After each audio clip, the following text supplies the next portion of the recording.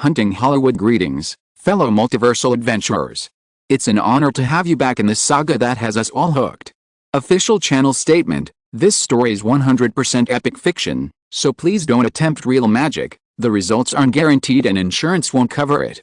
The rights to this masterpiece belong entirely to its brilliant original author. We are just a barge sharing it with you. Do you want to keep being part of this amazing community? Join our ninja army of subscribers on YouTube and give this content a like. And for true fans, our Patreon has exclusive ninjutsu waiting for you. Chapter 201: Hunting. For a week, Simon spent his time in a very fulfilling state.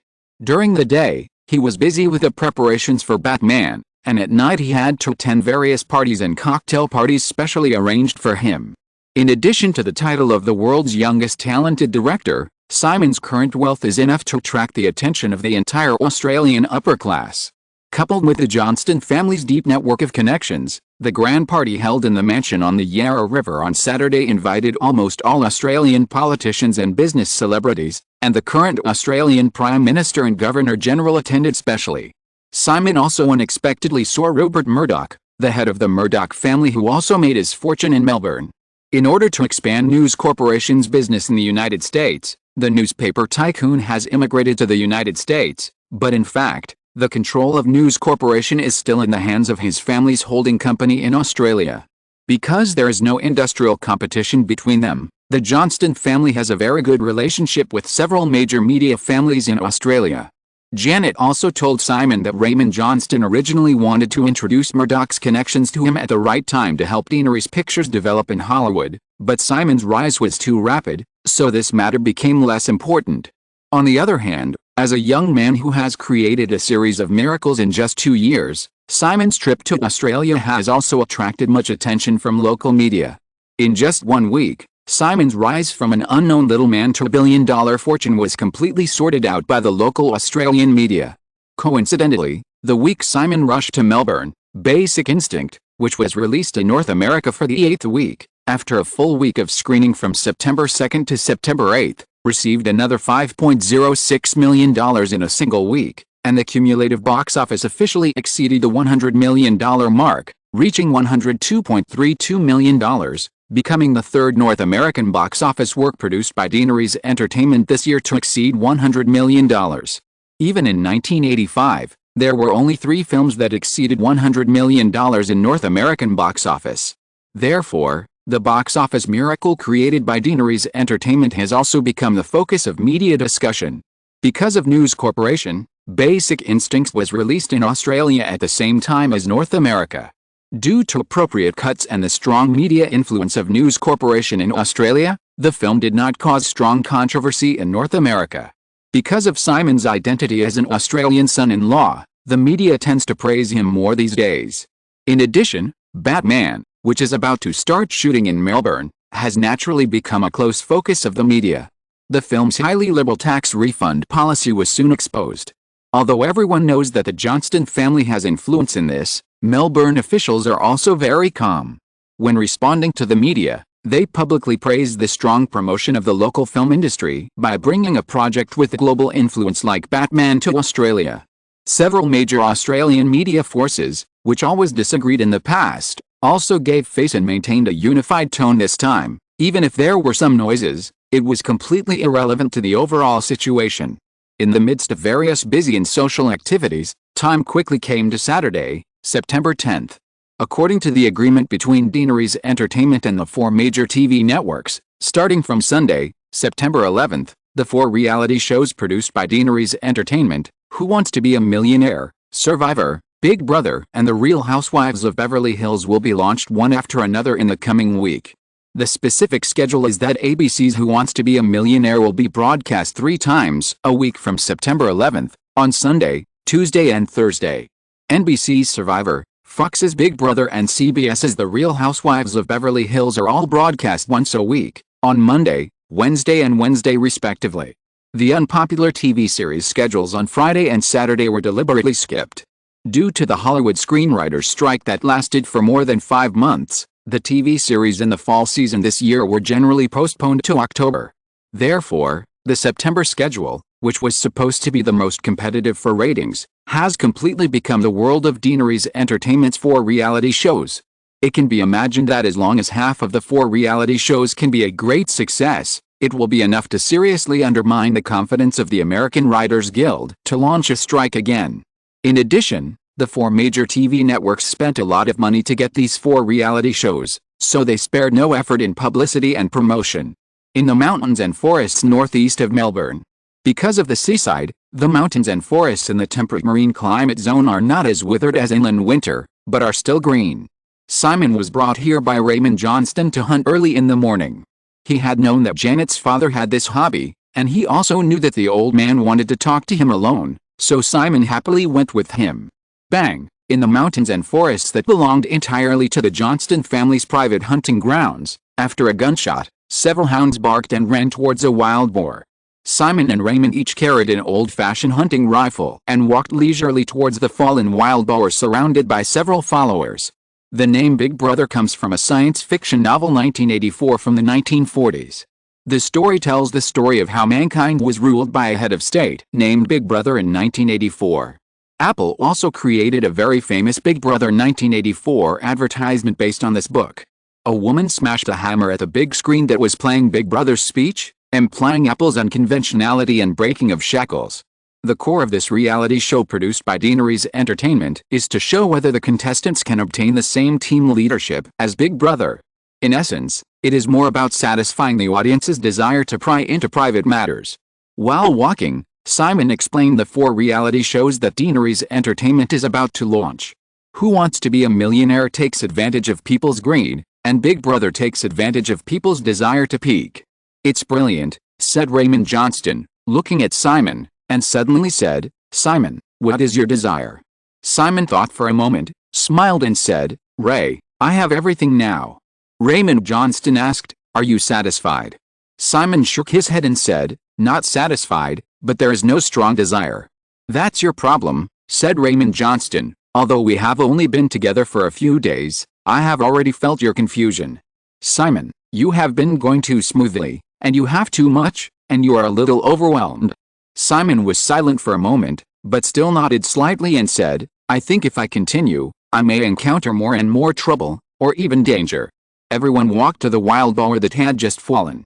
Raymond Johnston saw that it was almost noon, so he ordered his entourage to skin and wash the wild boar and prepare lunch. He and Simon chose an open space to sit down and said, Boy, do you know how our family became rich? Simon shook his head. Raymond Johnston raised his hand and gestured around, saying, this was originally a place of exile. The Johnston family has no glorious history, and my family has no noble blood. Frankly speaking, we are the descendants of a group of criminals. This land has gone through 100 years, and too many people still crave the recognition of their motherland. For this, they took the initiative to participate in the 2 world wars. Some people are ecstatic when they get a knighthood, but the Johnston family is not like that. We are very clear about our identity, but we never succumb to our fate. We only believe in ourselves and our strength. The weak will seek recognition, we just want to stand in the position of an agri-ear.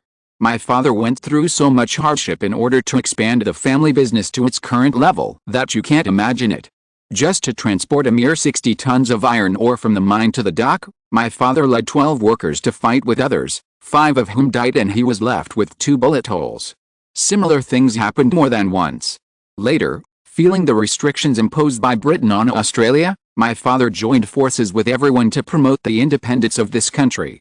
Because he did not recognize the inheritance tax, my father secretly operated for 7 years and finally abolished the law.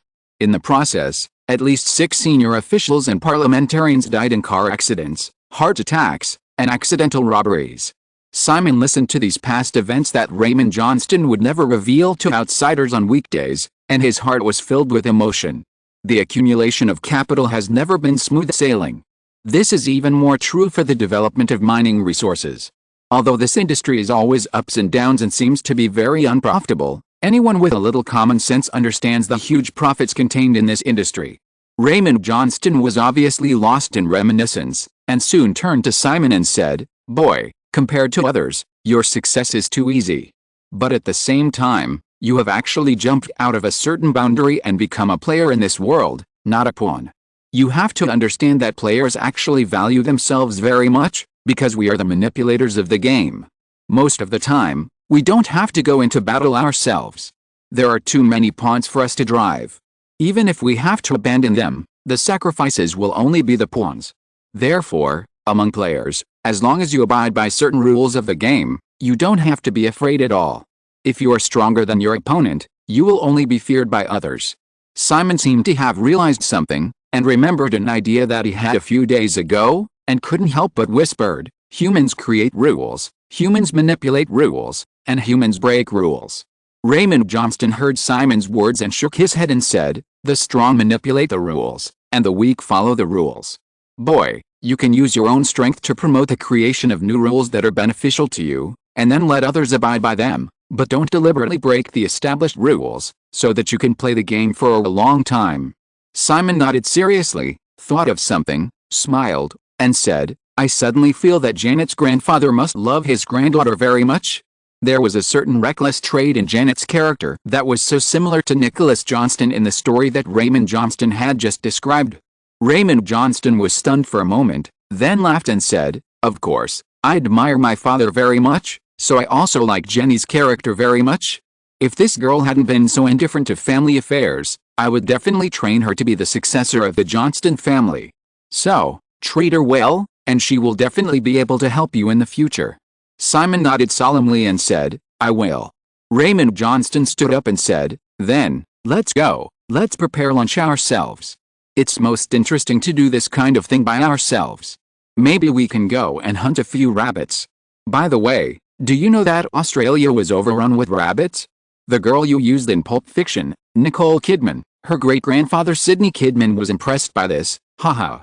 When Simon and Raymond Johnston were talking about Janet, Janet happened to arrive at a high-rise apartment in the center of Melbourne. She originally wanted to bring her boyfriend with her, but unfortunately Simon was dragged away by his father to go hunting, so he had to give up. Janet took the private elevator to the door of a penthouse apartment. She pressed the doorbell several times, but no one opened the door. So she took out her key, opened the door and walked in. In front of her was a very clean and simple apartment, decorated in pure white, located on the top floor of the 32-story apartment building. Janet sniffed and felt a faint feminine scent around her. Suddenly, she felt that her aunt was very similar to a certain guy in this respect. This was Veronica Johnston's apartment. When she heard that her aunt had returned from Western Australia, Janet ran over excitedly, but unfortunately the workaholic was not at home. It was just like returning to her own home. Janet took off her shoes and walked around the villa barefoot. She made herself a pot of coffee, turned on the TV in the living room, and went to the floor-to-ceiling glass window to appreciate the city view under her feet for a while. She wandered into the bedroom like a kitten and rolled over on the big bed. Unknowingly, she came to the study. The study still had a certain feminine atmosphere that even Janet felt very comfortable with. The bookshelf was filled with various business books. Janet tiptoed to the desk and was about to sit on the office chair when she found a book spread out on the table. She picked it up with suspicion. It was an original French novel. Janet had learned a little French, so she immediately recognized the name of the book, The Count of Monte Cristo. She was immediately surprised. Why would Bingshan be interested in Dumas novel? Well, The Count of Monte Cristo seems to be a story about revenge. Who is she going to take revenge on? Thinking of this, Janet picked up the book and sat on the chair to flip through it randomly for a while. Soon, she lost interest again. She grabbed the phone on the desk and dialed a number. After the call was connected, she said, "Hello, Iceberg. I'm at your house. Let's have lunch together at noon." "I don't have time." You don't even have time to eat. What client are you meeting?" "I'll go with you." "What if you meet a bad guy?" "Alone?" "Yes." "Oh, you mean Simon. He was dragged away by the old man to go hunting. Speaking of which, are you free tonight? Simon and I will treat you to dinner."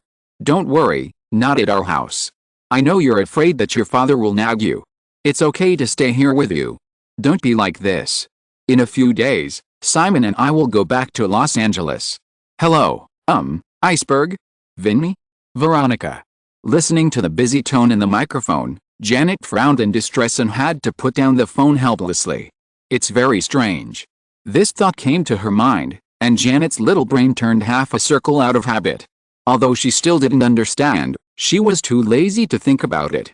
But she didn't give up the idea of showing off her boyfriend in front of her aunt. Humph. I don't believe you have been hiding and not going home these days. Chapter 202, Flying Beyond Innocence. Los Angeles. September 12th, it's a new week again.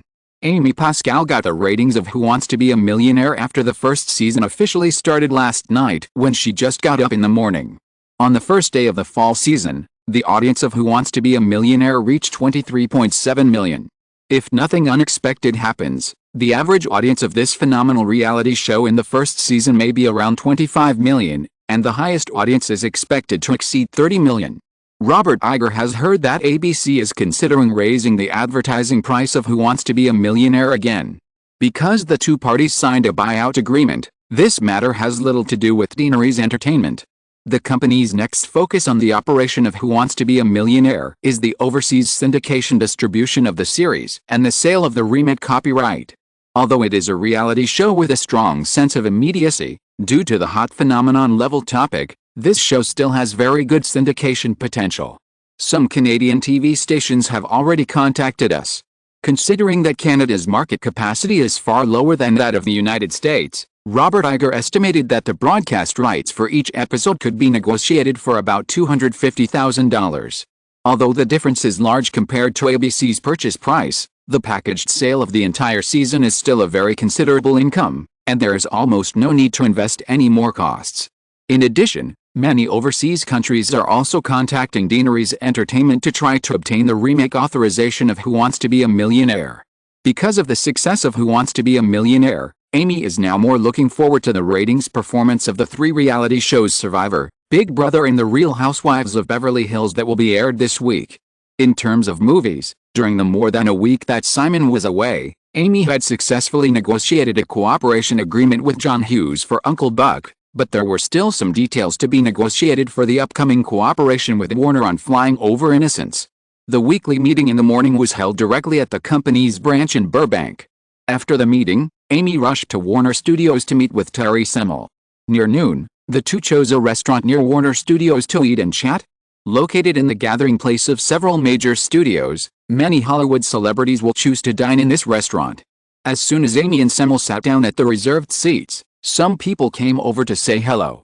"Harry, I didn't expect you to be here. How is the filming of Indiana Jones 3 going?" "Hi, Jesse, your performance in Steel Magnolias is really good. I think you will definitely win another Oscar this time. The casting of Batman can only start after our boss comes back. The Sixth Sense, Michelle, you are really well informed. Maybe we can arrange a meeting. Simon has been looking forward to working with you. He should be back this week." Although the people who came to say hello did not ignore him, Terry Semel still clearly felt that big names such as Harrison Ford, Jessica Lange, and Michelle Pfeiffer were more enthusiastic about Amy Pascal. Hollywood has always been realistic. Terry Semel understood that Warner was not the only choice for these big names. More often, Warner needed to try its best to cooperate with these people. In comparison, Deaneries Entertainment has become an outlier.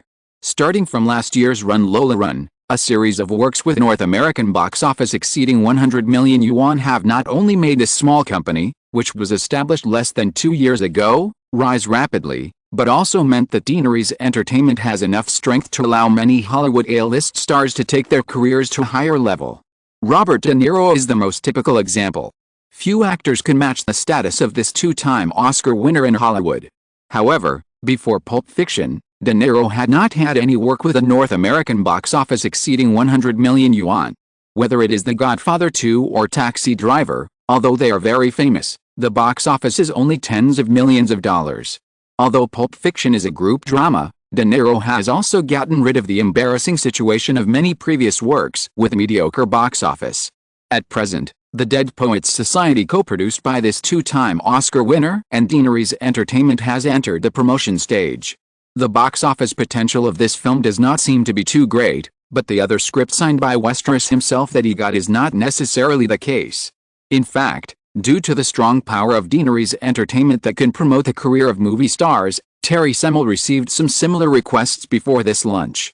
After greeting everyone returned to their seats. Amy and Semel chatted for lunch and started to talk about business.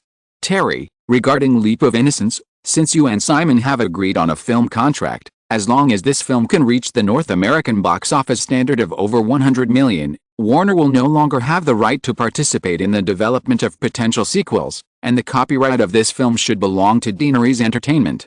I don't want the two sides to continue to entangle on this issue. Terry Semel shook his head and said, but this is not in line with convention. Amy, Warner and Deaneries jointly invested in the production. We should own half of the copyright of this film, and participating in the sequel is also our due rights. Amy did not give in at all, and said in a strong tone, if you insist on this, Terry, we can only wait for Simon to come back and make a decision. You know Simon's temper. Details that should not have been controversial have been delayed for so long, and he may even cancel this cooperation completely. Warner has already made public the news of our upcoming cooperation and has gained benefits in stock prices. If things go back and forth, you will definitely bear the dishonorable accusation of deliberately announcing false news.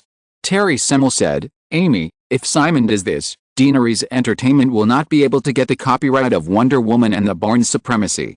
Amy's tone was still relaxed, and she said, do you want to test whether Simon will really do this? Terry Semel took a sip of the mineral water that the waiter had just brought, and fell silent.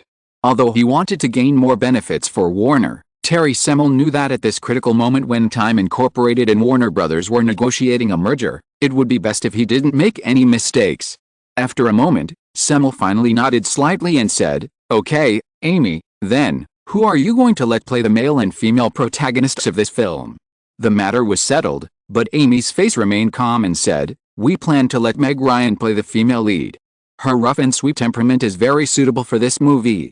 Besides, she happens to owe our company a film contract. Meg Ryan successfully became a first-line star with When Harry Met Sally. Terry Semel recalled the script of One Flew Over Innocence and some information about the actress, nodded with satisfaction, and asked, what about the male lead? Amy said truthfully, there is no suitable candidate yet. Hearing this, Terry Semel suggested, what do you think of Mel Gibson? Amy thought about it and asked, can Mel's schedule be arranged? Terry Semel saw that there was a chance, and nodded, of course, Mel will finish filming Lethal Weapon 2 before the end of the year. The schedule for One Flew Over Innocence is the end of next year. The film can start shooting in the first half of next year, right? Terry Semel received the request from Mel Gibson. Like Robert De Niro, Mel Gibson has been gaining more and more fame in Hollywood in the past few years, but he has not produced a film that has grossed over $100 million. Last year, Lethal Weapon, which grossed over $60 million, was already his most successful commercial film. Moreover, neither Warner nor Gibson himself had enough confidence in Lethal Weapon 2, which will be released next summer. The success of the first film has left many people scratching their heads, and it is impossible to predict whether the audience will accept a sequel. Therefore, Mel Gibson urgently needs a film that can guarantee his status. One Flew Over Innocence is the perfect choice. This project was personally selected by Simon Westeros. In addition to this, Mel Gibson happened to hear about the general situation of the cooperation between Warner and Deaneries. The two parties agreed that the contract would not be terminated until a film with a box office of over $100 million was produced. Then, Deaneries Entertainment obviously did not want to continue to be entangled with Warner. Therefore, the possibility of One Flew Over Innocence being a box office success is very high. After all, although Westeros has only proven his vision in When Harry Met Sally, and all other works of Deaneries Entertainment are his own scripts, Westeros's chances of success in selecting films are much higher than other Hollywood filmmakers. As long as he can get this film contract, Mel Gibson can add a layer of protection to the risk of Lethal Weapon 2. If everything goes well, he can even successfully join the ranks of the billion-dollar box office club. Amy was a little hesitant after hearing Terry Semel's explanation, and said, I remember that you recommended Mel to play Bruce Wayne last time, but Simon refused. That's because Simon wanted to choose a newcomer to play Batman like he did in Superman, Terry Semel explained. Amy, Mel is definitely suitable for the role in Beyond Innocence. Maybe we should arrange a meeting to discuss this project in detail. Amy thought for a moment and said, this will have to wait until we sign the contract, and Simon will definitely make the final decision in the end. Simon should agree. Terry Semel smiled, pointed to the west, and said, he is in Australia now, and Mel is also Australian. When Amy met with Semel, It was already the early morning of September 13th in Melbourne, which was 18 hours earlier than Los Angeles. The official work of this trip had been completed. Simon and Janet woke up in Brisbane, Queensland, Northern Australia in the morning. They came to visit the set yesterday. Over the Horizon, produced by George Miller and starring Nicole Kidman, was being filmed near Brisbane. Because the decision to win over the Hollywood Australian gang had been made long ago, and George Miller was definitely a talented director worth cooperating with, Simon specially took a day off to come here. At breakfast, George Miller also mentioned the topic that Amy and Semmel were discussing on the other side of the ocean. Hollywood is such a network of people, and he also received a call from Mel Gibson. Compared with Warner, George Miller and Mel Gibson, who started out together in the Mad Max series, have a closer relationship. In addition to the two major action film series Mad Max and Lethal Weapon, Mel Gibson has also starred in successful romantic comedies such as Percent of Men. Since the role image is very suitable and he can also get a favor, Simon readily agreed. However, Nicole Kidman found Simon after breakfast and politely declined the invitation to Angel Meets the Enemy. The script of Angel Meets the Enemy, which was originally scheduled to star Brooke Shields, did have some problems. Since Nicole refused, Simon did not force it. After breakfast, Simon and Janet said goodbye to George Miller and others. Instead of returning to Melbourne directly, they flew to Hobart, the capital of Tasmania, just south of Melbourne. Simon has not forgotten his ambition to circle this super island at the end of the world, and Janet has been secretly buying various properties on the island. With the help of the Johnston family, Simon's shell company bought a vast forest of more than 500 square kilometers in northern Tasmania for only $7 million some time ago. Although the local government has made various harsh and strict restrictions on forest development and other matters, Simon has never thought about cutting down these precious virgin forests, so those restrictions seem irrelevant. Including some other farms and forests, Simon is now a large landowner with 150,000 acres of land. Of course, this is still far less than the Kidman family. The Kidman family owns nearly 100,000 square kilometers of land in Australia, which is more than 24 million acres. This is the real super landowner. However, compared to the relatively small Johnston family, the Kidman family is very large. Starting from Nicole's great-grandfather Sidney Kidman, the total number of Kidman family members has exceeded 100 over several generations. Nicole's family has long deviated from the core of the Kidman family. They can only enjoy some rights and interests through the family trust and do not have much say. This is why Nicole rarely talks about the Kidman family. After playing in Tasmania for another whole day, it was probably time to return. In the evening, they returned to Melbourne and drove back to the Johnston family's mansion from the airport. Simon leaned back in his chair and looked through the information of his several plots of land. Janet picked up the car phone and dialed a number. Obviously no one answered the call. The woman was unwilling to give up and dialed several numbers in a row before finally getting through. What? Singapore? Why did Bingshan go to Singapore again? Really, why does she have to hide all the time? She doesn't want to get married, and Dad can't tie her up and throw her to anyone.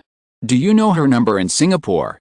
How long does it take to get to Singapore from here?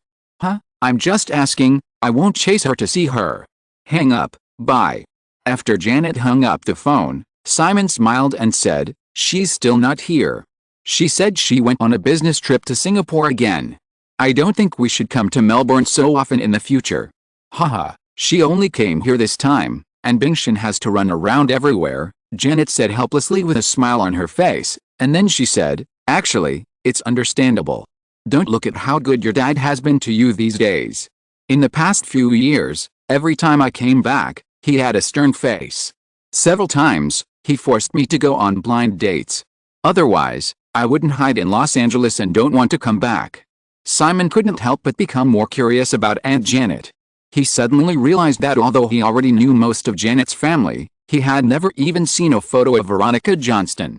Thinking of this, Simon asked, your aunt should be different from you, right? They are the same, you know, Aunt is a few years younger than Tony. Although they are brother and sister, most of the time, Dad treats her like a daughter. Aunt is also afraid of Dad. Haha, in fact, everyone in our family is afraid of Dad. Simon listened to Janet's muttering, and smiled. Why didn't I realize it? Your dad is a good guy. Janet came over, hugged Simon's face and kissed him, and said, Dad couldn't be more satisfied with you. How could he be mean to you? However, it may not be the case in the future. Wait, you understand. Simon shook his head deliberately. I don't understand. Little bastard. Janet cursed, leaned over and rested her head on Simon's shoulder. Perhaps she was too tired after playing all day. The woman's body quickly slid down softly, and finally lay on Simon's legs. If you are listening to this novel on a channel other than Fanfic World, it means it was downloaded and re-uploaded without effort. We warmly invite you to visit our channel, Fanfic World. There you will find the original version of this story and many other novels of various genres. We look forward to seeing you dive into a world of incredible novels. Chapter 203, Another Phenomenon. After staying in Melbourne for another night, Simon and his team returned to Los Angeles, bringing back Adam Baldwin and Valerie Garlino, the leading actors of Batman, who had been here for some time. Batman will start filming early next year. In the remaining months of this year, the film will also select various supporting roles, and auditions and rehearsals will also need to be carried out in Los Angeles, all of which require the cooperation of the two leading actors. Simon and his team boarded the return flight on the morning of September 14th, Melbourne time. One day in advance, in North America, NBC's Survivor also started broadcasting at 8 p.m. local time on Monday, September 12th, and preliminary ratings were obtained on the afternoon of September 13th, Melbourne time. New York. Although he was also very concerned about the ratings of Survivor, Robert Iger was still very surprised when the phone rang at around 1 a.m. NBC CEO Robert White called him personally, with all kinds of complex surprise and excitement in his tone. After introducing the preliminary statistics of the ratings of Survivor, he also hoped that the two would have a meeting at breakfast to discuss the production of the second season of the series. At the same time, Amy Pascal on the West Coast also received the ratings of the first broadcast of Survivor at midnight, and Simon in Australia was notified soon.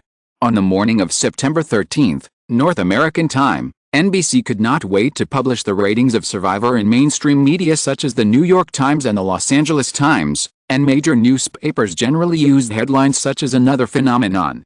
Why say again?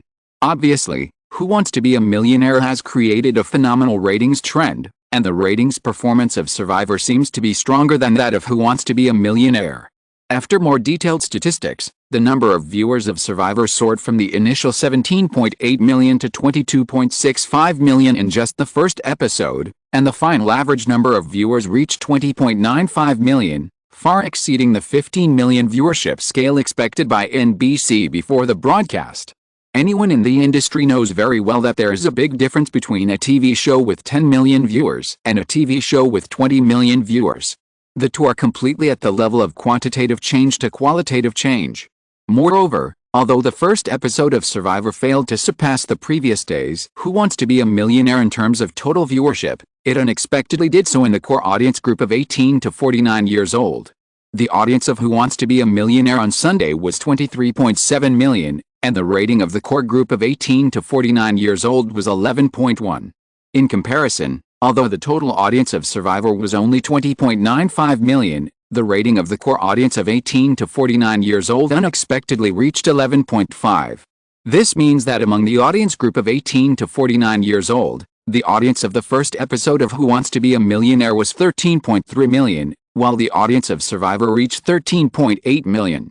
Although the difference is only about 500,000, no one can ignore that Who Wants to Be a Millionaire has accumulated popularity for several months in the summer, while Survivor has only premiered. Even in terms of publicity, NBC has not spared as much effort as ABC, which has paid a huge amount of money for this reality show. Therefore, the first episode of the premiere has surpassed the original obvious advantage of Who Wants to Be a Millionaire, and the overall ratings of Survivor are destined to be even better. Now, the only regret of NBC TV network is that Survivor has only 13 episodes per season, instead of 69 episodes of Who Wants to Be a Millionaire.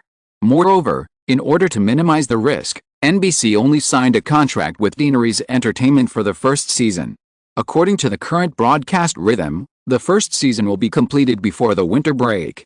NBC wants to ensure that the second season of the spring season next year will be broadcast smoothly after the winter break.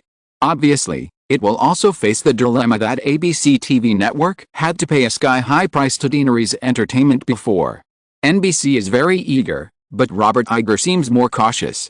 He has never encountered a situation in his career where two phenomenal TV programs have been produced in succession. After having breakfast with NBC CEO Robert White in the morning, he hurriedly boarded a plane to the West Coast. The specific cooperation plan will obviously need to be decided by Simon, who is about to return from Australia. After an internal emergency meeting, NBC CEO Robert White also set off for Los Angeles. Due to the 18-hour time difference, Simon and his team took off at 10 a.m. on September 14, Melbourne time. After a 16-hour flight, it was only 8 a.m. on September 14 when they arrived in Los Angeles. Although he didn't want to appear too impatient, Robert White went to Los Angeles International Airport to pick him up in person with several senior executives of Deaneries Entertainment. Simon originally planned to go back to Malibu to rest for a morning, but seeing that everyone had gathered, he had to change his plan temporarily and sent Janet back first. He and Amy, Iger, White and others rushed to the headquarters of Deaneries Entertainment in Santa Monica. In the meeting room of Deaneries Entertainment headquarters. After everyone took their seats, Robert White went straight to the point. Simon, I communicated with the parent company yesterday. NBC hopes to sign a one-time contract for the next 3 seasons of Survivor. As for the price of the cooperation, we can offer the same $2 million per episode as Who Wants to Be a Millionaire. Simon took the cup of hot coffee that Jennifer handed to him from behind, took a sip, and said with energy, Bob, the ratings of Survivor are stronger than Who Wants to Be a Millionaire. Do you think the same offer is appropriate? This is only the first season, Simon. Robert White shook his head. No one can guarantee that this reality show will be so popular in the following seasons. According to the usual TV ratings curve, its ratings in the following seasons will definitely decline. In this way, we offered $2 million and took a certain risk. Simon noticed that Robert Iger seemed to be hesitant to speak after Robert White finished speaking, and smiled and gestured to him. Robert Iger retorted to Robert White, Bob, usually for popular TV series, the long-term ratings should be a parabola, not the downward curve you said. As the popularity continues to increase, the ratings of Survivor will be even higher in the next few seasons. Robert White forgot Robert Iger's background for a moment, but being exposed on the spot, he did not show much embarrassment on his face, and said again, Simon, compared to the cost paid by Deaneries Entertainment for Survivor, $2 million is already a very high price. In Hollywood, the investment cost and return rate of film and television works are not proportional in most cases. Simon shook his head and said, so, $2 million per issue is definitely not enough. If it is higher, NBC TV network will no longer be able to bear the risk, Robert White said. Simon, we are different from ABC and others. In recent years, NBC's business performance has been very good. Even if it loses Survivor, NBC will not be affected too much. Simon smiled and said, Bob, if you continue to treat me as an outsider, there is no need to continue today's meeting. The competition among the 4 major TV networks has always been very fierce. If you stand still, it actually means regression. NBC's current business situation may be better than the other 3 major rankings, but if it loses Survivor, CBS and Fox will not be mentioned for the time being.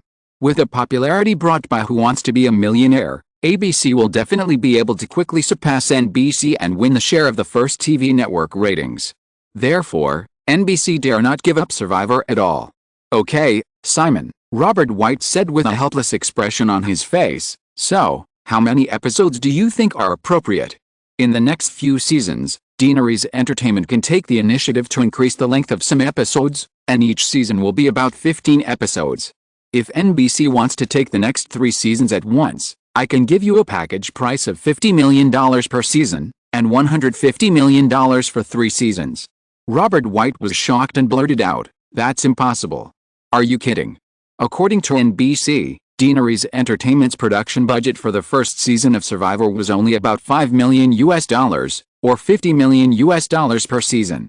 Taking into account the internal advertising placement rights, syndicate distribution and remake authorization rights retained by Deaneries Entertainment will be able to obtain at least 10 times the net profit, which is simply a huge profit.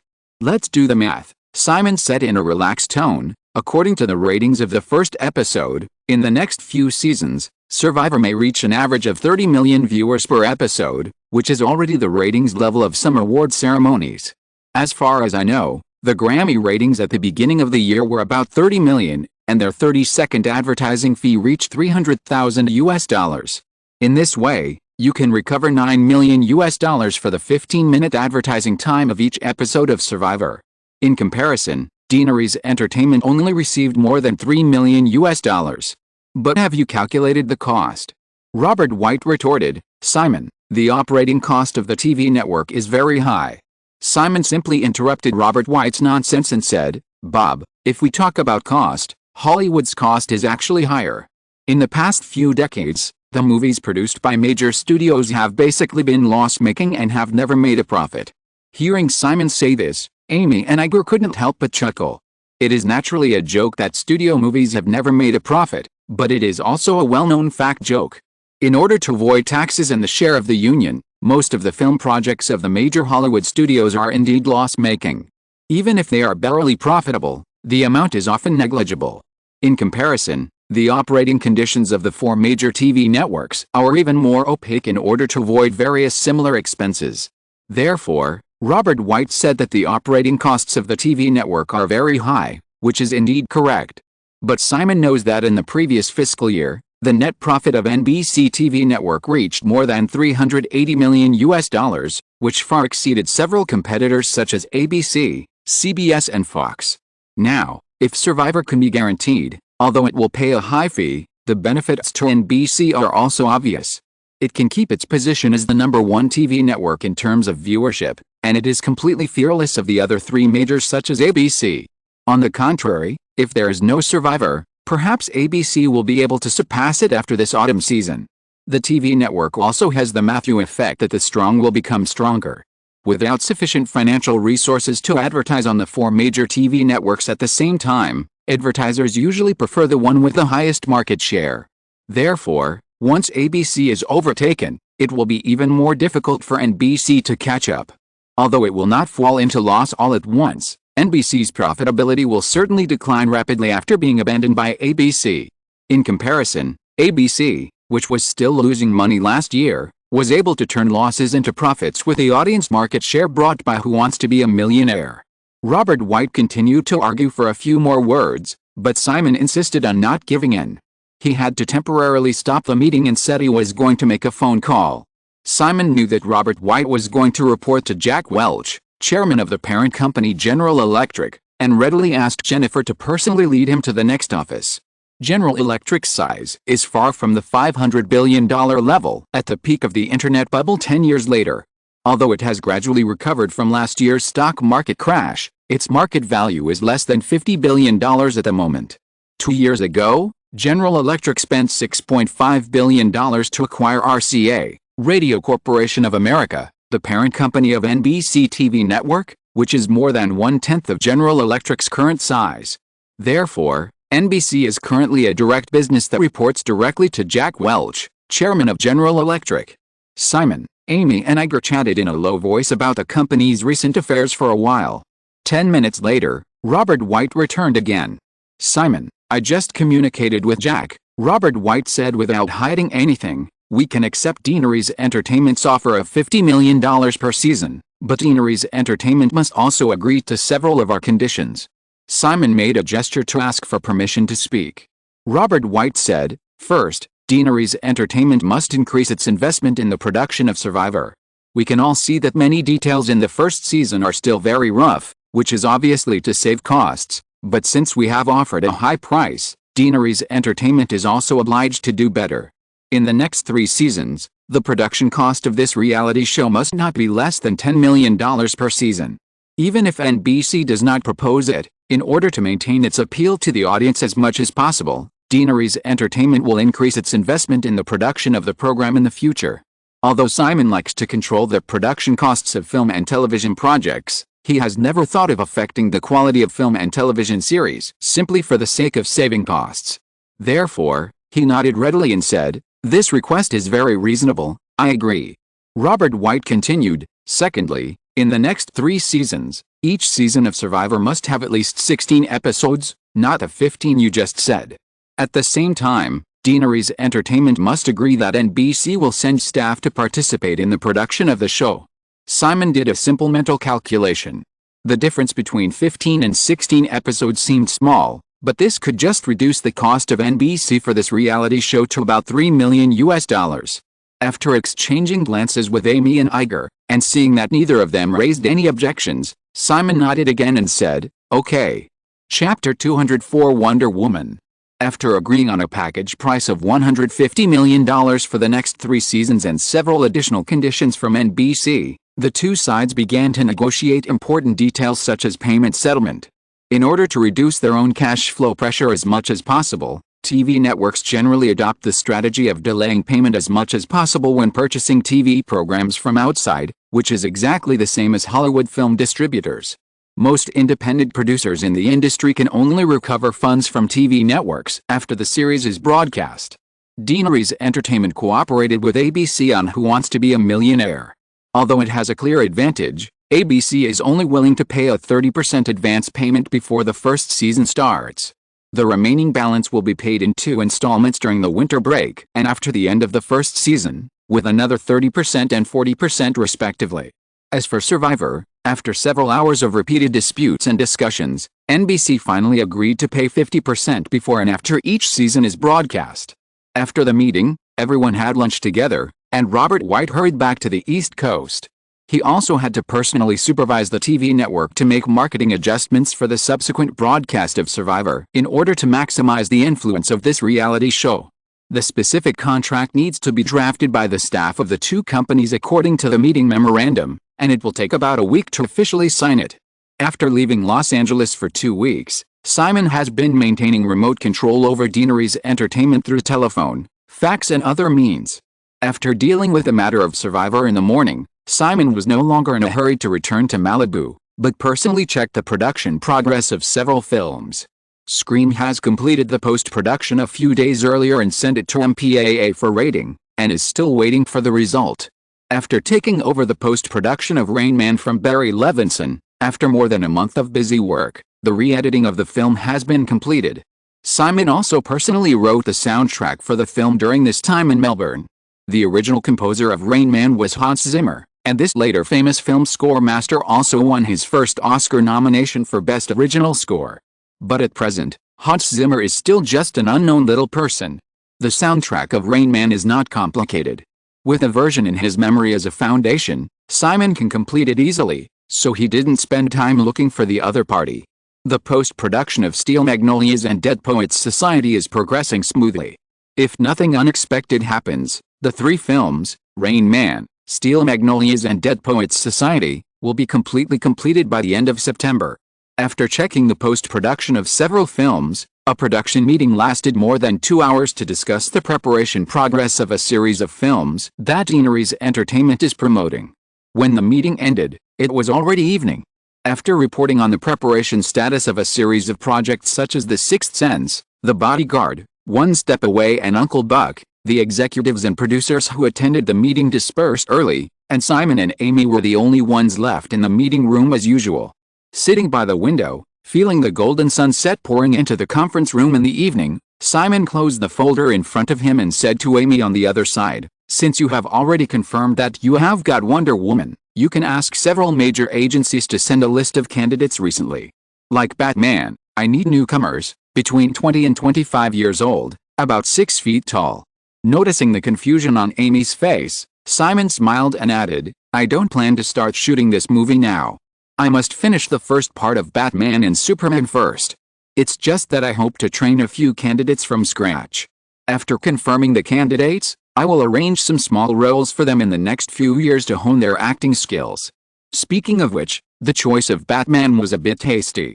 After winning the 3 giants of DC, the obstacles to promoting the DC movie universe in advance are no longer great. As for the need to introduce other DC superheroes in the future, Simon doesn't think it's a problem. Superman, Batman and Wonder Woman are all in his hands, and Warner doesn't have much choice at all. Because Warner Brothers was given the right to share profits, he did not think that Warner Brothers had the courage to use second-tier heroes to create a new movie universe like Marvel did. However, in Simon's impression, there is no suitable candidate for Wonder Woman in Hollywood at the moment, and he still hopes to find an actor similar to Gal Gadot who plays Diana Prince. The launch of Wonder Woman must at least be after the release of Batman, which means there is still enough time to cultivate from scratch. Amy nodded in understanding, and then said, should we also reselect the actor for Superman? Christopher Reeve is definitely not suitable. Simon nodded and said, okay, let the agency pick some candidates as well. Amy wrote this down in her memo, then looked up and said, Simon, between 20 and 25 years old, 6 feet tall, isn't Miss Kidman just right? Now that you remind me of this, I remember it. Simon shook his head slightly and said, when I was in Australia, I went to visit the crew of Over the Horizon. Nicole turned down the role in Angel Messenger. She has her own ideas about her acting career. Amy just smiled when she heard what Simon said, and nodded. I also received a call from Nicole, so should we let the candidate for Wonder Woman we picked try out the heroine of Angel Messenger first? It depends on the situation, Simon said without comment, and asked, how is the script revision of Angel Messenger going? The first draft is finished. I'll have someone prepare a copy for you tomorrow, Amy said. Seeing that there was nothing else to do, she also put away the folder in front of her. After a moment, she remembered something and looked up again and said, one more thing, Simon. Who Wants to Be a Millionaire and Survivor are so successful. Should we celebrate this weekend? Although the other 2 reality shows have not yet been aired, Deaneries Entertainment has become the envy of all Hollywood TV program producers with these 2 popular reality shows, Who Wants to Be a Millionaire and Survivor. It is only natural to hold a celebration party to reward the main creators. Moreover, maintaining personal connections has always been very important for the development of a film company. Many executives of major Hollywood film companies hold various parties and cocktail parties almost every week to connect with industry superstars and celebrities. In comparison, Simon seems very unenthusiastic about this matter.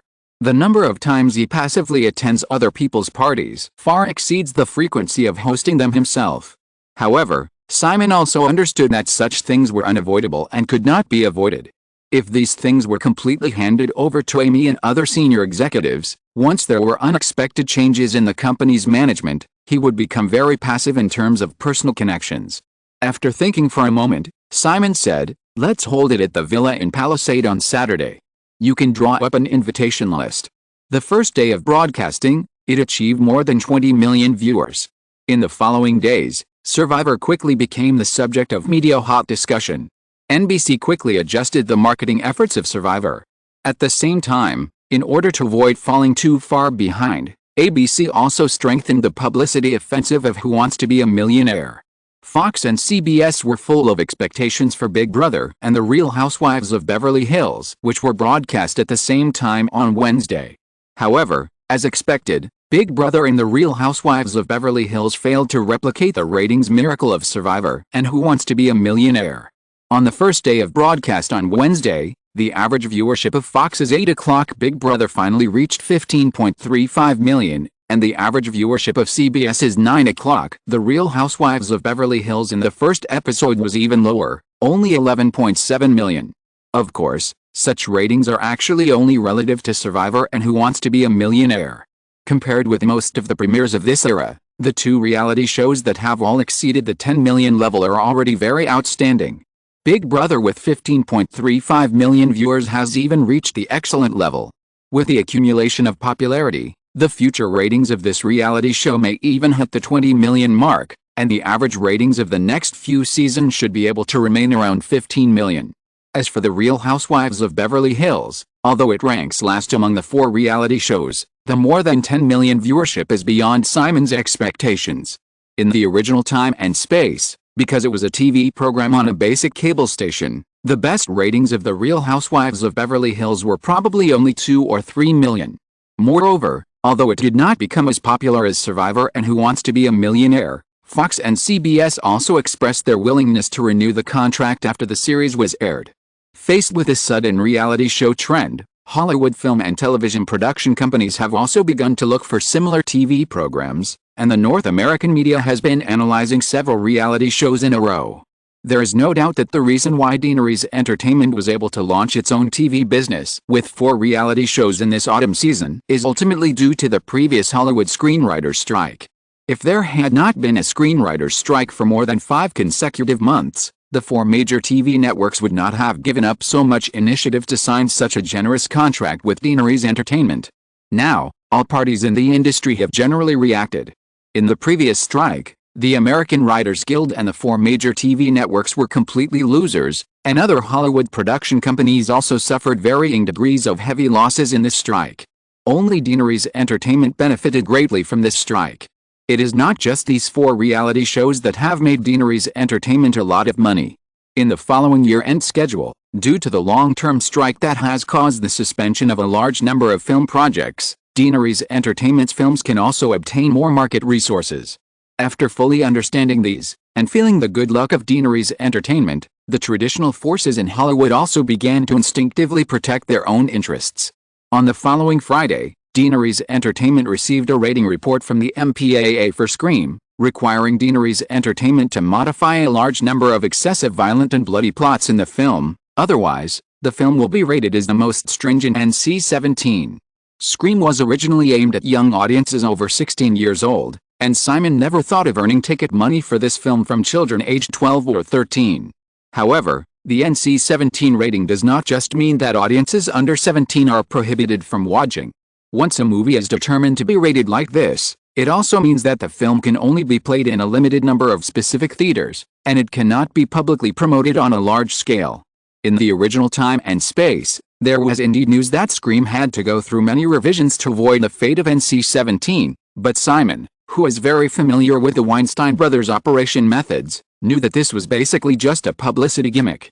Almost since their debut, the 2 brothers have been operating with this rating gimmick, and it has been very effective.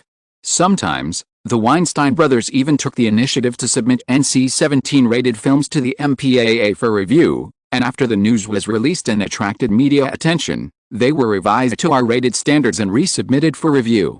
The audience is also generally more interested in a film that was almost rated NC-17. But this time, Simon was very clear that the experience of the new version of Scream was not a gimmick at all, but a warning to Deaneries Entertainment by the MPAA rating committee under the control of the 7 major powers. There was only 1.5 months left before the release of Scream. Suddenly encountering this situation, director Wes Craven could only rush to modify the film on the weekend, and Simon had to get involved in person. In the busyness, time unknowingly came to Saturday, September 17th. As evening approached, people from all over the city began to gather at Simon's mansion in Palisades.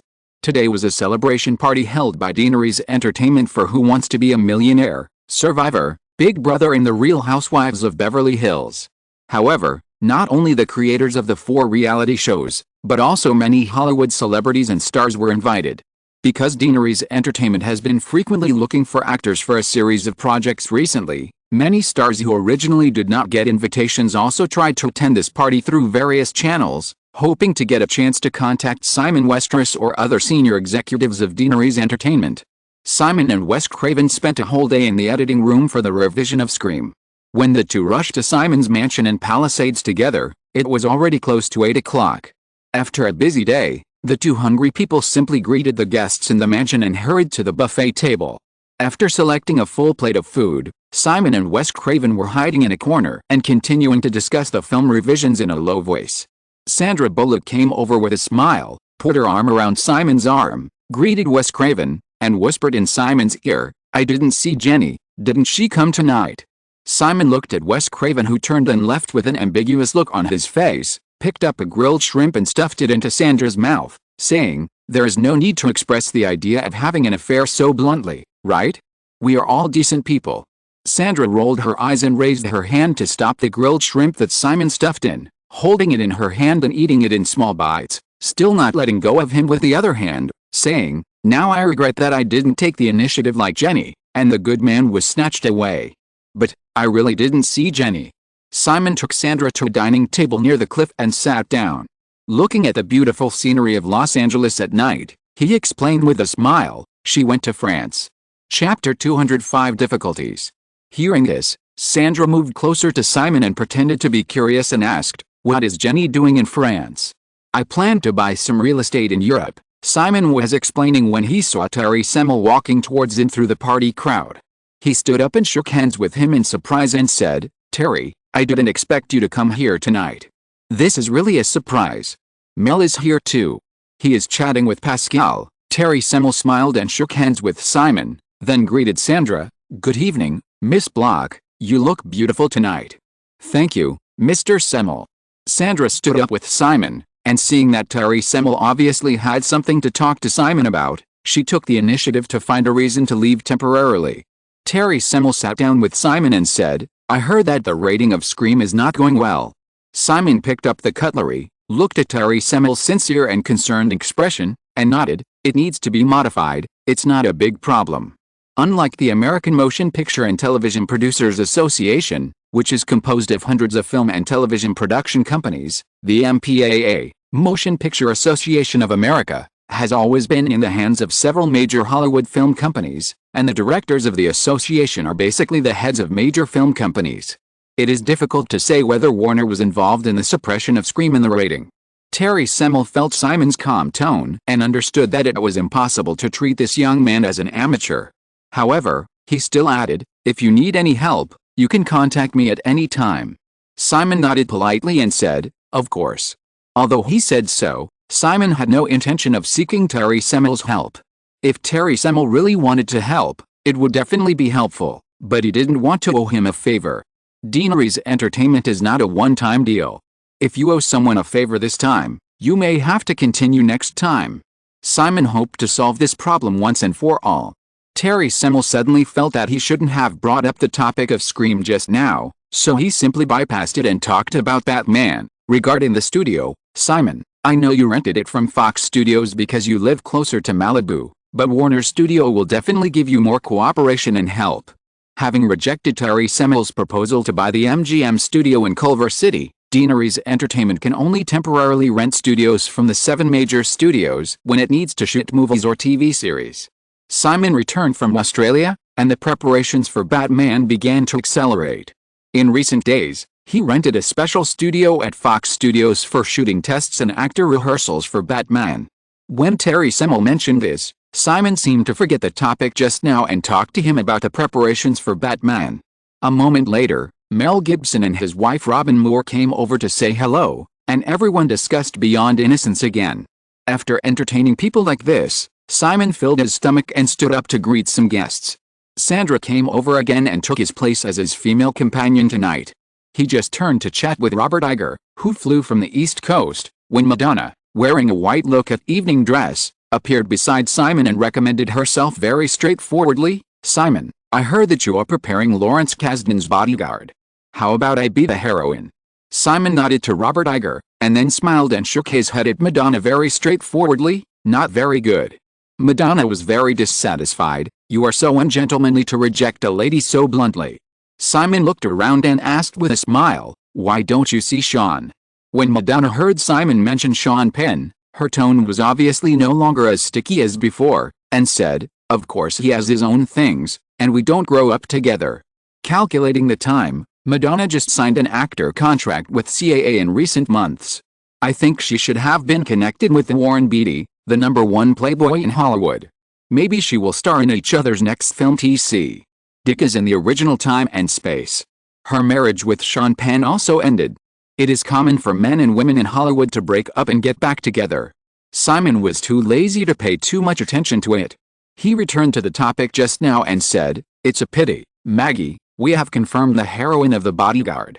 Can I know who it is? Madonna thought Simon was perfunctory. She glanced at Sandra beside him and said, it won't be Sandy, right? Of course not. Simon shook his head and said, you must know Whitney Houston. Although she debuted a few years earlier, Whitney Houston, who debuted at about the same time as Madonna, has also been in the limelight in the music industry in recent years. She also intends to develop in Hollywood. After Deanery's Entertainment contacted her, the two sides almost hit it off. Madonna was obviously a little disdainful when she heard Whitney Houston's name. Simon, Whitney Houston is black. Even if you don't want me to play the leading role, there is no need to find a black person, right? I've read the script, and The Bodyguard is a romantic film. Racial discrimination is deeply rooted in this country. Simon was not surprised by the obvious racial tendency in Madonna's tone. Sandra beside him also showed a similar questing expression as Madonna. Whitney Houston's current fame is enough to make up for her skin color disadvantage, Simon explained. Besides, the emotional drama of this movie is of the kind that is just enough to stop at the right time. There is nothing wrong with letting Whitney Houston play the leading role. Well, it's not a movie I paid for anyway, Madonna said indifferently. Just as she was about to say goodbye and leave, she suddenly remembered something and said, "By the way, Simon, do you remember our original agreement? The conditions you promised me on the set of Pulp Fiction." Simon certainly remembered that in order to get Madonna to cooperate with the filming, he agreed to be the guitarist for the Queen of Madonna in a concert. "You don't seem to have any concert plans recently." "Indeed, I don't. I'm just reminding you so you don't forget," Madonna said, reaching out her hand to Simon's chest and said, "A super rich man with a net worth of more than $3 billion is going to come to my concert as a guitarist. I'm a little excited just thinking about it." Simon reluctantly opened Madonna's little paw and said, "If you're too excited, there are many rooms in the villa. You can find a bedroom to touch yourself." Madonna didn't mind Simon's teasing at all, but threw him a wink. "Do you want to see it? Find a room, I'll touch you and show you." Simon shook his head very firmly. "No." "Oh, you're such a hypocritical man." Madonna narcissistically defined Simon, pouted her red lips and blew him a kiss, then smiled and turned away. Simon watched Madonna walk away, and was about to take Sandra to greet other guests, when three beautiful women in gorgeous evening gowns came towards them with a gust of fragrance.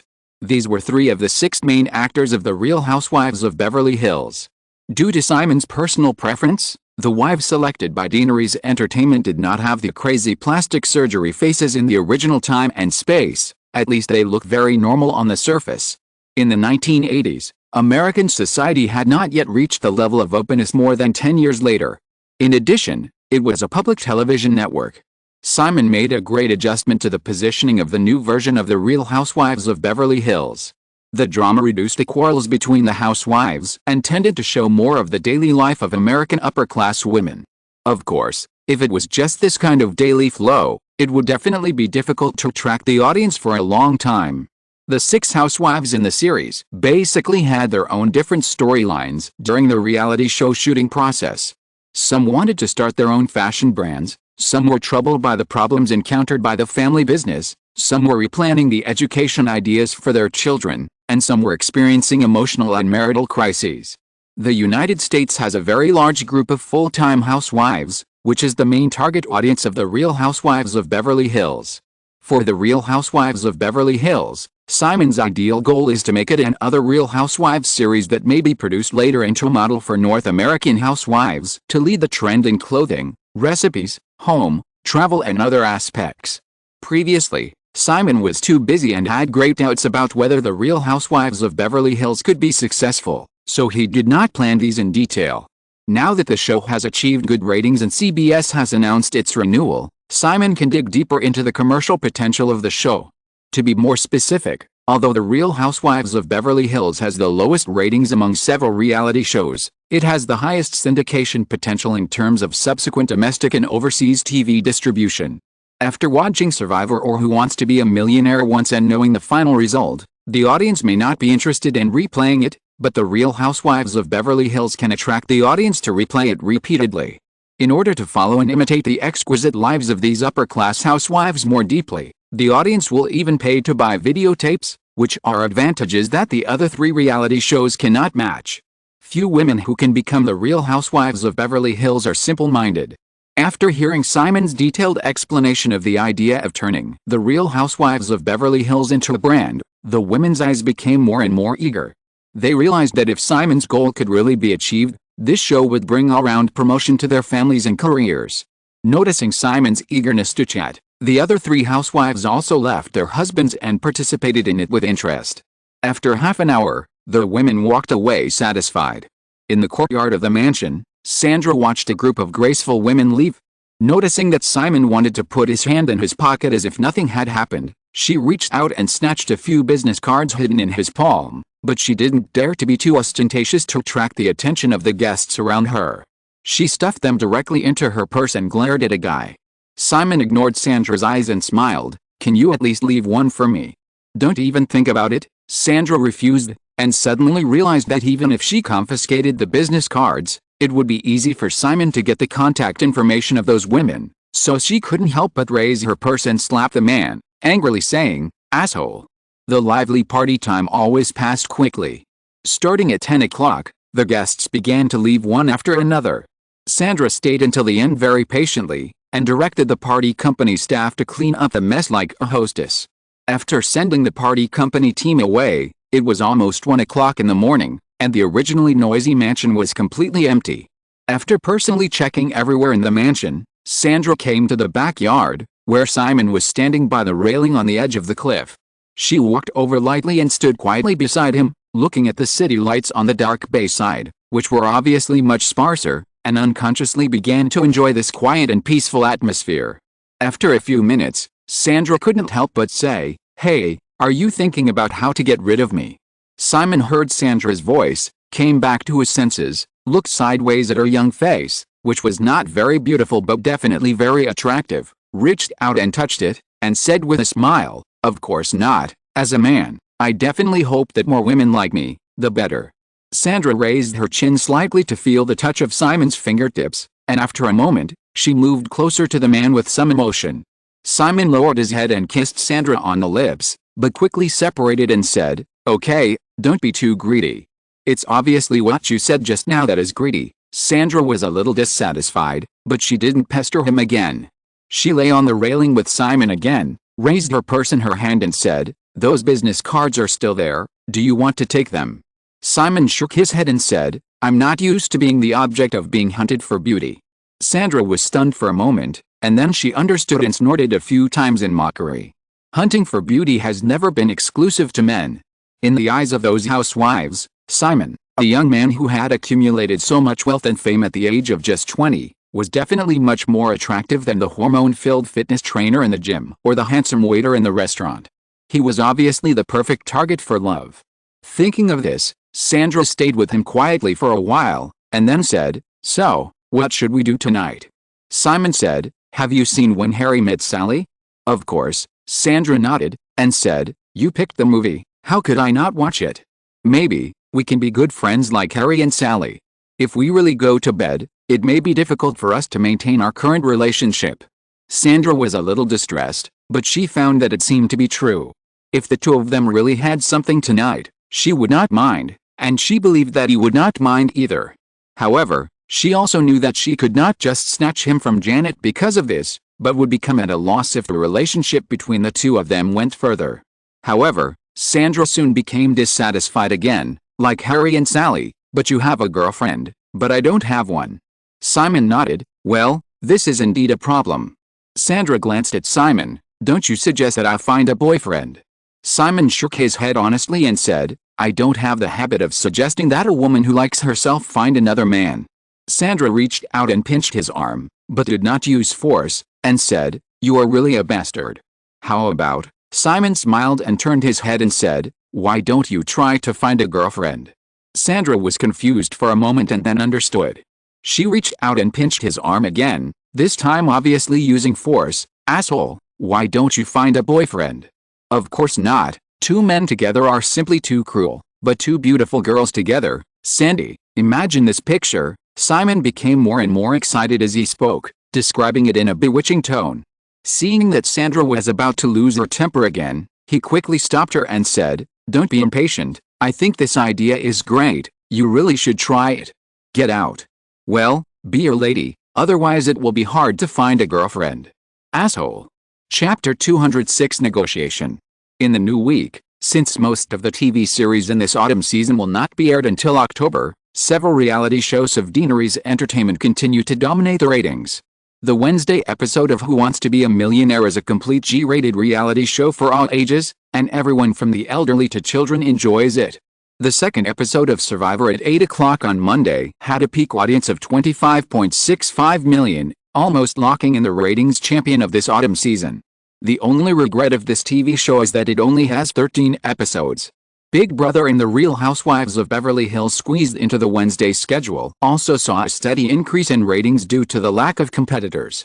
Finally, the game-based reality show that CBS had previously attempted to produce independently of Deanery's Entertainment also started airing this week and achieved a good result of an average of 13.6 million viewers in the first episode. Although it is not outstanding, it makes the other three TV networks that generally maintain a conservative attitude towards reality shows even more regretful. It is obvious that the major TV networks will definitely invest a lot of resources and energy in creating their own exclusive reality shows in the next few years. Once a height appears among them, Deaneries Entertainment will definitely not be able to maintain its current initiative and lucrative profits. However, Simon is not too worried about this. In memory, reality shows have been developed for more than 20 years, and there are only a few that have truly reached the phenomenal level. The ratings of Who Wants to Be a Millionaire and Survivor, two once popular reality shows, far surpassed Big Brother and The Real Housewives of Beverly Hills, which is enough to prove that it is definitely not that easy to create a hit. After careful consideration and adjustment over the weekend and the following weekdays, Deaneries Entertainment resubmitted a revised version of Scream to the MPAA's rating committee. It was already the end of September, and the company originally hoped that the film could be released on Halloween on October 28, and had invested a lot of manpower and material resources in the early promotion. However, due to the delay caused by the re-rating, Deaneries Entertainment has not yet signed a formal screening contract with major theaters in North America. Seeing this situation, Simon secretly began to make some other preparations. Santa Monica. In a conference room in the Deaneries Special Effects office building, it was Wednesday, September 28. Simon stood in front of the demo board and personally introduced the scripts of two animated films, Toy Story and The Lion King. At the conference table, in addition to Mark Silvers and other senior executives of Deaneries Special Effects, there were also two former Pixar executives who had just joined the company, Ed Catmull and John Lasseter. After the call with jobs on the plane to Australia, James Raybould and Amy Pascal have been pushing for the acquisition of Pixar for a month, and now it is completely finalized. Deaneries Entertainment finally paid $20 million to buy all of Pixar's software and hardware departments. Jobs and Pixar's original shareholding employees gave up their shares. Deaneries Entertainment obtained the ownership of Renderman and other software series, thus making up for Deaneries Special Effects' previous shortcomings in CG rendering. After completing the acquisition, Simon's first request was to move Pixar as a whole to Los Angeles. Most executives and employees, including Ed Catmull and John Lasseter, agreed to this, but inevitably some people refused. Alvy Ray Smith, another technical backbone of Pixar, left the company for this reason. Simon could only let him leave after failing to retain him. 3D animation movies are an important layout of Deaneries Entertainment in the next few years. In order to control it as directly as possible, he did not intend to keep Pixar in San Francisco as in the original time and space. Simon originally wanted to rename Pixar to Deaneries Animation Company, but Ed Catmull, John Lasseter and others hoped to keep the name of Pixar. This was irrelevant, so Simon agreed. The main purpose of this meeting was to discuss the technical details of porting Pixar software, such as Renderman to Silicon Graphics professional graphics workstations, and the plan for two 3D animation movies. Pixar's original positioning was also a professional graphics workstation production company, but it could not be compared with Silicon Graphics in terms of technology, and only had several software advantages such as Renderman. In order to integrate Pixar software and Deaneries special effects software as much as possible to improve efficiency, Simon planned to abandon the development of Pixar computers, so that Pixar could focus on software and animation business. Pixar computers had never launched a complete product, let alone a profit, otherwise it would not have become a burden to Jobs. Therefore, Ed Catmull and others did not object to Simon's suggestion to cancel hardware development. However, after listening to Simon's introduction of the scripts of Toy Story and The Lion King, Ed Catmull said, "Simon, with our current technology, it is not difficult to realize the plan of Toy Story, but for The Lion King, if you want to show the movements of animals and details such as hair very vividly, the current technology is not up to this level. This is your business." Simon looked at Ed Catmull, then glanced at the other people in the conference room, and said, "I don't know much about technology, but I understand that the current hardware technology is enough to support you to accomplish these. The hardware platform is like a canvas. What you have to do is to develop software that can achieve special effects, which is equivalent to a paintbrush. Finally, we are not short of animators, so I just look forward to seeing the results I want." Mark Silvers also said at this time, "Simon, this will take a long time." Simon turned to Mark and said, "Don't use the word a long time. You need to tell me how long it will take." Upon hearing this, Mark Silvers whispered a few words to Ed Catmull, then looked up again and said, "To develop the technology needed for The Lion King and complete the effect testing, according to the current size of the R&D teams of Deanery's special effects in Pixar. It will take at least 2 years, and that's assuming sufficient funding. No problem, Simon nodded readily. 2 years was already far less than he expected. You can recruit some more people appropriately, but be mindful of moderation. It is not a good thing for a company to be too large in the early stages of development. I can guarantee your funding supply, and then you give me the results I want. After Simon finished speaking, he turned to John Lasseter and said, "John, do you have any questions?" The story script of Toy Story was the result of Simon's many phone discussions with Lasseter over the past month. Hearing Simon's question, John Lasseter, who is already confident, said, "I need 3 years. It is well known that the production cycle of 3D animation is long. In the original time and space, Pixar was able to launch an animated film every 2 years on average, which was actually the result of several teams working at the same time. It usually takes 3 to 4 years, or even longer, for an animated film to go from the script stage to the final film. This cannot be achieved by increasing the number of animators. The size of the animated film crew is too large, and the differences in personal levels and styles of animators will become more prominent, thus affecting the quality of the animated film. In that case, today's meeting ends here." Simon announced the end of the meeting, and then said to Mark Silvers, "How's the special effects for Batman's cape going?" When drawing the concept map of Batman, Simon found that Batman's cape in the film was a very troublesome problem. If Bruce Wayne used a real cape in the process of flying over eaves and walls, the effect would definitely be terrible. Simon then considered the possibility of a CG cape, and handed it over to Deanery's special effects to carry out technical research. Mark Silvers smiled and said, "We have just completed a CG shot of Batman's cape unfolding when he fell from a high altitude. Although it was only 3 seconds, the effect was amazing. I was planning to let you see it today." Everyone stood up while talking. Just as they were about to go to see the sample film Mark Silver mentioned, Simon's female assistant Jennifer came over after receiving a call and whispered to him, "It was a call from Ms. Pascal. She said that the R-rated review of Scream was rejected again."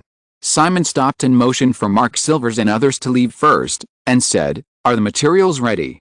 Jennifer nodded. Simon said, "In that case, please make an appointment for me with MPAA Chairman Jack Valenti. I will talk to him tonight or tomorrow at noon." The Motion Picture Association of America, MPAA, is generally a trade association organization. It was established in 1922 and represents Hollywood's major film companies in lobbying for government film-related bills, promoting film and television copyright protection, and formulating film and television content guidelines. MPAA's member companies are not static. In the founding stage, MPAA members were composed of the 8 major Hollywood film companies. In the previous few years, with the rapid rise of a group of second-tier film companies in Hollywood, companies such as Orion Pictures and De Laurentiis Entertainment have successively joined the MPAA. After several companies such as De Laurentiis Entertainment went bankrupt, they have gradually withdrawn in the past 2 years. At present, the main members of the MPAA are the traditional 7 and Orion. In 1966, the MPAA hired Jack Valenti, an assistant to former U.S. President Lyndon Johnson, as the chairman of the association. This strong politician has been in this position for 22 years and will continue. Jack Valenti's greatest contribution after taking office was to abolish the notorious Hays Code and re-establish a voluntary film rating system. Of course, with the development of things now, those films that are not voluntarily rated are basically difficult to enter the North American theater and video market. Simon met Jack Valenti, who was 67 years old this year, in Burbank Valley at noon the next day. The MPAA office is located near the intersection of 101 Highway and Ventura Avenue in Burbank, not far from the headquarters of several major studios. The agreed time was 12 noon. Simon arrived 15 minutes in advance, and Jack Valenti entered the restaurant on time. "Simon, I have been looking forward to meeting you. The miracles you have created in the past 2 years are really amazing."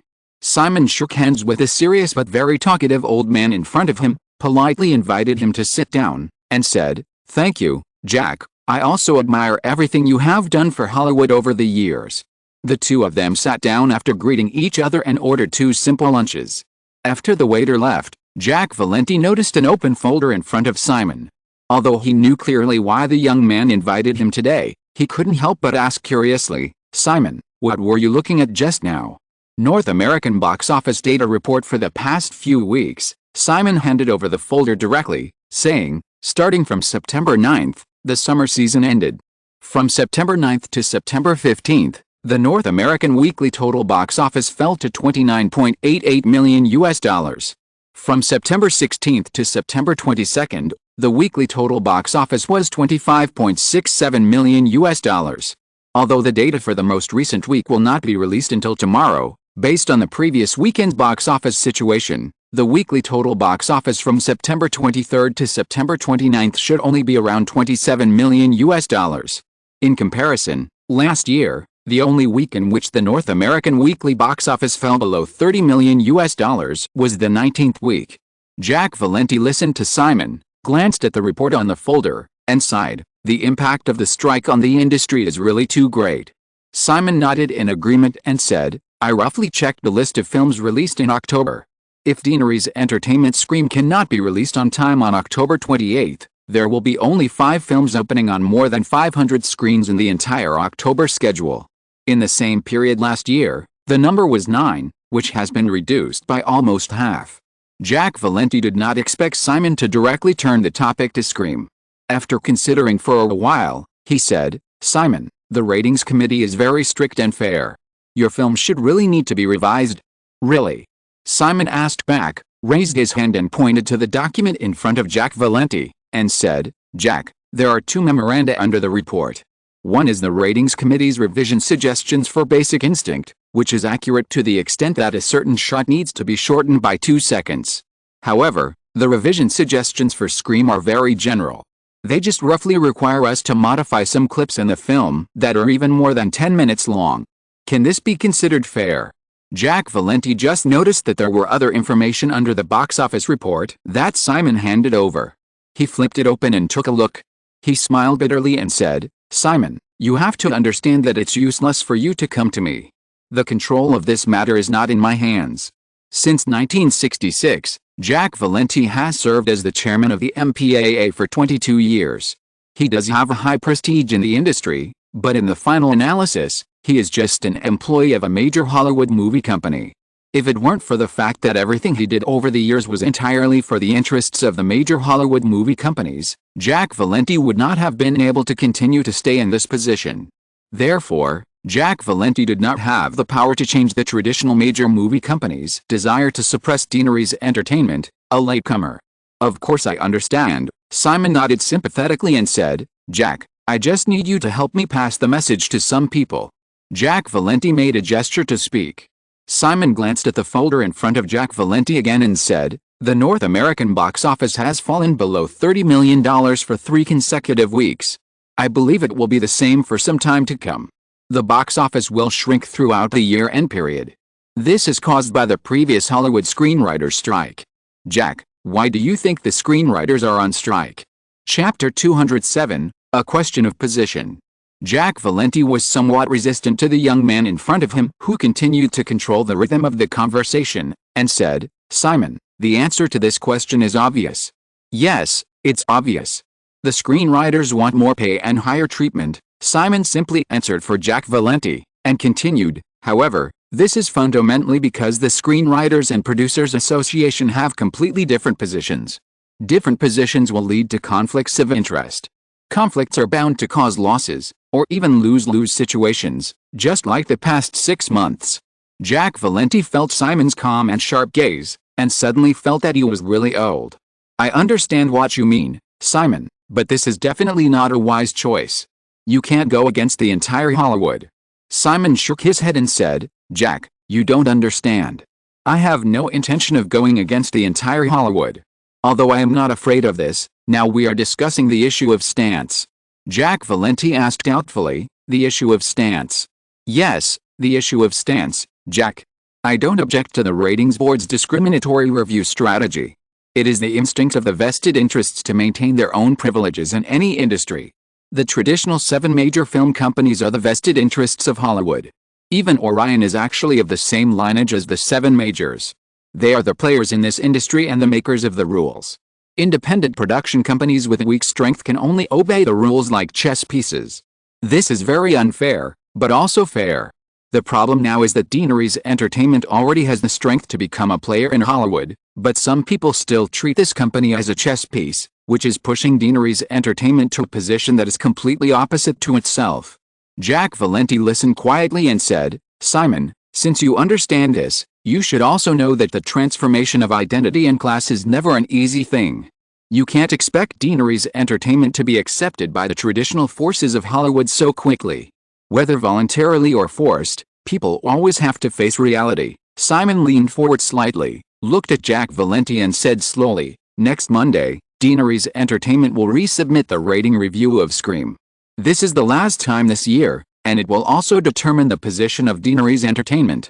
If Scream still cannot pass the R-rated review, I will face reality, cancel the release plan of this movie, and confirm my position as a chess piece. Then, I will stand on my own position and lead other chess pieces to resist the MPAA rating committee's long-standing unfair treatment of independent producers." Jack Valenti leaned back in his chair without leaving a trace, but he did not avoid the gaze of the young man opposite him, and said, "Simon, do you think no one has done this before? It is difficult for a real chess piece to resist the rules once he is in the game, but Deaneries Entertainment is different. The production cost of Scream is $10 million, which may be an investment that determines the survival of many independent producers. If they encounter similar suppression, they usually have no choice but to bow to the big movie companies and take the initiative to hand over the distribution rights to the Big Seven to avoid losses. But I don't care, Jack. $10 million, even if it is all lost, is insignificant to me. There should be no second person richer than me in Hollywood," Simon said, and suddenly emphasized, "but I will never be willing to bear this loss." They pushed a player who is fully capable of breaking the rules onto the chessboard, so don't blame me for breaking the rules wantonly. If Scream still fails to pass the review, first of all, major mainstream media in North America will immediately publish news releases about the unfair treatment of this movie during the rating process, but this is just the beginning. Then, I will invest another $10 million to produce a documentary about the unfair treatment of Hollywood independent producers since the emergence of the voluntary film rating system. Jack, I have asked someone to list more than 30 similar movies, intending to use them as the research focus of this documentary. The list is in the folder in your hand." Jack Valenti subconsciously opened the folder in front of him again. After the rating review memorandum of Basic Instincts and Scream, there was indeed a long list of movie lists, many of which were familiar to everyone. Simon did not wait for Jack Valenti to respond, and continued, "Just by comparing the 7 major productions with similar plots of these movies, it is very easy to prove that these independent producers' movies have been unfairly rated. As a player who has been pushed to the position of a chess piece, I will lead all the chess pieces to change this extremely unfair film rating system. Since the positions are different, I think that the rating committee should not be controlled by the MPAA at all. It should either become an official federal agency or be led by an association with a wider membership system, such as the Alliance of Motion Picture and Television Producers, so as to maintain its independence and fairness as much as possible. If necessary, I can take out another $10 million to lobby the federal government. I believe that once the matter is initiated, those independent producers who have been suppressed for a long time will definitely contribute their own strength in this process. Finally, I can even initiate the establishment of a special foundation to file a lawsuit against the MPAA for films that have suffered commercial box office losses due to excessive ratings in the past 20 years, and demand huge compensation. Even if the lawsuit cannot be won, I will persist. At that time, I am very curious whether the annual budget of the MPAA can sustain the expensive litigation costs. Jack, do you want me to continue?" Jack Valenti felt a thin layer of sweat on his back. If the documentary Simon described really appeared, the MPAA would immediately fall into a very passive situation. Not to mention the list of 30 movies in the document, just the 2 rating review documents of Basic Instincts and Scream with very obvious differentiated treatment. Once released, it would be enough for Deaneries Entertainment to take the lead in public opinion. Once the storm arises, the federal government will have to take it seriously, which creates the possibility for Deaneries Entertainment to lobby. Finally, the establishment of a special foundation for litigation bombing is a rogue method that is very effective. No company, enterprise or industry association can resist this fatigue offensive for a long time. Public opinion offensive, money strategy, litigation bombing. The combination of the three is sometimes enough to overthrow a regime, let alone the MPAA, which is ultimately just an industry association supported by a few companies. At a certain moment, Jack Valenti even had a strong doubt: how did this young man, who is only 20 years old this year, come up with these confrontational strategies that are more spicy and sophisticated than many senior politicians? There was obviously other information after the list of 30 movies in the folder, but Jack Valenti found himself afraid to flip through it. He closed the increasingly heavy folder again and looked up at the young man opposite him. "Simon, this will not do you any good." "I understand," Simon said seriously, "but this is a matter of stance, and it is some people's own choice. Jack, an elder just taught me not to break the rules easily some time ago, and I really don't want to do that. But since you have chosen to pose, this is the inevitable result. Just for a scream? If this problem cannot be completely resolved, Deanery's Entertainment will face more similar situations in the future, so, Jack, I will not give in." Jack Valenti pondered for a moment and said, "Simon, you shouldn't say these things to me. You are the chairman of the MPAA, Jack. You have an obligation to lobby the federal government for bills that are beneficial to the Hollywood film industry, and you also have an obligation to let the big Hollywood film companies understand their situation. Moreover, the old men are all very face-conscious. If I say these things to their faces, I'm worried that they will be too embarrassed or even angry. So, I'm still a very good junior. An aggressive and respectful junior." Jack Valenti pulled the corner of his mouth and said, "Simon, can't you see that I am already an old man?"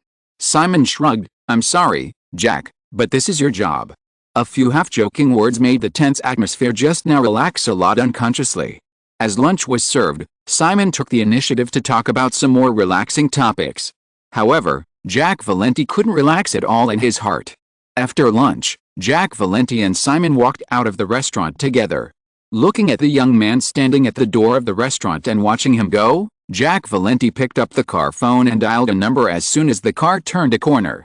After the call was connected, he glanced at the folder on the co-pilot and said in a serious tone, "Lou, I'm afraid we have to talk in detail. I'll go to your place now."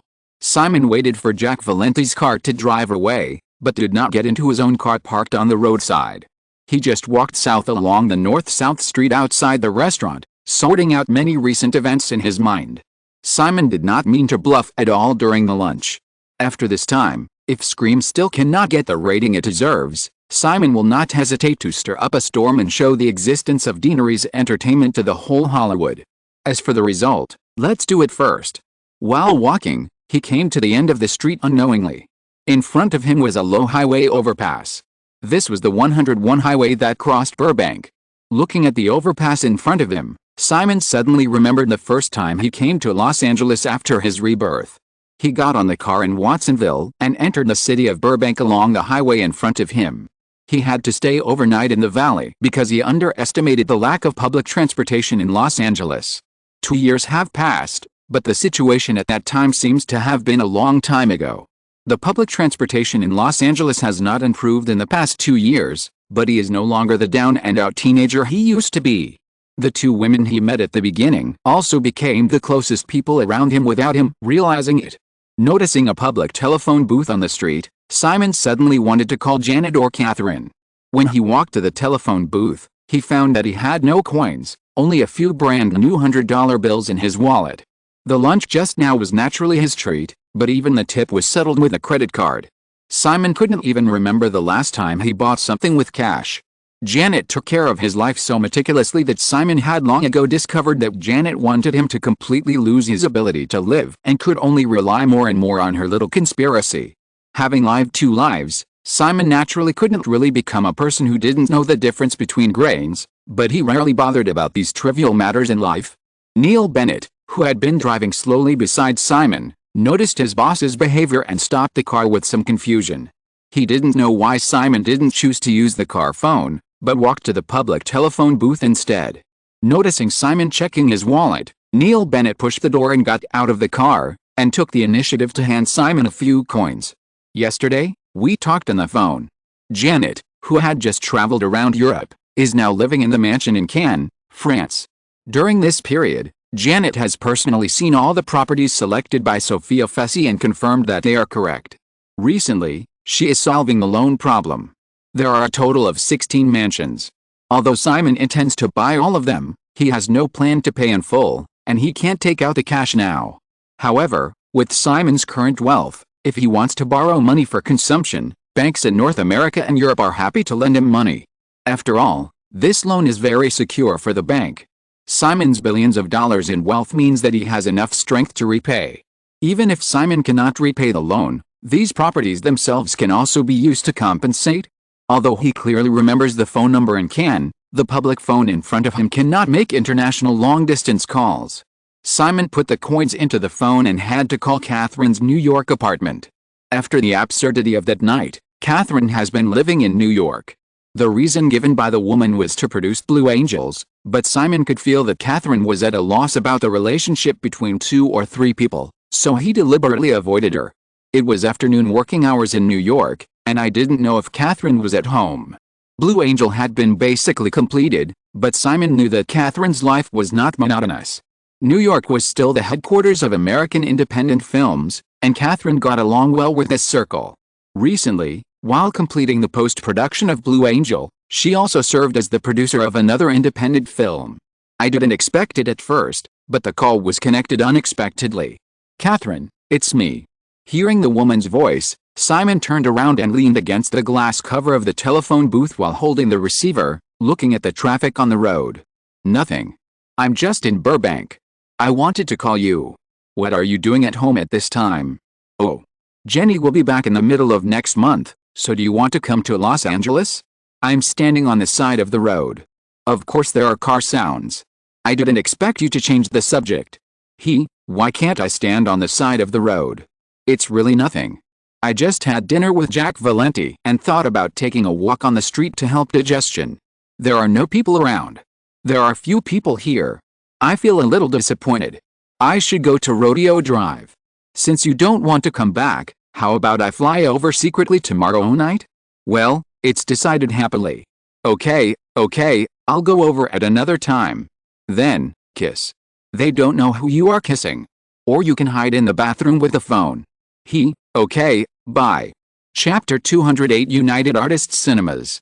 The day after Simon met with Jack Valenti, Deaneries Entertainment's first self-released film, The Avera Horror, was released in North America on 553 screens. Although it was a legacy project of New World Entertainment, the media still paid considerable attention to it. On the second day of the film's release, many mainstream newspapers in North America published reviews of the film. However, the film's reputation was mostly negative, not even up to the passing standard. The Hollywood Reporter bluntly criticized the film as a horror film that tries to imitate various horror genres but seems to be neither fish nor fowl.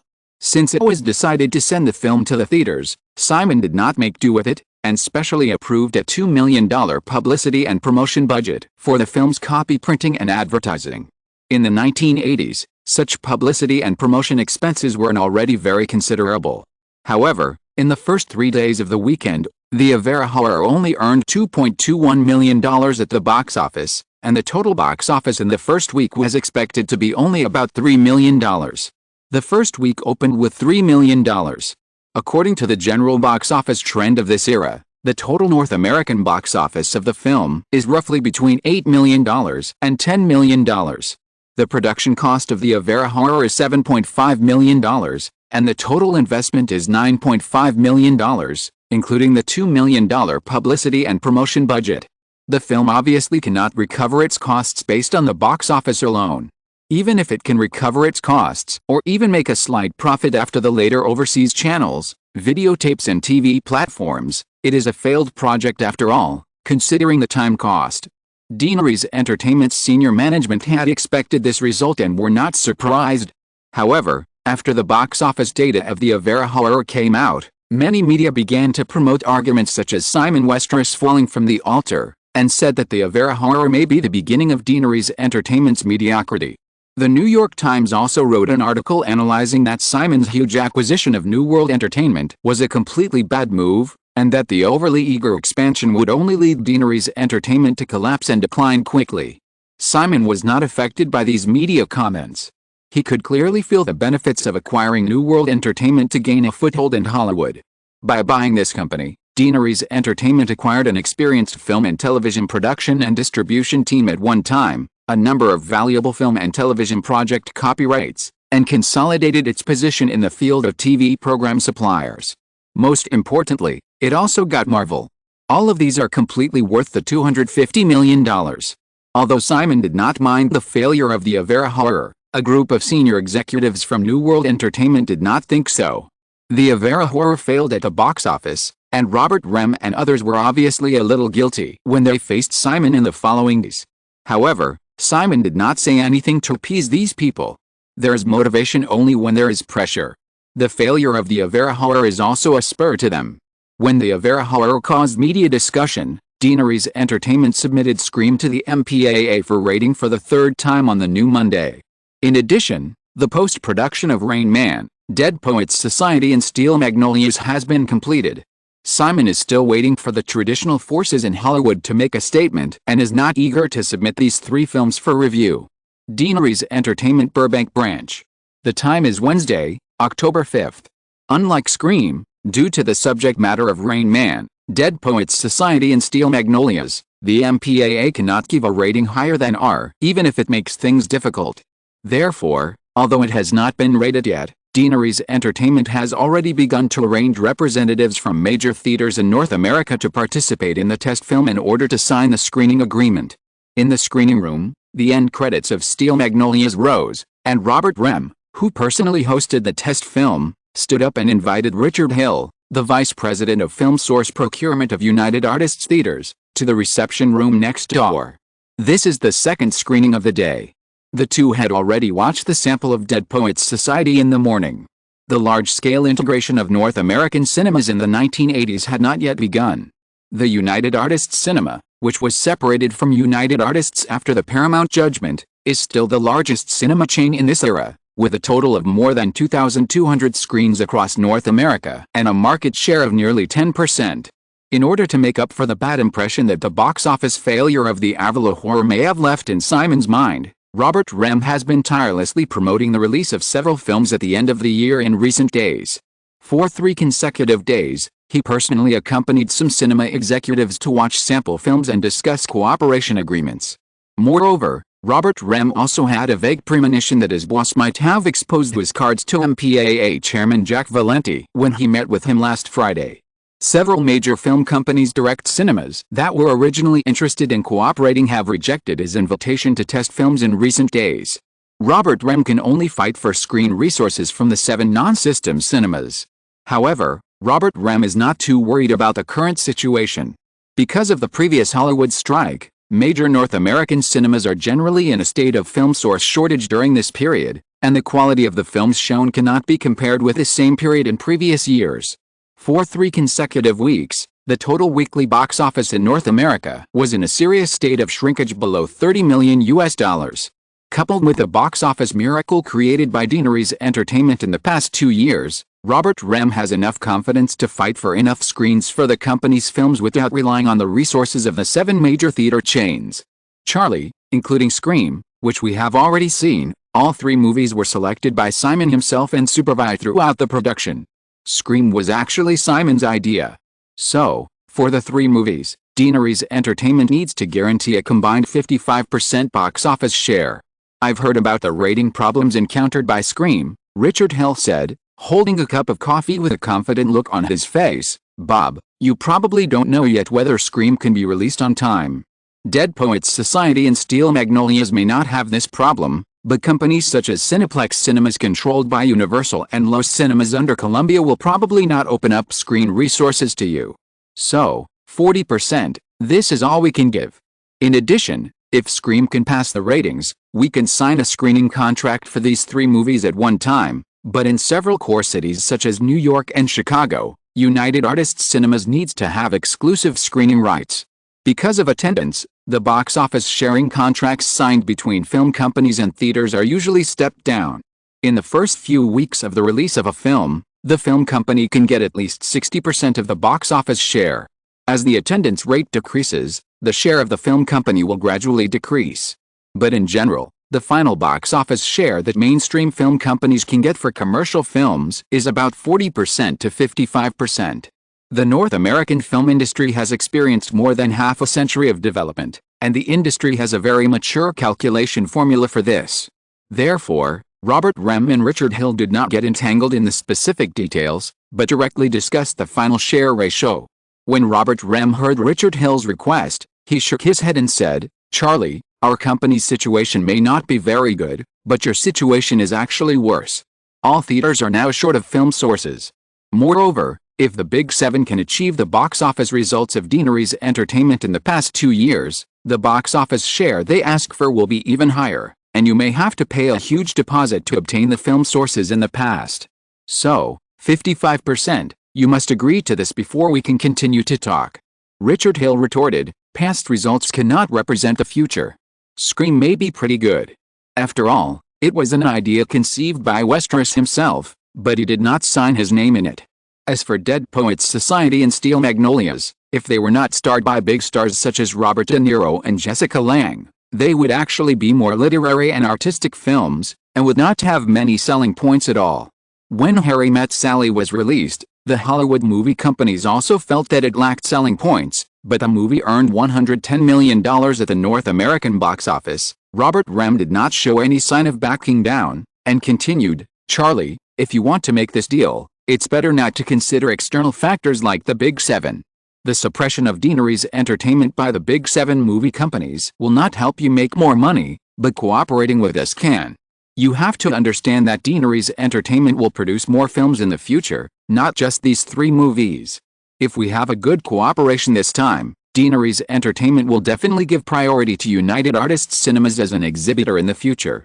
Richard Hill heard Robert Rem's last words, looked at the other party's expression, and immediately understood the subtext. If this cooperation is not pleasant, United Artists Cinemas will definitely be rejected by Deanery's Entertainment in the future.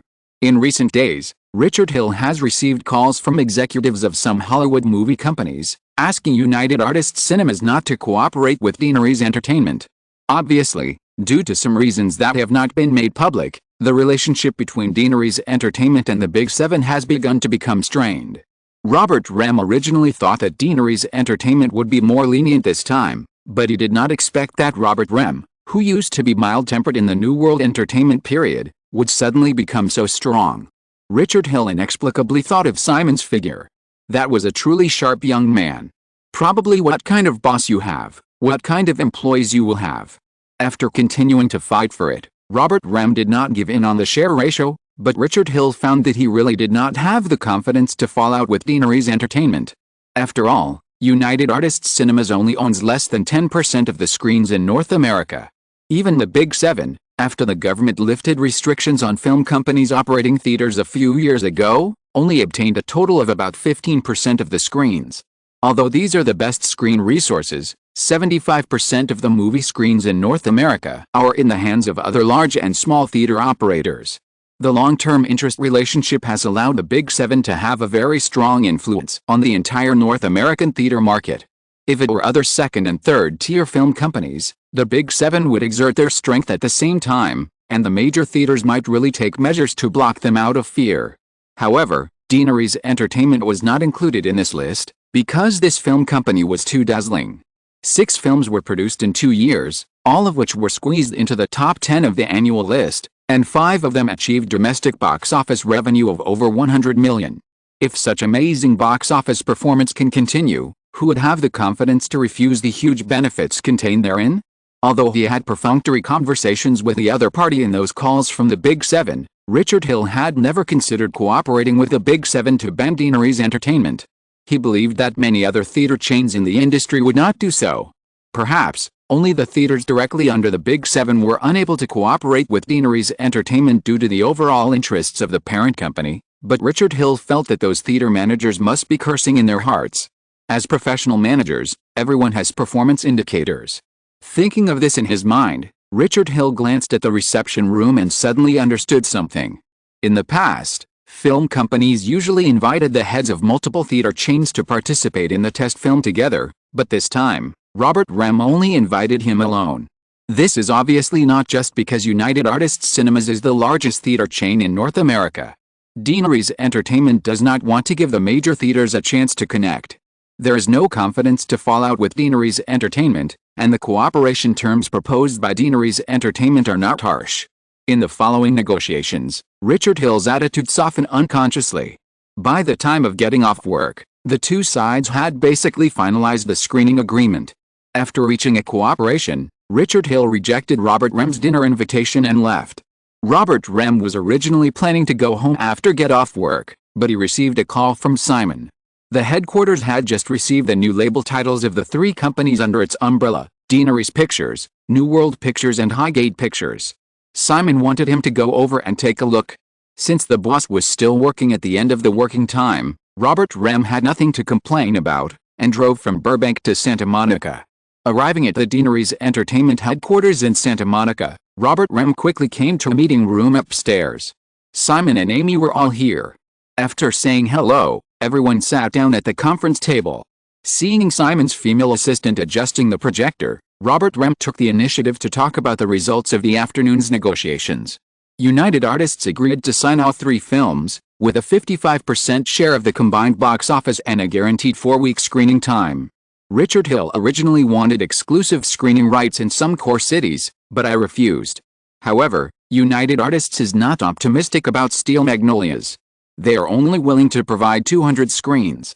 If Scream can pass the rating review, they can provide 500 screens for this film and the subsequent Dead Poets Society. In addition, Simon, the internal previews of Steel Magnolias and Dead Poets Society arranged last week were very good. I wonder if we can adopt a release strategy of opening the film in advance on a small scale to accumulate word of mouth, just like Disney's Good Morning, Vietnam last year. In theory, literary and artistic films such as Dead Poets Society and Steel Magnolias should participate in some film festivals for pre-promotion before release. However, the schedules of these films are very tight, and there is no time to arrange similar marketing links. Simon heard Robert Rem's suggestion, thought about it for a while, and nodded, "Okay, you discuss a plan first."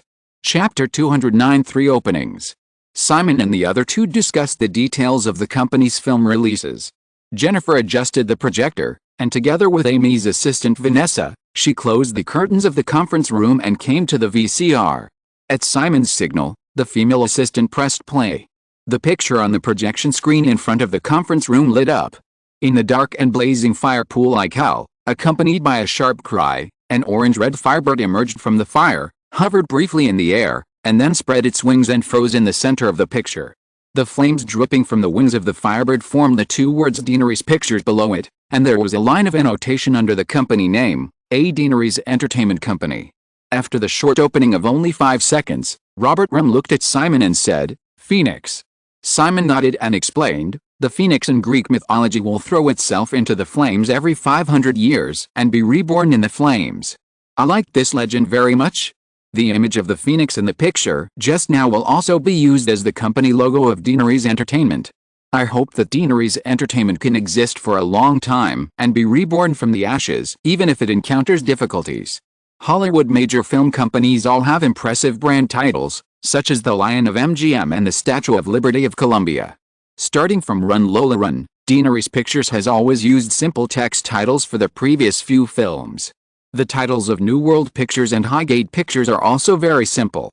Now that the company has been on the right track, Simon has hired a design company in recent months to officially design the brand titles and company logos for Deaneries Pictures, New World Pictures and Highgate Pictures.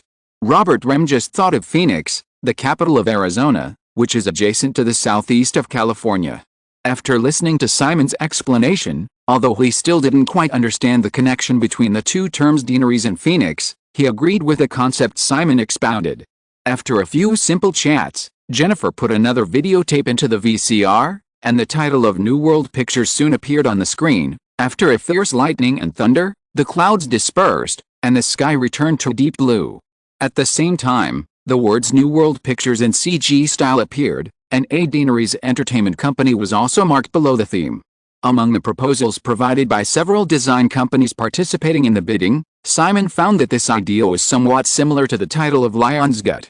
The positioning of New World Pictures is exactly the same as that of Lionsgate, so Simon directly chose this plan. Compared with the gorgeous and ostentatious titles of Deaneries Pictures and New World Pictures, the title of Gay Omen Pictures is full of literary and artistic atmosphere. With the soft music, several rows of slowly flowing film reels gradually formed the words Highgate Pictures against a pure black background. The carefully rendered images seemed to be very realistic. The two words Highgate Pictures seemed to be flashing with movie images on the film reels. Below the name of Highgate Pictures was still a Deaneries Entertainment Company. The later titles of major Hollywood film companies generally have the parent company's mark on them, because the wave of integration of media groups will only begin when Sony acquires Columbia next year, and there is no similar title style now. Simon started using this mode of adding the parent company's mark on the title in advance, mainly to quickly imprint the brand impression of Deaneries Entertainment in the minds of the public. After the three titles were played, everyone continued to discuss, and then decided to release the three titles and some movie lists to be produced and released under the names of the three labels in the media in the near future. This is also a good publicity opportunity for Deaneries Entertainment. After discussing this matter, it was already past 6 o'clock, but Simon did not let Amy and Rem leave. Let's have dinner together. There is another thing I want to discuss with you. Robert Rem did not think that Simon called him from the valley just to watch the three label titles, so he readily agreed. Amy naturally did not object. The three of them left the company headquarters and soon came to a nearby restaurant where Simon had asked Jennifer to book a seat in advance. It's like this, I found that you two are not too concerned about the affairs of Gayman Films. After everyone sat down and ordered food, Simon went straight to the point and said, the original film purchasing team of New World Entertainment was assigned to Gayman Films, but unfortunately, Danny Morris led the team to Italy at the Venice Film Festival last month, but nothing was achieved. Some of the projects he submitted to me during this period also have no highlights at all. Danny Morris was the vice president of the original New World Entertainment film purchasing department. He is now the head of Gayman Films with the same title of vice president of Deaneries Entertainment. Amy and Rem looked at each other when Simon mentioned this. Robert Rem took the initiative to explain, Simon, Hollywood art films did flourish for a while from the late 1970s to the early 1980s. Saul's Ants began to attract much attention during those years. At that time, major film companies generally established subsidiaries named Classic to specialize in the art film market. But now, due to the continuous rise in Hollywood production costs, there is not much profit in the art film field. If you don't count your run Lola Run last year, the best performing art films in the market in recent years have generally only had box office revenues of around $20 million. This is already a ceiling. More art films are actually loss-making, just like Saul's Ants' Prague Love at the beginning of the year, which cost $17 million to produce and had a total box office of just over $10 million in North America. So, I don't think we need to waste too much energy on this matter. What you said makes sense, Bob. Simon nodded seriously and said, however, since Hollywood can produce a run Lola Run, there will definitely be a second one or even more. Also, have you noticed the development trend of the cinema industry in recent years? Amy asked doubtfully, Simon, are you talking about asking the government to relax restrictions on film companies operating cinema chains? No, Simon shook his head and looked at Robert Rem and said, Bob, AMC, you must know it, right? This is a cinema chain company run by the Durwood family, headquartered in Kansas City, Nebraska. The biggest feature of AMC Cinemas is that it has launched a large number of multi-screen cinemas. The company currently owns about 150 cinemas in North America, with more than 1,300 screens. However, the audience capacity of their screening halls is generally low. Robert Rem skillfully introduced AMC's information and said, I talked to AMC's manager about distribution on Monday. Simon, you are not planning to acquire a cinema chain, are you? AMC has developed very rapidly in recent years, and the Durwood family will not sell it. United Artists Cinemas was originally a good target, but it was just controlled by John Malone's telecommunications company at the beginning of the year, and we have also missed the opportunity. Simon denied, Deaneries Entertainment will not enter the cinema market in the short term. I'm just talking about a trend, Bob. Multi-screen cinemas are a destined trend. Robert Rem nodded and said, that's true. AMC's model is very successful, and the industry is following and trying it, but Simon, does this have anything to do with the topic we are talking about? Of course, although the overall annual audience number in North America will not increase too rapidly, I believe that with the popularity of multi-screen cinemas, the total number of screens in North America will definitely increase significantly in the next few years. Multiple screens mean diversity. A cinema has 10 screening halls, even if they use 8 to show mainstream commercial films, but because they have too many screens, the operator will definitely consider introducing some art films that satisfy the tastes of a small number of audiences to be played on the other 2 screens. This is an opportunity. Amy couldn't help but say after hearing what Simon said, "Simon, even if you are right, wouldn't it be better for us to focus our main energy on those 8 screens?" Due to the lack of examples, Simon found himself unable to explain to Amy and Rem how prosperous the independent film market led by New Line and Miramax was in the 1990s. In this case, Simon quickly decided not to explain too much, but to play to his strengths as a boss. "Okay, in this case, Highgate Pictures will be separated and reintegrated into a subsidiary directly responsible to me personally. I think Danny Morris is so lazy because of the same idea as you, so let him be in charge of New World Pictures. With the success of films such as The Butterfly Effect, Final Destination and New Line's A Nightmare on Elm Street series, I think he should no longer feel that he is being neglected." Robert Rem didn't expect Simon to see through Danny Morris's mind so thoroughly. As the former head of the film purchasing department of New World Entertainment, Danny Morris still has a lot of power. After all, most of the films of New World Entertainment were purchased from outside. After the 2 companies completed the merger, Simon sent Danny Morris to be in charge of Gale-Man Films.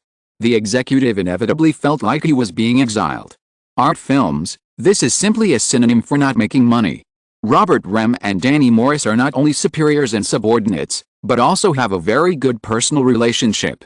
Danny Morris has talked to Robert Rem several times before. Deanery's entertainment is obviously rising rapidly. He didn't think about resigning, but just wanted to change to a position with more room for development, even if he was transferred to be responsible for distribution. Robert Rem recently wanted to find an opportunity to mention this matter to Simon, but he didn't expect that Simon took the initiative to fulfill Danny Morris's wish before he had time to mention it. However, Robert Rem was not happy for Danny Morris. From what Simon said just now, it was clear that his boss had high expectations for Highgate Pictures. The previous appointment of Danny Morris to be in charge of the company was obviously a recognition of his ability. Now, Danny Morris must have lost a lot of points in Simon's heart.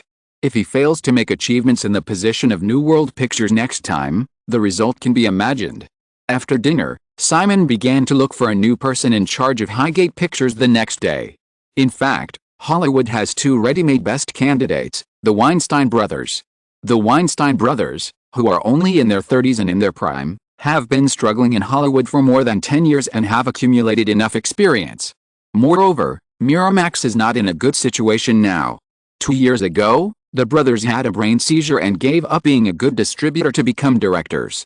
They imitated John Hughes' style and wrote and directed a youth film Seeing Apart, which was a box office failure. Miramax almost went bankrupt because of this and has not recovered in the past 2 years. If Simon recruits the brothers now, the possibility of success is very high. Although Harvey became notorious for his sex scandal many years later, if Simon had such moral cleanliness in Hollywood, he would never have thought of continuing to run Deanery's entertainment. However, the 2 brothers are not the kind of guys who are willing to be under others. The more appropriate description is that they are wild and unruly. In the original time and space, Miramax was a subsidiary of Disney, and the Harvey brothers frequently went against the parent company.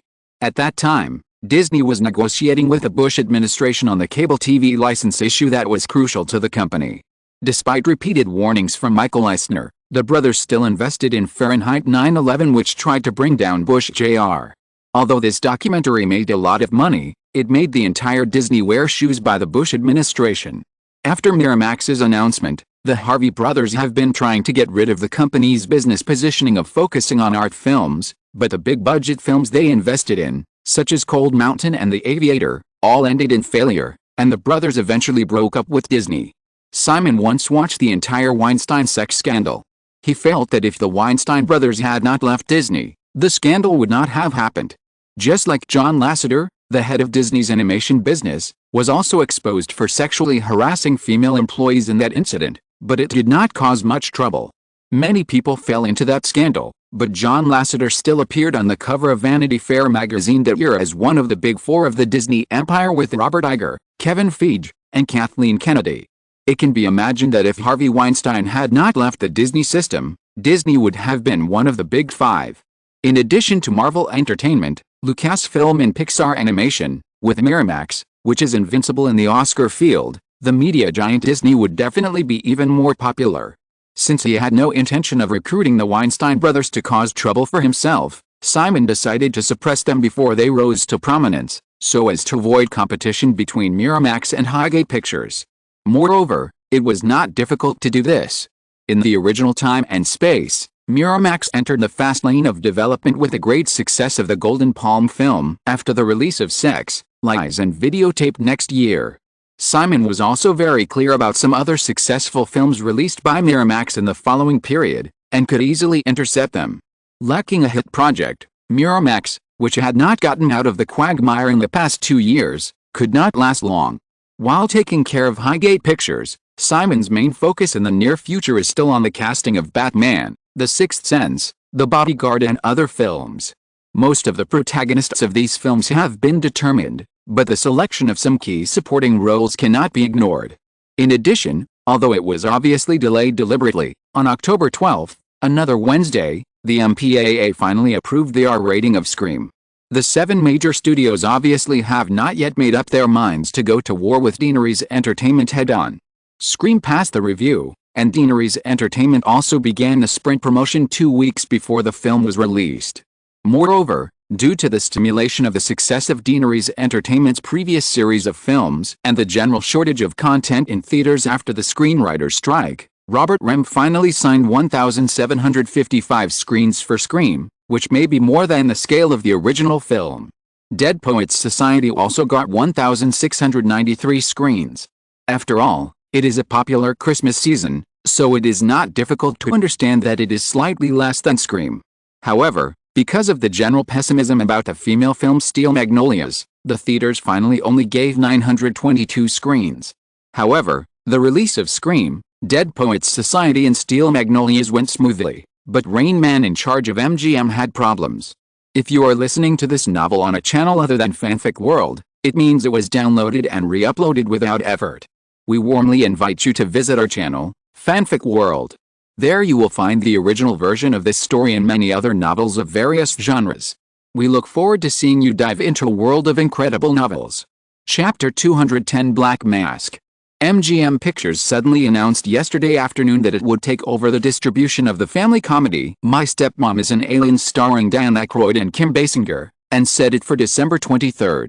My Stepmom is an Alien is jointly produced by Hollywood independent producers Weintraub Entertainment and Catalina Productions, with a production cost of $20 million.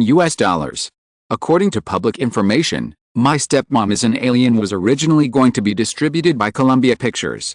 Our reporter called the film's producer Franklin Levy, and Levy said that the producer and Columbia Pictures could not reach an agreement on some distribution terms, so they turned to MGM. However, My Stepmom is an Alien is scheduled for December 23, which will directly compete with MGM's other distribution film Rain Man, which is scheduled for December 16. Rain Man is directed by Barry Levinson, the director of Good Morning Vietnam, and stars Dustin Hoffman and Tom Cruise. The film had previously revealed a fierce conflict between the main creators and the producers. Dustin Hoffman and Tom Cruise once publicly supported Barry Levinson and condemned Deaneries Pictures' wanton interference in the film's creation. Barry Levinson then withdrew from the film, and it is rumored that Simon Westeros personally took over the post-production work. Regarding whether MGM's sudden introduction of My Stepmother is an Alien was due to lack of confidence in Rain Man, whether it would cancel the release of Rain Man, or whether it involved other inside stories, the author called MGM, Deaneries and CAA respectively, but received no response. This newspaper will closely follow the follow-up developments of this matter. Santa Monica. In Simon's office at Deaneries Entertainment headquarters. Putting down the Daily Variety in his hand, Simon looked up at Amy Pascal and Robert Rem, who had just sat down opposite him. Amy took the initiative to say, "I asked a friend at Columbia." The audience response to the internal preview of My Stepmother is an Alien was very poor. Columbia wanted to increase the commission rate and asked the producer to share the publicity and promotion costs, so the two sides broke up. Simon picked up the pencil and turned it in his hand, and said, "I'm not interested in this movie." Robert Rem saw Simon looking at him and said, "As for MGM, I just saw their proposed publicity and promotion plan for Rain Man yesterday. It was very sloppy. I even suspected that it was just done by an intern. Tony Tomopoulos also complained to me that Rain Man was simply useless. Moreover, MGM also asked us to prepay $5 million in publicity and promotion fees as soon as possible, but from the current situation, we should only be able to get the minimum 1,000 screens stipulated in the contract, not one more. Even if MGM gets the money, it will definitely not try its best to promote the film. Although we can send accountants to follow up the distribution of the film throughout the agreement, MGM still has many ways to avoid our supervision. Simon has long understood that the success of a film distribution depends not only on the quality of the film, but also on strength and luck, and there are too many uncertainties. But if you want to mess it up deliberately, it becomes very simple. Looking down at the newspaper on the table again, Simon clearly noticed the shadow of CAA without Amy and Rem reminding him. Dan Aykroyd is also an important client of CAA. The actor successfully entered the first tier with the 1984 box office runner-up Ghostbusters. Moreover, if there is no other external force, as an independent producer, Columbia Pictures suddenly asked for an increase in commission when the year-end schedule is approaching. In order to avoid missing the New Year schedule, the producer may have to accept it with a pinch of the nose. CAA, which has become increasingly powerful in recent years, happens to have the strength to make this happen. Dustin Hoffman and Tom Cruise, and even Barry Levinson, the director of Rain Man, are all CAA's ace clients. Since everyone had completely fallen out over the Rain Man project, and several main creators had successfully pushed the blame onto Deaneries Entertainment, CAA obviously didn't want Rain Man to have any chance of turning around, and the film could only end up failing. The more it failed, the better. Simon listened to the two and looked at his watch. He had an audition for a role in Batman in the morning, and he had schedules for lunch, afternoon, and even the evening. Today was another busy day. Without further ado, Simon said to Robert Rem, "In that case, you go to MGM now and take back the distribution rights of Rain Man." Robert Rem hesitated and said, "Simon, what if MGM is unwilling to let go?" Simon stood up, buttoned his suit, and said, "This is your business, Bob. If MGM is unwilling, unfortunately, your year-end bonus this year will be reduced." Robert Rem watched Simon walk out of the office, looked at Amy helplessly, and said, "Simon doesn't seem happy today." Amy also stood up and said, "Maybe he's too tired recently, and no one would be too happy if they encountered such a thing." "Okay." Robert Rem stood up together and followed Amy out, and then said, "In the final analysis, Rain Man is a dispute between us and CAA. Although the Big Seven have not been very friendly to us recently, Tomopoulos should not want to completely offend Deaneries Entertainment. It won't be a problem to take back the distribution rights. But, Amy, what do you think my offer is appropriate? MGM has the North American distribution rights for Rain Man. The theaters, videotapes and TV platforms all take 15% of the commission. The overseas copyright is in our own hands." Amy recalled the original agreement and said, "The North American box office of Rain Man is calculated based on $20 million. If we want to take back the distribution rights, I think $5 million is more appropriate." Robert Rem nodded, and his price in mind was roughly the same. Based on the North American box office of $20 million, MGM can get a distribution commission of $3 million. Not counting overseas, the sales commissions of videotapes and TV platforms in North America should be equivalent to the box office revenue, which is about another $3 million, but this means a long repayment cycle of several years. If Deaneries Entertainment is willing to spend $5 million to redeem the distribution rights in advance, MGM has no reason to refuse. However, Robert Rem then asked jokingly, "Amy, do you think that Rain Man only has a box office potential of $20 million? The two walked to the corridor outside Simon's office, and Amy rolled her eyes and said, "Don't you think so?" Rain Man was a project that many Hollywood film companies were very pessimistic about at the beginning. The film also caused such a big storm in the later stage. Now several main creators will definitely not participate in the film's publicity and distribution. These are all negative factors that hinder the film from achieving box office success. Although the circle values Simon's ability very much, in addition to 5 films such as Run Lola Run, he also proved his vision in When Harry Met Sally. But in the eyes of many people, the finished film of Rain Man is too mediocre, and it does not have many highlights of When Harry Met Sally. $20 million in North American box office. This is actually overestimated. Amy thinks that the reason why Simon is holding on to this movie now is more of a youthful mentality. After all, his boss is just a young man who has just turned 20 years old. Robert Rem did not comment on Amy's question, but just smiled. Noticing that Amy walked down the stairs with him, he asked again, "Are you going out too?" Regarding the consumer products department, "I recently found a manager and we will meet in Century City this morning." Although the acquisition of New World Entertainment has been completed, the company's adjustments and expansion have never stopped in the past few months. Starting with Star Wars, the development of film and television derivative products has attracted more and more attention from major film companies, and has also created a new profit growth point for Hollywood. As Deaneries Entertainment has more and more self-distributed films, this aspect will also bring rich income to the company. One of Amy's recent work focuses is to establish a consumer products department of Deaneries Entertainment responsible for peripheral product development and image licensing. "Oh, actually, I think we should acquire a record company or set up a record department as soon as possible." Starting from Run Lola Run, the soundtracks of movies produced by our company have sold very well. It is said that the soundtrack of Pulp Fiction has sold more than 6 million copies. Robert Rem said this and couldn't help shaking his head, saying, "It's a pity. Judging from the current situation, Pulp Fiction is likely to be the box office champion this year. Just this movie has supported Orion's performance this year. These profits should belong to us." Last year's stock market crash made life very difficult for most Hollywood film companies. If it weren't for Pulp Fiction, Orion Pictures, which has released more than 10 movies this year but none of them has been a big hit at the box office, would definitely be in trouble, and even go bankrupt like Canon Pictures, De Laurentiis Entertainment and other companies. Now, the domestic box office of Pulp Fiction has approached $150 million, and the global total box office may even reach $300 million. The losses of Orion Pictures and all other projects can be made up by the income from this movie. Who knew that Pulp Fiction would be so successful? Even Simon himself probably didn't expect it. "There's nothing we can do about it," Amy said with some regret. "As for the record department, Simon talked to me about it a long time ago. Do you know the hit single he wrote for Madonna? Simon's talent in music is no less than that in movies.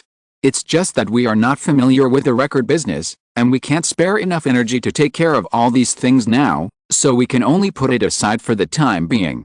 Robert Rem nodded in understanding and said, "I've seen the video of Simon playing the song Flight of the Bumblebee on guitar. It's amazing. I don't know how he has grown to be what he is now." The two chatted casually and came to the parking lot. They got in their cars and rushed to their destinations. On the other side, Simon went to the audition room downstairs and started his morning work. Recently, it was the last round of auditions for the important supporting roles of Batman. In addition to Batman Bruce Wayne and Catwoman Selina Kyle, the three most important characters in the first part of the film are Bruce Wayne's butler Alfred Pennyworth, Gotham Police Commissioner James Gordon and the most important villain Black Mask. Several Batman movies in the original time and space, starting with Tim Burton, basically have a group of classic villains such as the Joker, the Riddler, and Two-Face, and Black Mask has never appeared. In fact, Black Mask is indeed not a well-known villain in the Batman comics. This character only appeared in 1985, only 3 years ago. However, after carefully studying a series of Batman comics, Simon found that the character of Black Mask is very suitable as the villain of the first part of the film. In the comic setting, Black Mask's original name is Roman Sinus. He also came from a wealthy family in Gotham City and was a classmate of Bruce Wayne when he was a child.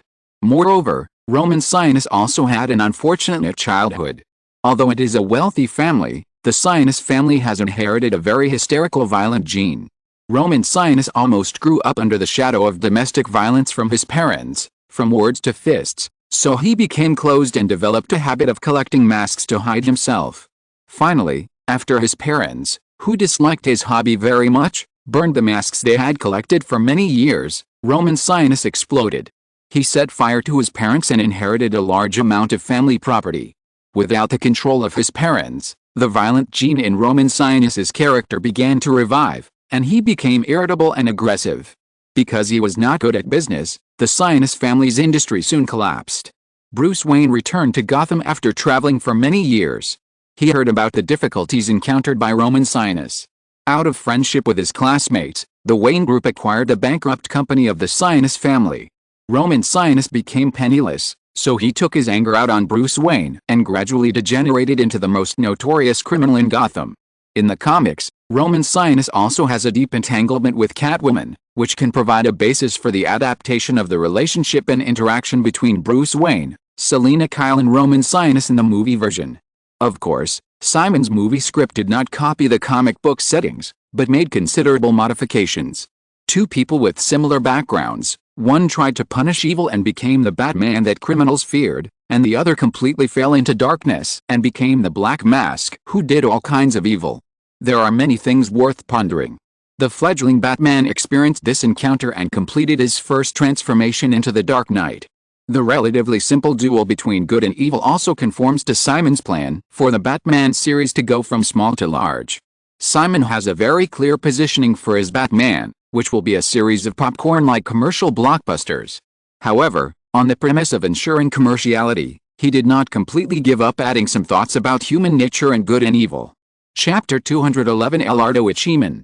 Chapter 211 Ellardo Ichman. Simon, Willem Dafoe is indeed good, but don't you think he is more suitable to play the Joker than the Black Mask? In the conference room of Deanery's entertainment headquarters, the morning auditions have ended, and Simon and several main creators of Batman are discussing the final candidate for the Black Mask, Roman Sionis. The speaker at this time is Joe Silver, another producer of Batman. Joe Silver is also one of the top producers in Hollywood. In the original time and space, the Matrix series is the pinnacle of Joe Silver's production. Joe Silver, who is only 36 years old this year, has become famous with Die Hard and Lethal Weapon. Simon is the first producer of Batman, but he still needs a deputy to be responsible for the personnel, finance and venue coordination of the film.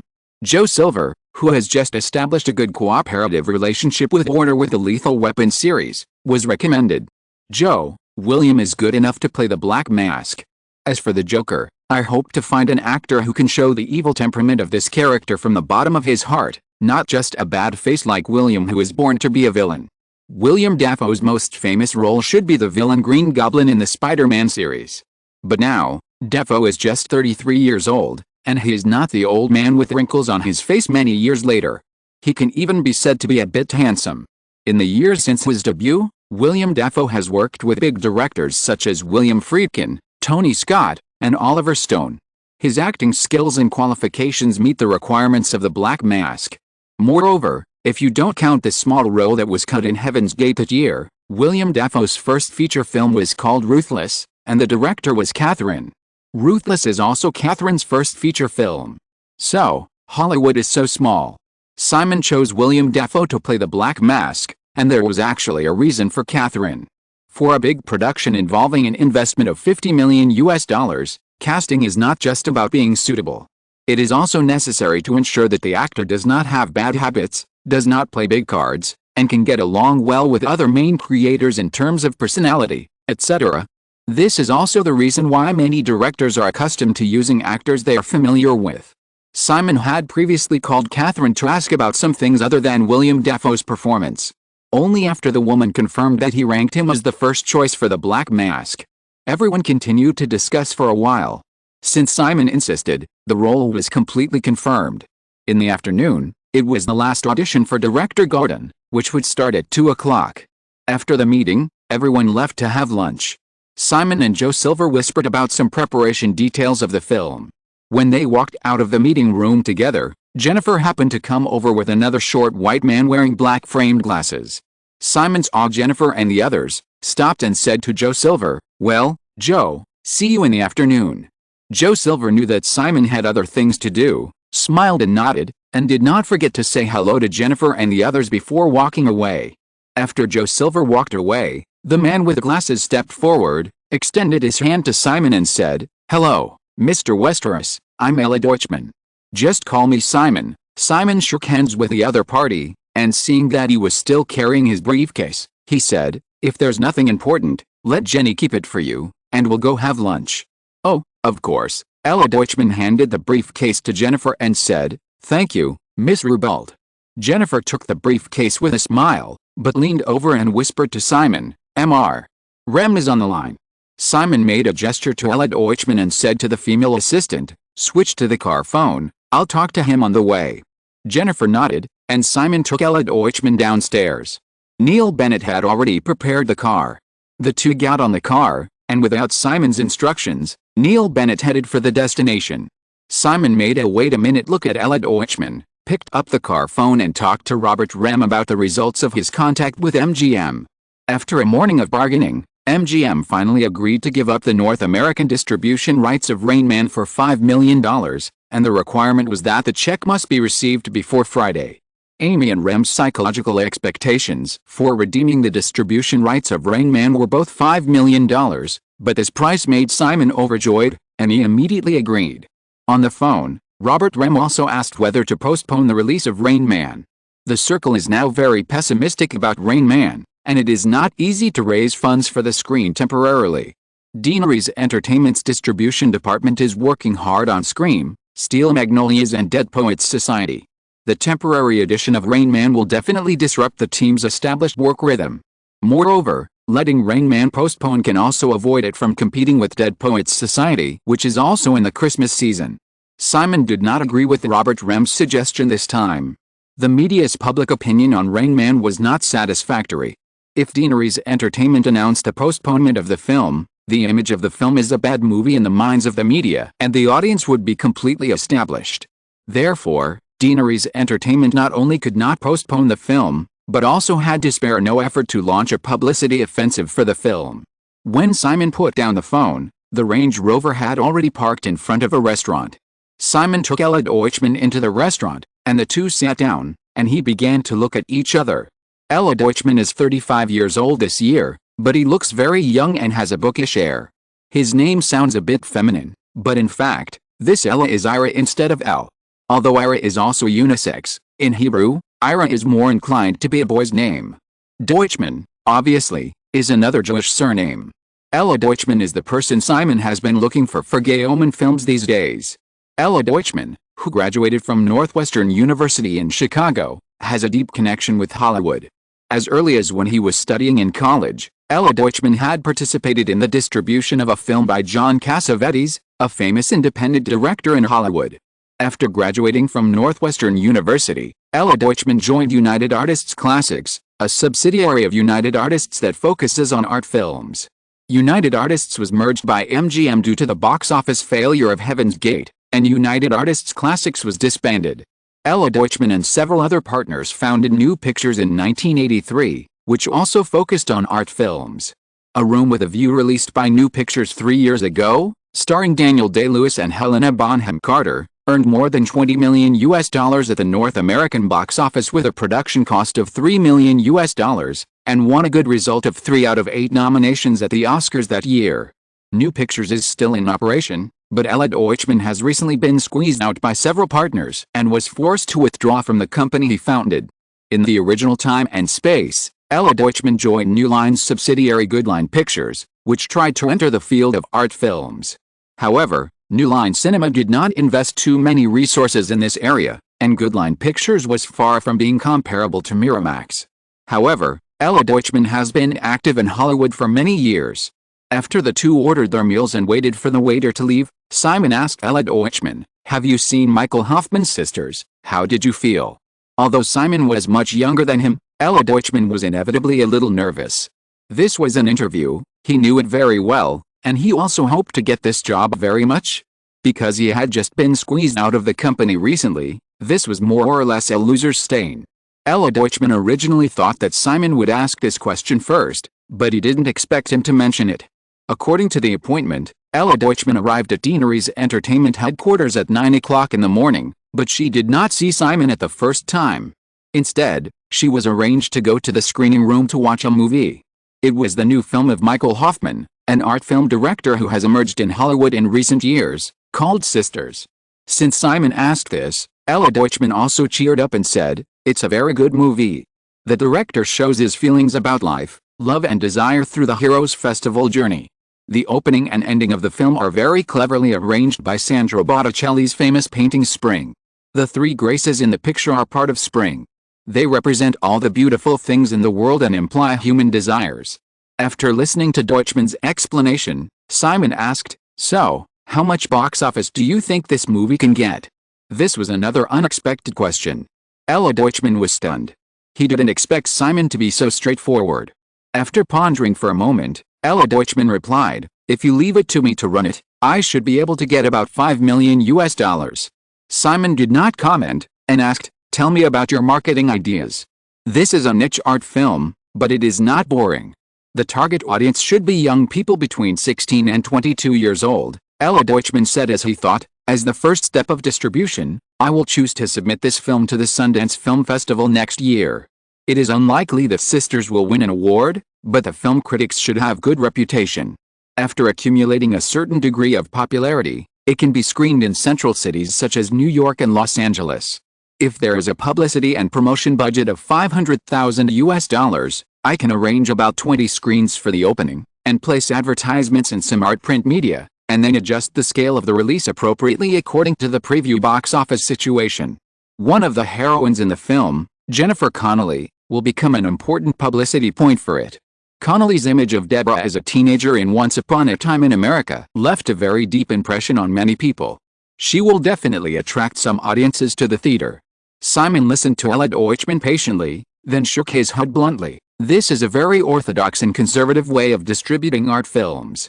I can be sure that you are relying entirely on luck in doing this, and it is very likely that you will not get the $5 million box office you predicted. You will be lucky if you can get $1 or $2 million. Ella Deutschman's expression flashed with embarrassment. In his heart, he also did not think that this movie could get $5 million. Seeing that Ella Deutschman didn't speak, Simon paused for a moment and suddenly asked again, "Ella, do you like movies?" Of course, Ella Deutschman nodded without hesitation this time, and said, "Simon, I have been involved in film distribution since I was 19 years old. If I didn't like movies, I would not have been working in this industry for so many years." Simon nodded and said, "You must have known the purpose of our meeting.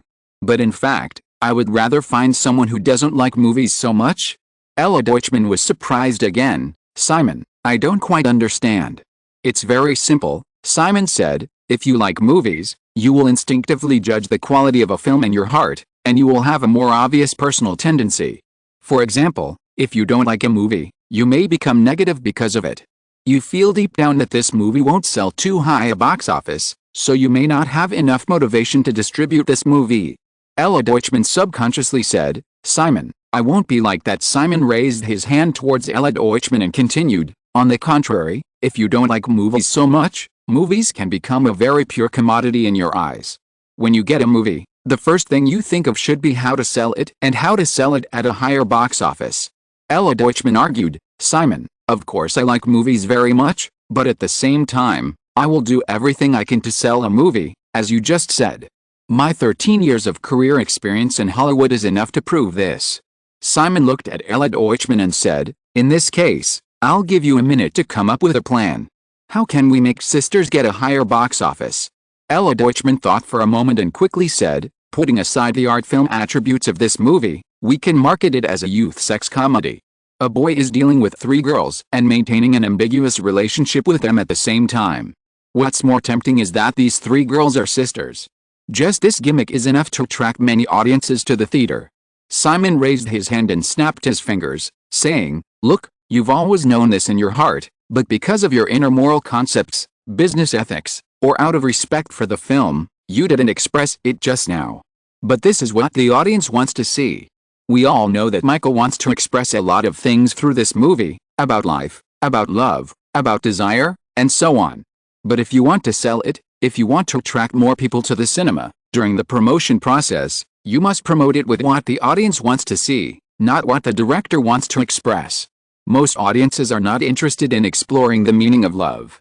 They just want to see women's breasts. It's that simple. Sometimes, this is even a bit cruel, but it is a reality that filmmakers have to face." Chapter 212 The victor is not to be blamed. Ella Deutschman was somewhat silent. After so many years in Hollywood, how could he not understand what Simon said? But people are like this. Knowing a truth does not mean that they can do it. As a graduate of the prestigious Northwestern University, Ella Deutschman has a sense of academic superiority in front of most people in Hollywood. This sense of superiority also unconsciously constrains his behavior pattern, making him always remember to maintain the dignity of an intellectual. Therefore, Although it is clear that hyping up elements that the audience likes can make the film get higher box office, Ella Deutschman has always resisted doing so from the bottom of his heart. The waiter happened to bring lunch at this time. Simon waited for a moment, and when the waiter left again, he asked Deutschman, "So, do you still want this job?" Ella Deutschman hesitated, but still asked, "Simon, is it really right to pursue the commercial interests of a movie so purely? Many maverick filmmakers always say that they don't make movies for money. But that's not actually the case. Since they've chosen movies, they are destined to have a stronger desire to perform than ordinary people. Deep down, they definitely hope that more people can see their movies." Simon looked at Ella Deutschman and said slowly, "As a film distributor, it's your job to find ways to get more people to see the movie. This is your responsibility to both the filmmakers and the investors, regardless of whether it's right or wrong. For a movie that tells the true meaning of life, you use sex as a publicity gimmick, and the director may be very angry about it. But when this movie, which originally had a box office potential of only a few $1 million, sells for 10 million, 20 million or even more, and wins an Oscar, then, afterwards you will find that he will not only not blame you, but will look forward to continuing to work with you. Ella, only the winner is always right, and the winner is not to be blamed." After Ella Deutschman heard what Simon said, her expression changed slightly for a moment, and then she said sincerely, "Simon, I need to be honest. Before the meeting, I really wanted to get this job. But now, I find that your expectations for the company that I may be in charge of are far beyond my imagination, and I'm not sure if I can do it well." Simon smiled and said, "Actually, I'm not sure, Ella. The reason I chose you is mainly because your conditions in all aspects are just right. You are only 35 years old this year.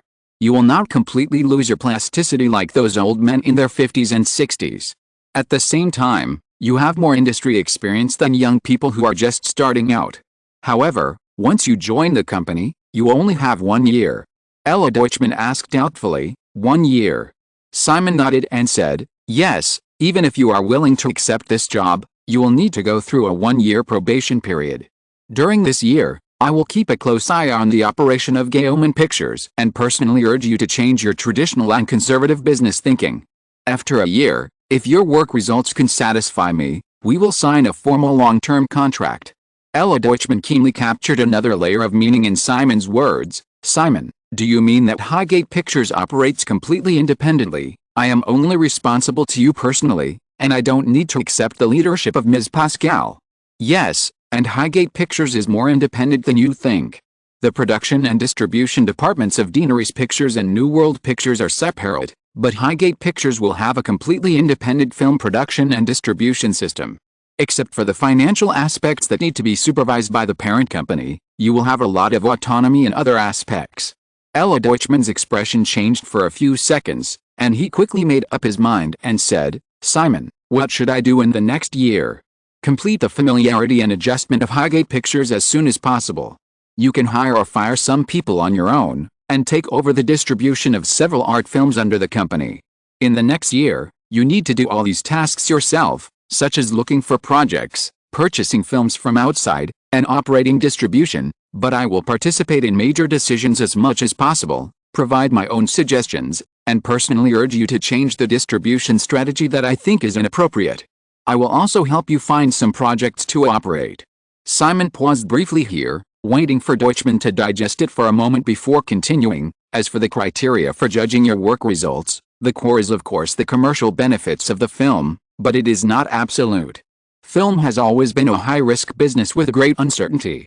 I allow my subordinates to fail. Therefore, all the projects you operate in the next year will be judged separately. As long as you work hard on each project and walk on a path that I think is right, we can sign a formal contract in a year." Ella Deutschman carefully wrote down Simon's words, and waited for Simon to finish, and then continued to ask, "So, Simon, how much company budget can I get in the next year?" $30 million US. This is a pure film business budget. You can do anything you think is feasible, production, film purchase, distribution, etc., and you don't need to complete all of them before the deadline next year. You just need to do the projects you have identified." Simon said, and then added, "In addition, your salary for the next year is $150,000 US, without any incentive clauses. But if your work is good enough, You will get a signing bonus when you sign the contract next year. You can bet on whether I am generous or stingy.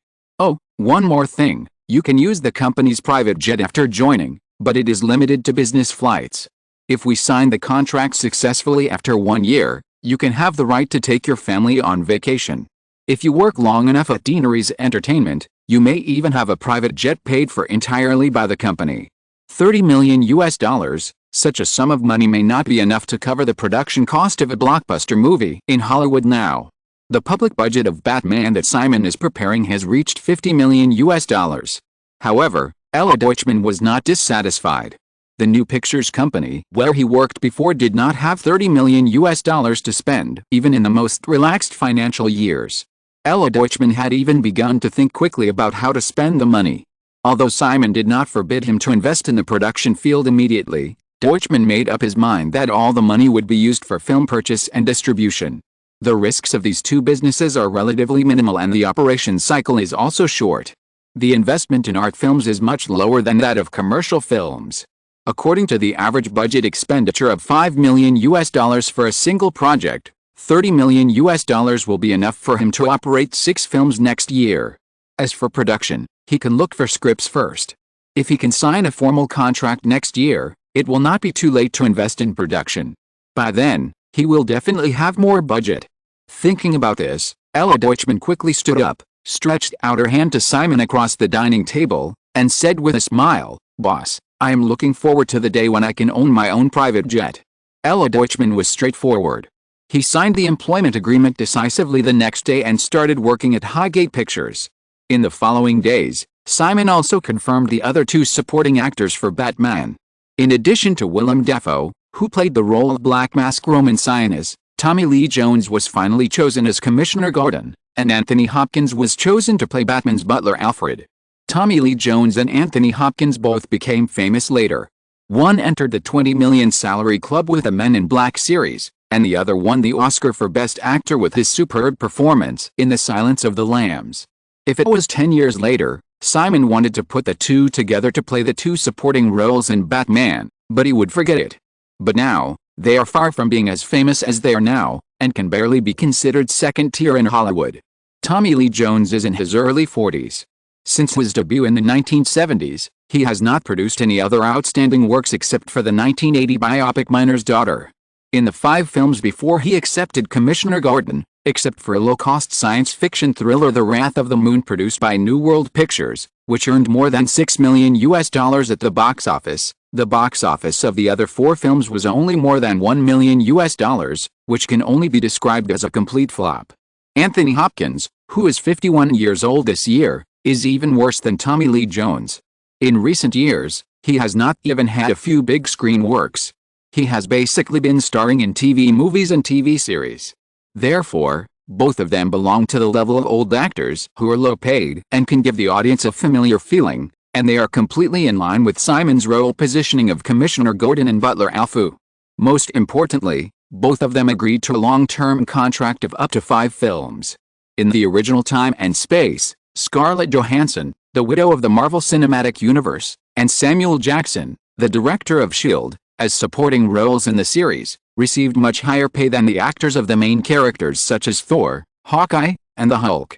The main reason is that the roles they played are irreplaceable, but they did not sign long-term contracts like Thor and other main characters.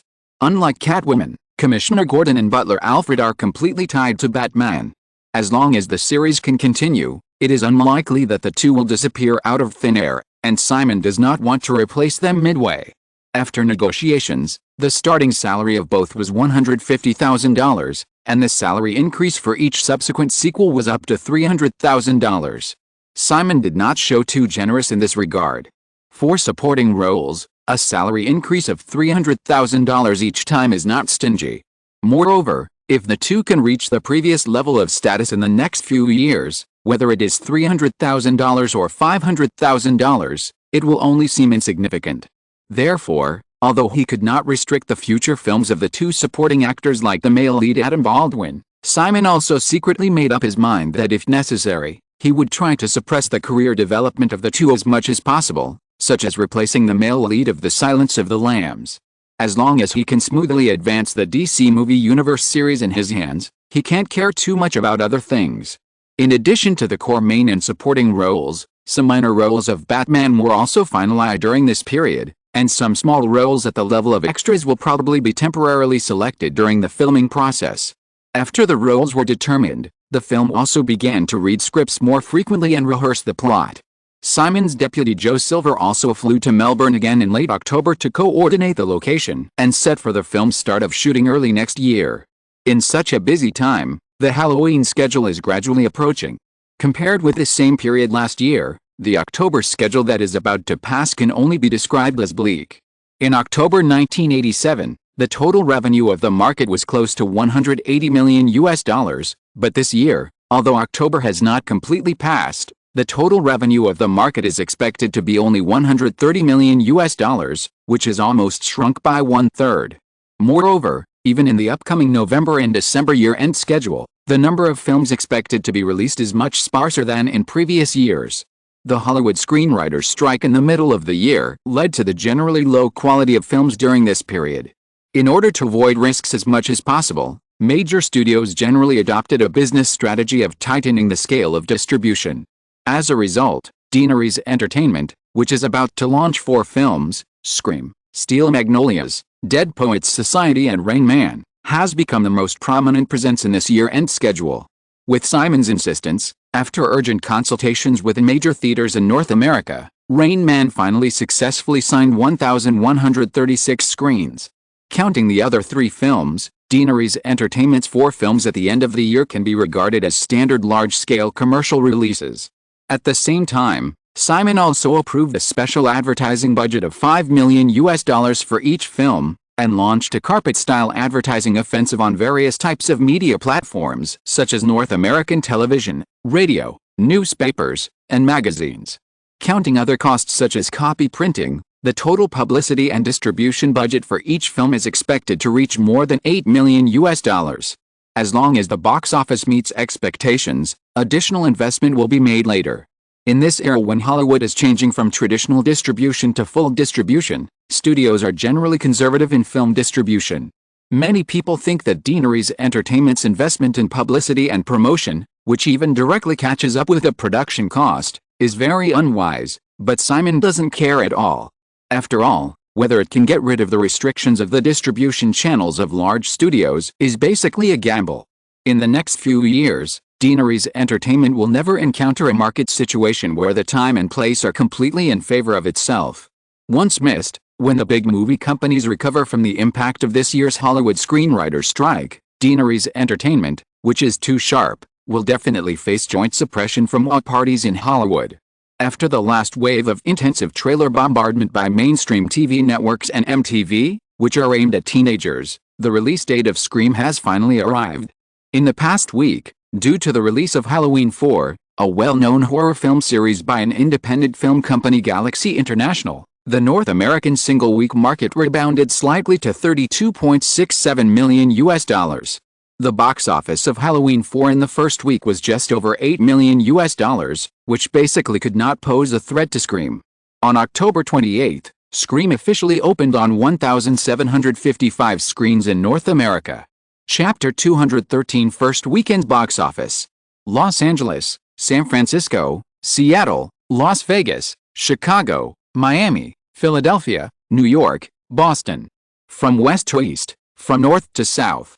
Held premieres, interacted with fans, participated in TV shows, accepted interviews with local newspapers.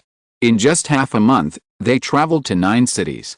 When the team finished recording a program for a local TV station in Boston and announced the end of this carpet-style marketing trip, Courteney Cox felt that she was about to fall apart. She collapsed on the big bed in the hotel with some exhaustion, and couldn't help thinking of a certain guy, and suddenly she felt a little hateful. She only received a newcomer's price of $200,000 for participating in Scream, but she had to be ordered around like a first-line actress with a salary of $2 million. What's more hateful is that he had clearly told her that this movie would not make her famous, but might affect her future career.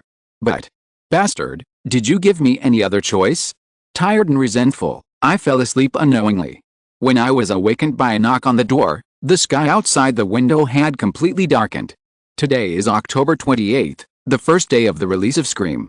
Since she has done everything she should and can do, she was a little self-destructive. What does the box office have to do with her? When she woke up again, she suddenly found that she still wanted to know whether this movie would be popular. It is rumored that the script of the movie was conceived by that guy himself, but he did not sign his name, saying that he did not want to cause controversy like Basic Instinct. The related gossip has been very hot recently. It was discovered by chance that Deanery's Entertainment deliberately fanned the flames, but there has never been an accurate conclusion in the media. But she knew the truth. It was indeed conceived by him personally. She met him at a marketing meeting before the start of this promotional tour. When asked jokingly, he personally admitted it. So she felt a little more superior. She cheered up, washed up, went out to eat with everyone, and then a group of people who had become familiar with her recently proposed to go to see her own movie in person, and she readily agreed. Everyone rushed to an AMC theater on the Charles River. After all, they were considered small stars, so naturally the staff bought movie tickets for them in advance, so they could go directly to the theater. However, no one was in a hurry to enter the screening room. The 6 of them were curiously observing the surroundings in the theater lobby. It was the prime viewing time, and there was already a queue at the ticket office. The hall was full of eye-catching Scream posters, and people could hear people discussing the movie. I didn't try to hide it, so I was quickly recognized by the men and women in the hall. A group of people came forward, asking for autographs, saying hello, and just out of curiosity. I habitually squeezed out a friendly smile that I had developed during this period to interact with the people around me. After nearly 10 minutes, everyone was able to enter the screening room. This is a screening room that can accommodate about 100 people. Several people consciously chose the back row. When the movie started, the screening room seemed so crowded that there were almost no empty seats. I finally felt relieved. The movie was performed by the group of us. I don't know how many times I have read the script, so naturally I don't pay much attention to the plot. But I can hear the audience around me screaming and exclaiming in surprise. At the end of a thrilling plot, there is a guy with a loud voice who can't help but shout, "Run, idiot," which attracts many people's attention. Leaving the screening room, I was inevitably stopped again. The theater manager, who is very good at seizing opportunities, also specially prepared a batch of posters for everyone to sign and send to fans on the spot. After half an hour of busy work, the team sent a business car to pick people up. A group of people squeezed into the spacious business car. She vaguely felt that this was not arranged again. The guy who led the team to promote, Mark Belford, was said to have been promoted by him personally to the Scream publicity team at a meeting. He is indeed a very smart and capable guy. He is very good at seizing every opportunity to promote the film. Robert Rem also thinks highly of him. But it doesn't matter. After returning to the hotel, everyone gathered in a bar downstairs for a while. As it was getting late at night, everyone went back to their rooms to rest, looking forward to the box office data of the film. It must be good, right? Because of the time difference, it was already early in the morning on the East Coast, and it was not yet 9 o'clock in the evening on the West Coast. The market has been sluggish for more than a month, and too many people in Los Angeles are also paying attention to Scream. Naturally, some people disagree with Deanery's Entertainment's marketing offensive as if it were a blockbuster film, thinking that this is a very unwise move, but when the theater reported another queue phenomenon after the end of the summer season, some people began to feel complicated. In a mansion halfway up the mountain in Beverly Hills. In a blink of an eye, it was already the next morning, and Warner Bros. Pictures CEO Terry Semel did not rest well all night. This Halloween season, due to the lack of films, other major Hollywood film companies had no choice but to give up. Only Warner Bros.' The Man from the Dark Knight was released at the same time as Scream. King's Avatar is a female spin-off of Warner's best-selling series King's Avatar, starring Hollywood beauty Rebecca De Mornay.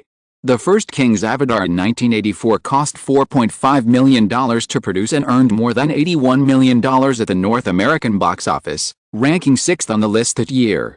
In recent years, Warner has continued to develop a sequel to King's Avatar at a frequency of one per year. However, due to the screenwriter's strike, the quality of King's Avatar was seriously affected. During the internal preview stage, a group of executives looked at the scattered and disordered plot and basically had no expectations. Only 850 screens were arranged for this release. You know, King's Avatar 5 at the beginning of the year, although the final box office results were not satisfactory, It was arranged for 1,700 opening screens. In recent years, the theater ticketing system has been updated, and now it is possible to quickly and accurately calculate the approximate single-day box office data. When Terry Semel woke up in the morning and didn't see the box office data facts as soon as possible, he completely gave up the last bit of expectation. He knew very well that if there was good news, the company would send the data to him immediately, and the executives of the publicity department might even call him personally. He waited until nearly 8 o'clock, when the fax machine finally sent a page of data. Terry Semel, who had just returned from outside with today's newspaper, took out the page of data from the fax machine and took a quick look, even with a wry smile on his face. The box office of Scream was higher than expected, and the data of the Inspector General was even bleaker than expected. On the first day of the film, the box office data of Scream, which was screened on 1,755 screens, was far ahead of others. According to preliminary statistics, the first-day box office was about $4.5 million. The second-ranked Halloween 4, with a similar scale of 1,692 screens, had a first-day box office of $1.5 million in the second week of screening, which was only one-third of Scream. The third place was not the Inspector General. Even the fourth, fifth, and sixth place were not. Paramount's The Plum Blossom, Fox's Alien Empire, Universal's The Fog, Columbia's Headline all occupied these positions after being shown in theaters for several weeks. Although it was the first day of release, The Man from Nowhere was directly thrown to the seventh place on the single-day list. This movie, which had the same production cost of $10 million as Scream, only had a pitiful box office of $350,000 on the first day, less than one-tenth of Scream. Putting down the box office report in his hand, Terry Semel sighed and sat down on the sofa in the living room and began to look through today's newspapers. Los Angeles Times, Variety, The Hollywood Reporter and so on, although not all of them were positive reviews, but every newspaper had a large block of film reviews about Scream. When it came to The Man from Nowhere, even Variety and The Hollywood Reporter were the only two professional magazines that barely mentioned it. After working in Hollywood for so many years, Terry Semel understood one thing very well: what is worse than one-sided negative reviews is that no one commented at all. The Men in Black encountered this worst situation. The first-day box office of $350,000 was less than one-tenth of the box office of Scream, which obviously means a very low attendance rate. According to the contract, the theater will definitely withdraw the film quickly after 2 weeks of screening. The total box office is expected to be only $3 million, which is still not as good as the first-day box office of Scream. In comparison, with a box office of $4.5 million on the first day of the film, Scream will obviously have a very beautiful long-term trend. Terry Semel suddenly thought of a view that appeared in the media during the release of Basic Instinct. Starting from When Harry Met Sally, followed by Pulp Fiction and Basic Instinct, the films produced by Deaneries Entertainment have been carrying out a billion-dollar box office relay, and the first three films have successfully achieved their goals. Now, Scream is likely to continue Deaneries Entertainment's relay road. The fourth film with a box office of over $100 million. Before this, Hollywood may not have 4 films with a box office of over $100 million in a whole year. Now, a small company that has just risen for less than 2 years has achieved this goal, which is simply unbelievable. Putting down the newspaper in his hand, Terry Semel hesitated for a moment, but still picked up the phone and dialed the number of Simon's residence. Warner now has 2 movies in cooperation with Deaneries Entertainment. At least on the surface, it is reasonable to call to congratulate them. After all, this kind of personal exchange will not lose anything. Malibu. Although it was Saturday, Simon still got up early and received the box office data report sent by the company as soon as possible. The first day of $4.5 million exceeded expectations, so he completely relaxed. Janet had returned from Europe a long time ago and habitually stayed in bed, so he started to prepare breakfast for the two of them. Although he occasionally complained half-jokingly, in fact, this was probably the only thing Simon needed to do at home. At around 7 o'clock, after preparing breakfast, Simon went to the bedroom. The woman was still sleeping soundly. Simon looked at her for a few times and decided to wake her up later. He picked up a folder on the bedside and walked out of the bedroom again. October is the month when the new quarterly financial reports of listed companies are released. In the folder are several quarterly financial reports of listed companies held by Westeros Company and the financial report of Westeros Company itself in the previous quarter. Simon didn't have much energy to pay attention to the operations of Westeros holding companies, so he could only focus more on the financial reports of those companies. North American listed companies generally pay dividends on a quarterly basis. According to preliminary statistics, in the third quarter just passed, Westeros received a total of cash or equity dividends equivalent to approximately $26.3 million. Based on this figure, it is estimated that it will be able to receive dividends of various types of about $100 million throughout the year. Compared with the total value of Westeros holdings, this figure is not high, which is only equivalent to an annual interest rate of 5%, which is not as good as the income of some long-term bonds. However, affected by the generally better than expected quarterly financial reports, the stock prices of technology stocks held by Westeros have risen one after another. The total value of the statistics in the past week has reached $1.93 billion, which has continued to increase by $130 million compared to the $1.8 billion when Forbes announced the rich list in August. Obviously, the appreciation of stock prices is what most investors value most. Half a month after returning from Europe, Janet has been helping Simon to look through these financial reports. Although she always looks careless, Simon knows that women are definitely more dedicated than anyone else around him. He has not forgotten Janet's resume as a top student at Columbia Business School. With Janet's help, Simon can be a hands-off boss to the greatest extent. Last night, Janet personally explained Westeros' quarterly financial report to Simon until midnight. At around 8 o'clock, Simon received a series of congratulatory calls from Amy Pascal, Terry Semel and others. After some socializing, he called Janet to get up. Still working on weekends. As the first day box office data came out, many other information related to the film was quickly summarized. Overall, the film review reputation of Scream is not very good, barely exceeding 7 points. However, the public popularity of this movie is far higher than all other movies of the same period.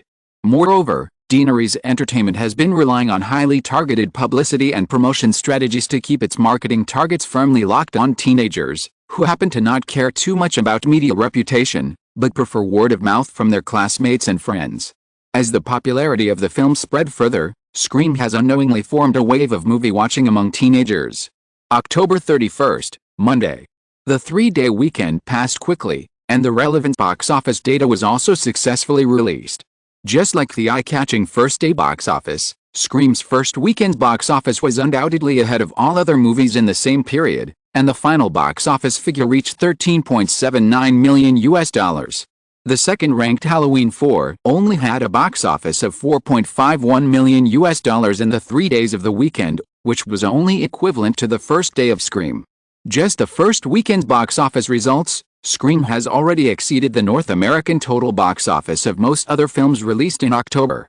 Moreover, with such a start, as long as the box office does not drop too seriously in the next few weeks, this will obviously be another North American box office of over 100 million. Seeing this data, both Hollywood and North American media can't help but feel a little numb. Can it continue? Should it continue? Chapter 214 Undercurrent. Universal Studios Burbank. Tomorrow is Halloween, and the studio will hold Halloween activities for a week. Therefore, although it is Monday, this 200-hectare comprehensive film and television entertainment base is still very lively. In an office building in the Northern Administrative District of the studio, Lou Vasselman, chairman of Universal's parent company MCA, and Sid Sheinberg, the company's CEO, sat together in an office window on the 5th floor. Lou Vasselman is 75 years old this year, with a thin face and a pair of large framed brown reading glasses. This old man, who was ridiculed by the media as the prototype of the Alien a few years ago, has been in charge of MCA for 30 years and has gradually developed the original talent agency into a comprehensive media group. Sid Sheinberg is only in his early 50s. It was he who discovered Spielberg and is also a Hollywood evergreen who has been in power at MCA for more than 10 years. Occasionally looking at the shadowy crowds in the tourist area, the topic the two Hollywood bigwigs talked about was Daenerys Entertainment's Scream currently being screened. Sid Sheinberg handed Lou Vasselman a document that he had carefully read several times and said, "This is the report that the marketing department just made this morning." Deaneries Entertainment's operation on Scream this time can be used as a textbook distribution case. Accurate market positioning for the youth group, precise advertising on platforms such as the public television network's youth TV programs, MTV cable TV stations and youth magazines, and two groups of people's carpet-style marketing in first and second-tier cities across the country. The most important thing is the efficient execution of Deaneries Entertainment's distribution team, which has contributed to the box office success of Scream. Lou Vasselman picked up the document, opened it, and asked, "Can John Carpenter's Full Space be operated like this?" Full Space is a science fiction thriller that Universal will release this Friday, directed by John Carpenter, the horror film master who created the Halloween series. Sid Sheinberg shook his head regretfully and said, "Carpenter's new film is of mediocre quality and only cost $4 million to make. It is not worth promoting on a large scale." Lou Vasselman glanced at Sid Sheinberg and said, "The production cost of Scream doesn't seem to be too high either." Sid Sheinberg could only laugh dryly. According to the report in Vasselman's hand, the distribution budget invested by Deaneries Entertainment for Scream only required $1.3 million for the copy cost of 1,755 screens. In addition, there were a large number of advertising on various platforms, roadshow investment by the main creative team, etc., and the conservative estimate was more than $7 million. With the success of the film at the box office, Deaneries Entertainment will definitely continue to increase the publicity and distribution budget, and may even exceed the $10 million production cost of this film. Does Universal dare to do this? Maybe. But first there must be a movie of the same quality as Scream. Take roadshows for example. The group of handsome men and beautiful women in Scream can naturally get along well with young audiences, but John Carpenter's Full Space is a brother movie with black and white protagonists. The two protagonists are both in their 30s and not very famous. It's okay to watch them on the big screen, but face-to-face interaction will not attract much interest from the audience. Seeing that Vasselman remained calm, Sid Sheinberg was silent for a moment, but still asked, "Lou, why didn't the MPAA get any results last time?" Lou Vasselman paused as he was about to turn the page, and simply recounted what MPAA Chairman Jack Valenti told him that day. Finally, he shook his head and said, "He is a crazy young man at heart. He is willing to abide by the rules, but he disdains them. He knows how to restrain himself, but he is also very skillful. More importantly, he is only 20 years old this year, which is an advantage that none of us have. Sid, if MCA can be sold in the next few years, I will probably retire, and I don't want to get into such a trouble that will prevent me from spending my old age in peace."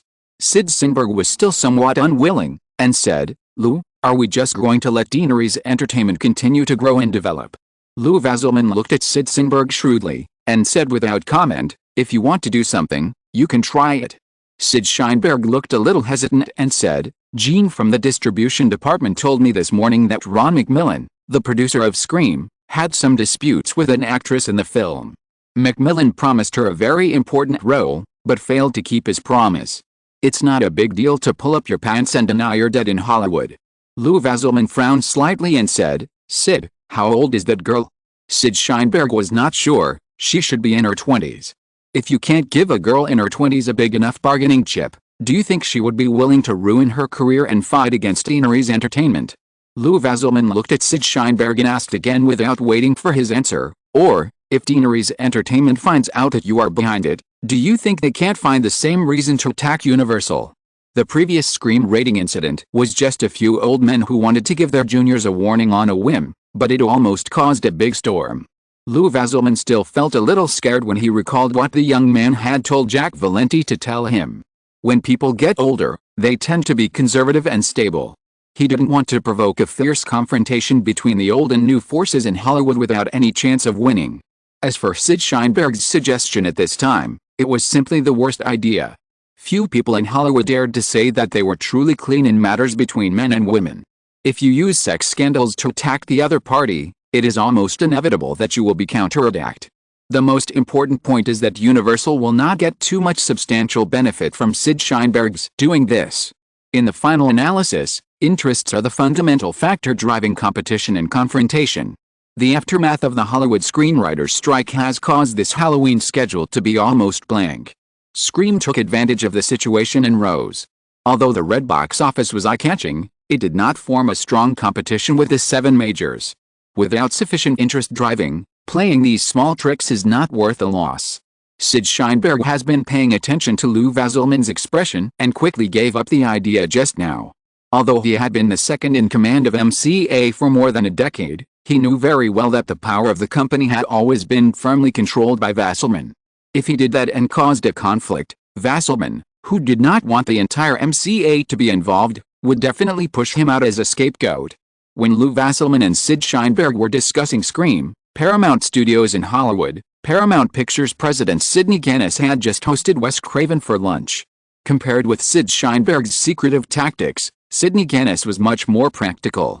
With the two summer movies, Coming to America and Crocodile Dundee 2 that broke the $100 million box office, Paramount's film business this year is in a very good situation. Sidney Guinness very much hopes that this situation can continue, so he has no intention of confronting Deanery's Entertainment at all. A few years ago, Wes Craven wrote and directed the Nightmare on Elm Street series, which made the once low-profile New Line Cinema rise rapidly. In the past 2 years, it has produced 2 hit horror films, Final Destination and Scream. Although Simon Westeros has a great potential influence, Craven has definitely become one of the Hollywood directors worth focusing on. Although no cooperation was reached during the lunch, Sidney Guinness also found out that Wes Craven had not reached an agreement with Deanery's Entertainment on the sequel, which means Paramount still has a chance to win over the other party. After seeing off Wes Craven, Sidney Guinness turned around and asked the assistant standing behind him, "Have you contacted Bruce Joy Robin, the screenwriter of Scream?" The assistant nodded and said, "I have arranged a meeting for you at 10 o'clock tomorrow morning." Sidney Guinness nodded and was about to rush to his office. After thinking about it, he said, "All the creators of Deanery's Entertainment's films at the end of the year, please compile a copy of the information for me." Similar to Warner and Paramount, many people in Los Angeles today are discussing issues related to Deanery's Entertainment. Before this, the films produced by Deanery's Entertainment have always been dependent on the distribution networks of other film companies. The blockbuster Scream established Deanery's Entertainment's position as a top second-tier film company, second only to the Big Seven. Therefore, some people tried to win it over, some wanted to trip it up, some planned to poach it, and some could only express envy. The whole of Hollywood has unknowingly formed an undercurrent around Deanery's Entertainment, and as for where this undercurrent will eventually turn, no one knows. After the weekend is Halloween, and the weekday box office is stimulated by the festive atmosphere, and the data for the same period is much higher than before. Therefore, after the first week of screening, the final box office of Scream reached $20.71 million. Driven by Scream, the North American box office between October 28 and November 3 jumped from $32.67 million in the previous week to $47.36 million. Among them, Scream alone accounted for 43% of the entire market share, and the other 16 theater movies this week could only share the remaining 57%. On the single-week box office list, compared with Scream's $20.71 million, the second-ranked Halloween 4 had a box office figure of only $5.23 million. The Silence of the Lambs, starring Jodie Foster, has a good reputation and a very strong box office curve, but due to the subject matter and market capacity, the box office figures in the third week of its release also slipped to $3.69 million, ranking third. Fox Films' Alien Empire has only $2.92 million in box office this week after 2 consecutive weeks of sharp declines, ranking fourth. The biographical film, The Fog starring Sigourney Weaver, and the romantic comedy Headline starring Tom Hanks, ranked 5th and 6th respectively. Warner Bros.' The Man from Nowhere ranked 7th, just like the first-day box office, with a pitiful $1.63 million in the first week of opening. With the release of several new films in the new week, this film, which has a production cost comparable to Scream but has not made any waves, will completely withdraw from the media and audience's vision. November 4th, Friday. Compared with the coldness of last week, a total of 4 new films were released this Friday. However, except for Steel Magnolias, which Deanery's Entertainment opened a small-scale preview on 22 screens in North America, the other 3 cannot be regarded as key films of major film companies. Among them, High Spirits, released by Paramount, is just a music documentary of the band U2. John Carpenter's Full Space and The Good Mother starring Diane Keaton are obviously not expected by the distributors Universal and Disney. Therefore, None of the 4 new films pose any threat to Scream. Simon and Janet rushed to New York to spend Halloween together and returned on Friday morning. Santa Monica. In a large conference room at the headquarters of Deaneries Entertainment, the time is Friday afternoon. Simon, Amy Pascal, Robert Iger, Robert Rem and several other executives of the company are listening to Nancy Brill, the head of the Consumer Products Department who Amy recently hired, introduce her plans for the Consumer Products Department. Nancy Brill came from Hasbro, a famous American toy company. She was in her 30s and had a relatively soft and delicate face of a French woman. Her blonde hair was tied up and she was wearing a black business suit. She looked very capable. Deaneries Entertainment currently has few movie derivative projects that can be developed. Most of the peripheral products of the previous movies, such as Run Lola Run, have been packaged and sold, and the relevant copyrights of several movies such as Pulp Fiction are in the hands of companies such as Orion. Now, the peripheral projects that Deaneries Entertainment can develop are mainly several popular reality shows under its umbrella and the recently popular Scream. A little further away, the most valuable one should be next year's Batman. Deaneries Entertainment has already made huge profits from the box office and broadcast of the film and television projects themselves. In order to avoid over-exploitation of copyrights, Simon is very cautious about the Consumer Products Department and is not eager to pursue profits. Nancy Brill's main work in the next 1 or 2 years will be to build a team, cultivate a team and expand channels. Finally, let's talk about video games. The Great Depression in the video game industry caused by the Atari incident is over. In recent years, with the rise of Japanese video game manufacturers, the video game industry is recovering rapidly. Deaneries Entertainment's early run Lola Run and the recent Scream are both very suitable for developing video games. I believe we will have more similar copyrights in the future. Learning from the lessons of the Atari collapse, I think Deaneries Entertainment should focus on outsourcing and outsource the corresponding rights like film projects, and hand them over to professional development teams for design. Deaneries Entertainment can invest in game studios, but should avoid excessively interfering with the production of specific projects. In front of the projection screen in the conference room, Nancy Brill explained her ideas and introduced several successful cases in the industry through PPT. She stopped speaking and looked at Simon, waiting for the boss's questions. Chapter 215 Deaneries Studios. Simon lowered his head and glanced at some records of Nancy Brill's report, then looked at the woman in front of the stage and said, "Nancy, your explanation is very comprehensive. Toys, clothing, accessories, books, video games, image licensing, and the release of original soundtracks will be temporarily handled by the Consumer Products Department, but these are very broad long-term plans. Tell me about your recent work priorities, for example, within a month." In the past month, I plan to recruit people to form a product design and sales team.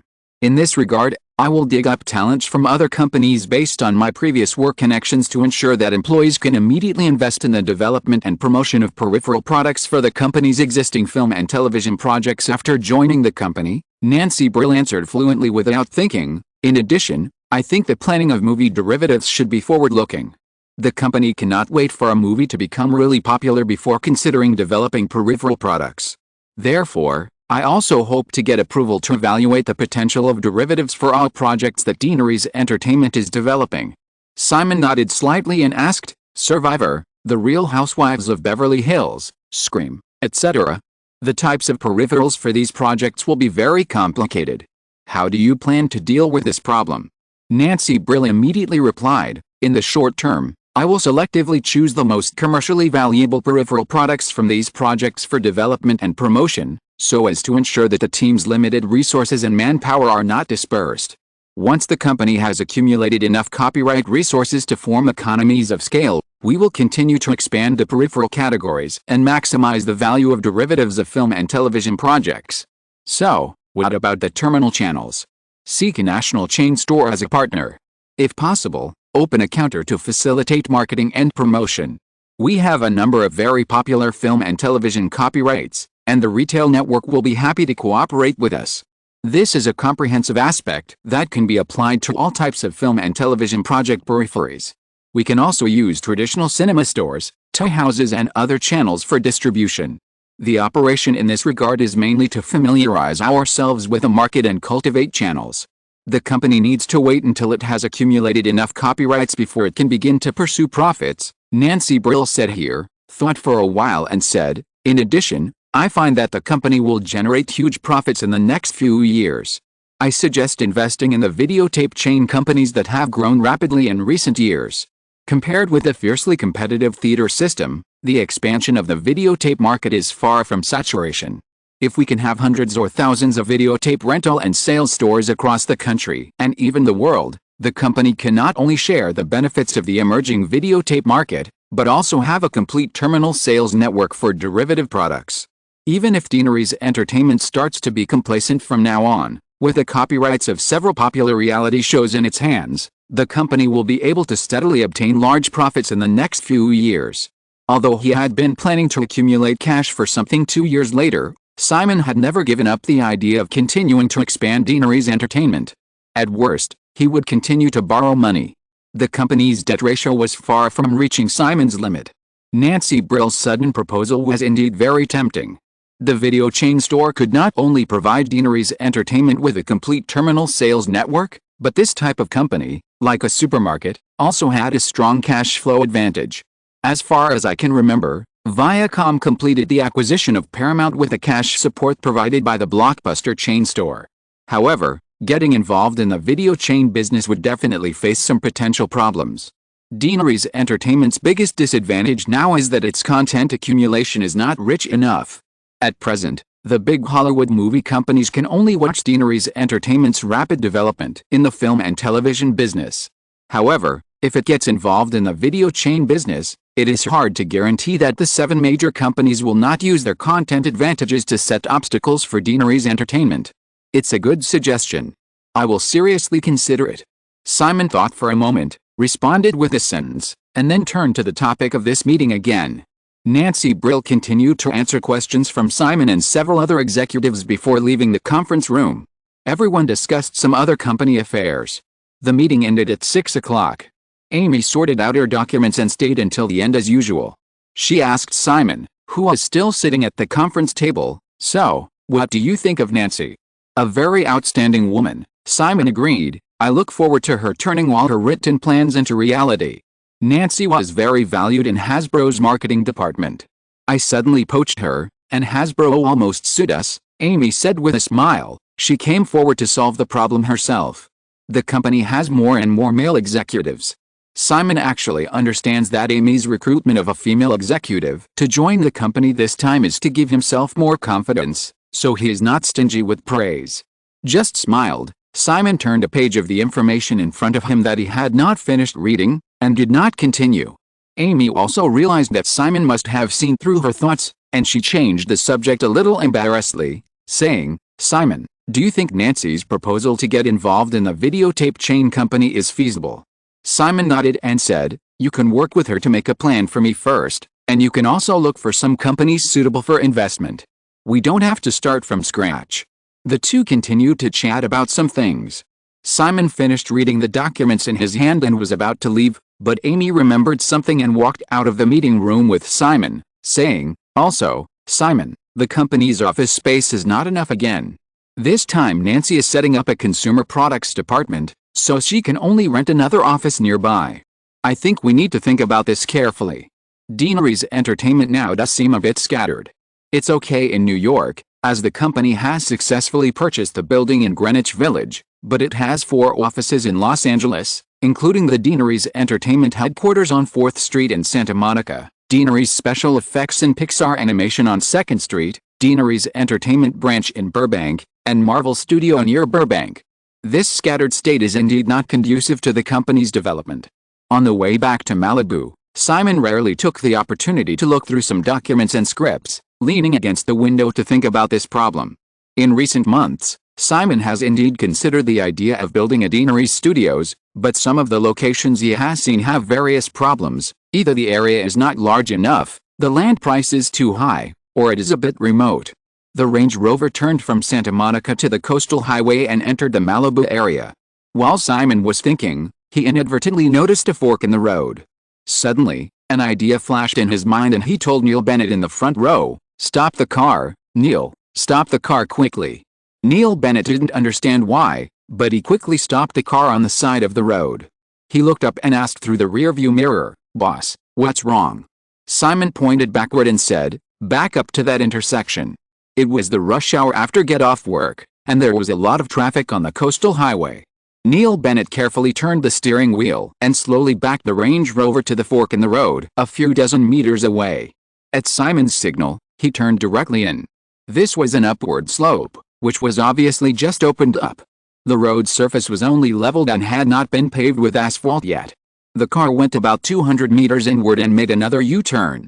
When the car stopped, Simon pushed the door and got out. A relatively flat open space appeared in front of him. Except for a temporary wooden house and construction materials and props piled in the open air, the rest of the place was still covered with bushes. An old man with a beard heard the sound of the car and pushed the door to come out of the wooden house. He found that it was not the hooligans who wanted to steal things in the past. He grinned at the two of them and looked at Simon, who seemed familiar, and said, "What's the matter, guys?" Simon smiled in response and said, "I'll look around, okay?" "Of course." The old man nodded, subconsciously wanting to remind him of something, glanced at the expensive Range Rover, and then turned around and went back to the wooden house without saying anything.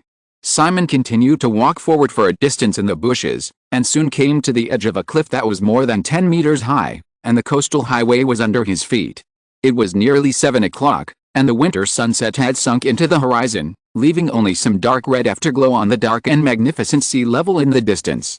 In the field of vision, the lights of the Malibu coast in the west and the downtown area of Santa Monica in the east could be seen gradually lighting up. After stopping for a moment, Simon did not intend to get in the car and leave. Instead, he turned around and continued to walk towards the gentle slope in the north according to some trivial information in his memory.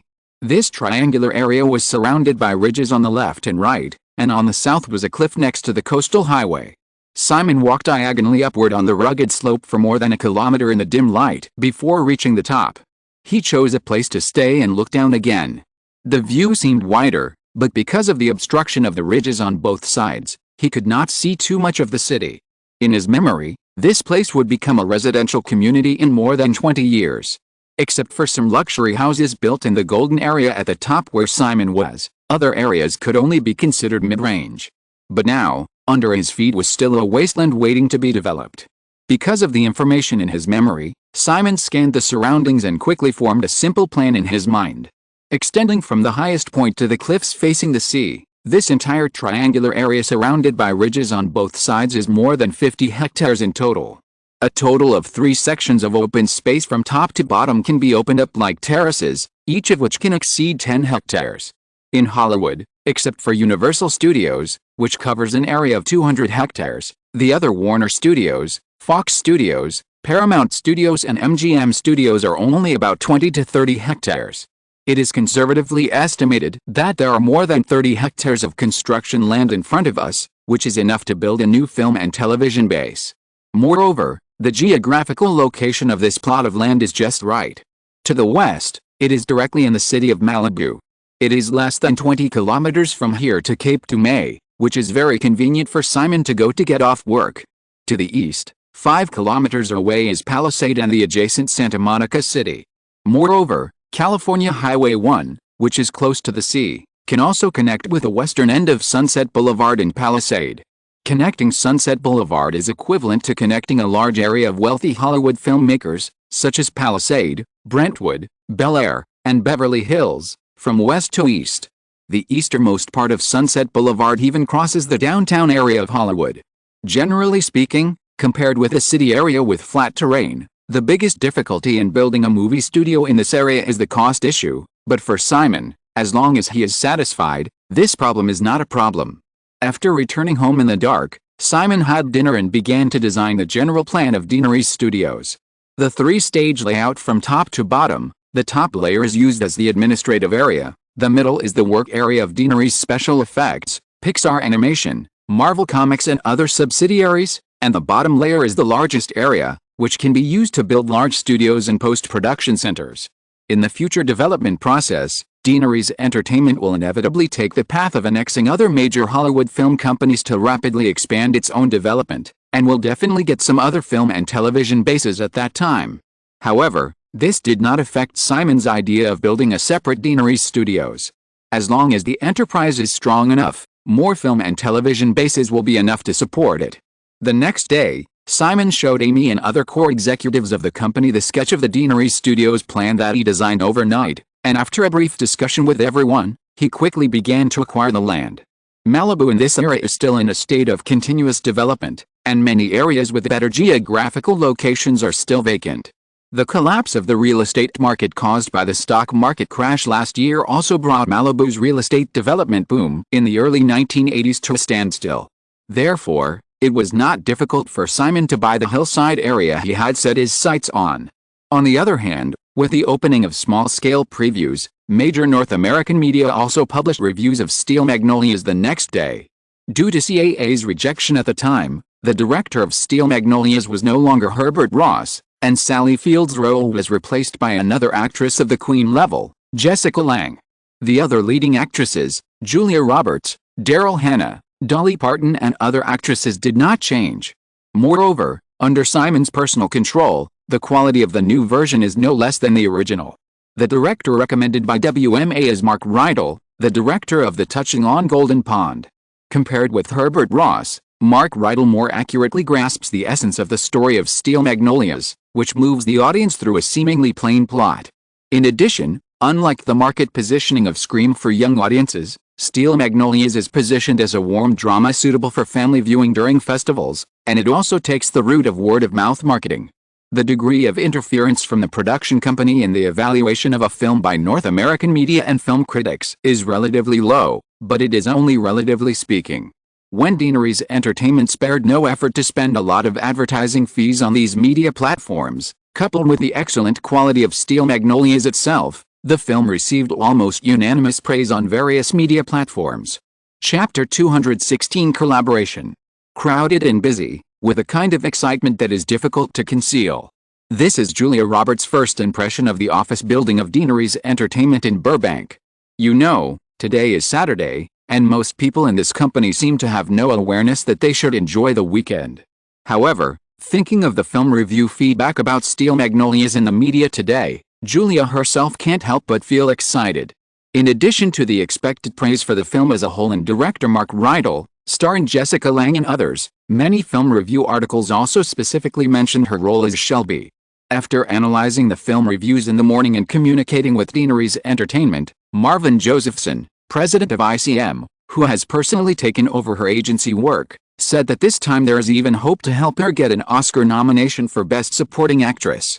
Julia is only 21 years old this year, and she doesn't expect to win an award, but just a nomination is enough for her to gain an advantage over most actresses of the same age. This time she was going to attend a publicity meeting, and Marvin Josephson did not come with her, but only assigned another agent to accompany her. The two were led by the staff to a reception room, and Julia unexpectedly found that Daryl Hannah, another star of Steel Magnolias, and his agent had arrived in advance. As an artist under ICM, Julia could only look up to Daryl Hannah in the past. Daryl Hannah is 28 years old this year. She debuted in the 1970s and attracted attention with her role as a clone in Ridley Scott's Blade Runner in 1982. In recent years, she has participated in hot-selling works such as The Mermaid, Wall Street and French Open Condor. She can be said to be one of the hottest and most popular actresses in the 1980s. However, thinking about the 5 film contracts she had with Deanery's Entertainment, Julia immediately became confident again. I just don't know if I can meet Simon Westeros today. Unfortunately, the little man who made countless Hollywood actresses jealous already has a girlfriend. Moreover, it is rumored in the circle that he seems to prefer mature women, and the Real Housewives of Beverly Hills is influenced by this tendency. Yes, it is understandable that a little boy who has lacked care since childhood likes a gentle and considerate big sister. But who says young girls can't be gentle and considerate? Thinking of this, Julia greeted Daryl Hannah. Seeing that the other party was not very warm, she did not deliberately make herself unhappy. Instead, the agents accompanying both parties chatted with each other from time to time to avoid a dull moment. After waiting for more than 10 minutes, the other creators of Steel Magnolias arrived one after another. However, after the agreed time of 2 o'clock in the afternoon, Deanery's Entertainment had no intention of starting the meeting.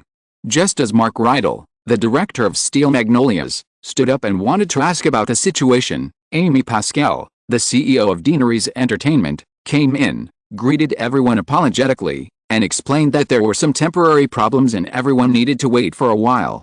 Whether it is director Mark Rydell or stars such as Jessica Lange, Dolly Parton, and Daryl Hannah, they are usually the kind of people who need to be waited for by others. However, Amy personally apologized, and Deanery's Entertainment was in its heyday, and all the big names were very easy to talk to. Otherwise, Deanery's Entertainment would not have gathered these people on a Saturday. However, everyone was curious about what happened that delayed the meeting. Amy and everyone left after a brief greeting, leaving Jennifer and Vanessa to entertain everyone. Everyone knew that the two women were Simon and Amy's personal assistants, which showed the sincerity of Deanery's Entertainment, so they were not too emotional. At the same time, in a large conference room upstairs, almost all the executives of Deanery's Entertainment were present, and even Robert Iger from the East Coast flew over from New York in the morning. At this time, Robert Rem and Robert Iger, the two presidents of Deanery's Entertainment in charge of distribution and television business, Danny Morris, president of New World Pictures, Ella Deutschman, president of Highgate Pictures, Mark Silvers, president of Deanery's Special Effects, James Golden, president of Marvel Entertainment, Nancy Brill, president of the Consumer Products Department, and Paul Schmidt, the company's chief financial officer, and other core executives were all sitting around the large conference table. Only Simon stood at the head with a serious expression. Although he did not get angry, the calm temperament accumulated by Simon in two lives and the huge wealth and reputation on him made the executives in the conference room, who are considered industry elites, dare not take it lightly. The cause of the incident was the roadshow plan of Steel Magnolias. At the end of the year, the four films Scream, Steel Magnolias, Dead Poets Society and Rain Man probably have different audiences. In order to complete the promotion and release of these films more efficiently and accurately, these four films were handed over to four teams under the company. According to the established brand strategy, Scream was assigned to New World Distribution Company, and the title used the label of New World Pictures. Steel Magnolias, Dead Poets Society and Rain Man belonged to Deanery's Distribution Company, and the title used the label of Deanery's Pictures. Because Scream is the first commercial film that Deanery's Entertainment truly independently released, the company's attention to this project is self-evident. Robert Ream transferred all the elites of the distribution department to the publicity and promotion team of Scream, and also gathered a lot of resources that the company could mobilize. After all, just a national road show requires a lot of media connections to support it. If some weak film companies rashly do this, they may not even find media willing to cooperate in the promotion when they arrive in a city. New World Entertainment's years of accumulation and Deanery's Entertainment's strong financial strength have made it possible to achieve this on Scream. The first week of Scream opened with a box office of $20.71 million, and the team responsible for the promotion of this project has made an indispensable contribution. When it came to Steel Magnolias, problems immediately arose. Since the four films were divided into four groups, there would naturally be a sense of competition between them. Moreover, whether it was Robert Ream, the person in charge, or the employees of the distribution department, they would naturally express their own preferences based on the box office potential of several films. Scream has the highest box office potential, and everyone wants to join this group, and Robert Ream will also allocate more resources to it. Before the distribution rights of Rain Man returned, Steel Magnolias was undoubtedly the least favored of the other three films. After some adjustments, it naturally formed a weaker distribution team. In the early stage of publicity and distribution, Simon did not find this problem because he only needed to place advertisements on various channels. However, Steel Magnolias will also conduct roadshows next. When Simon saw the huge difference between the roadshow plans of Steel Magnolias and Scream, he realized the seriousness of the matter. This is not because the quality of the plan of Steel Magnolias is too poor. The company is in a period of rapid growth and everyone is doing their best.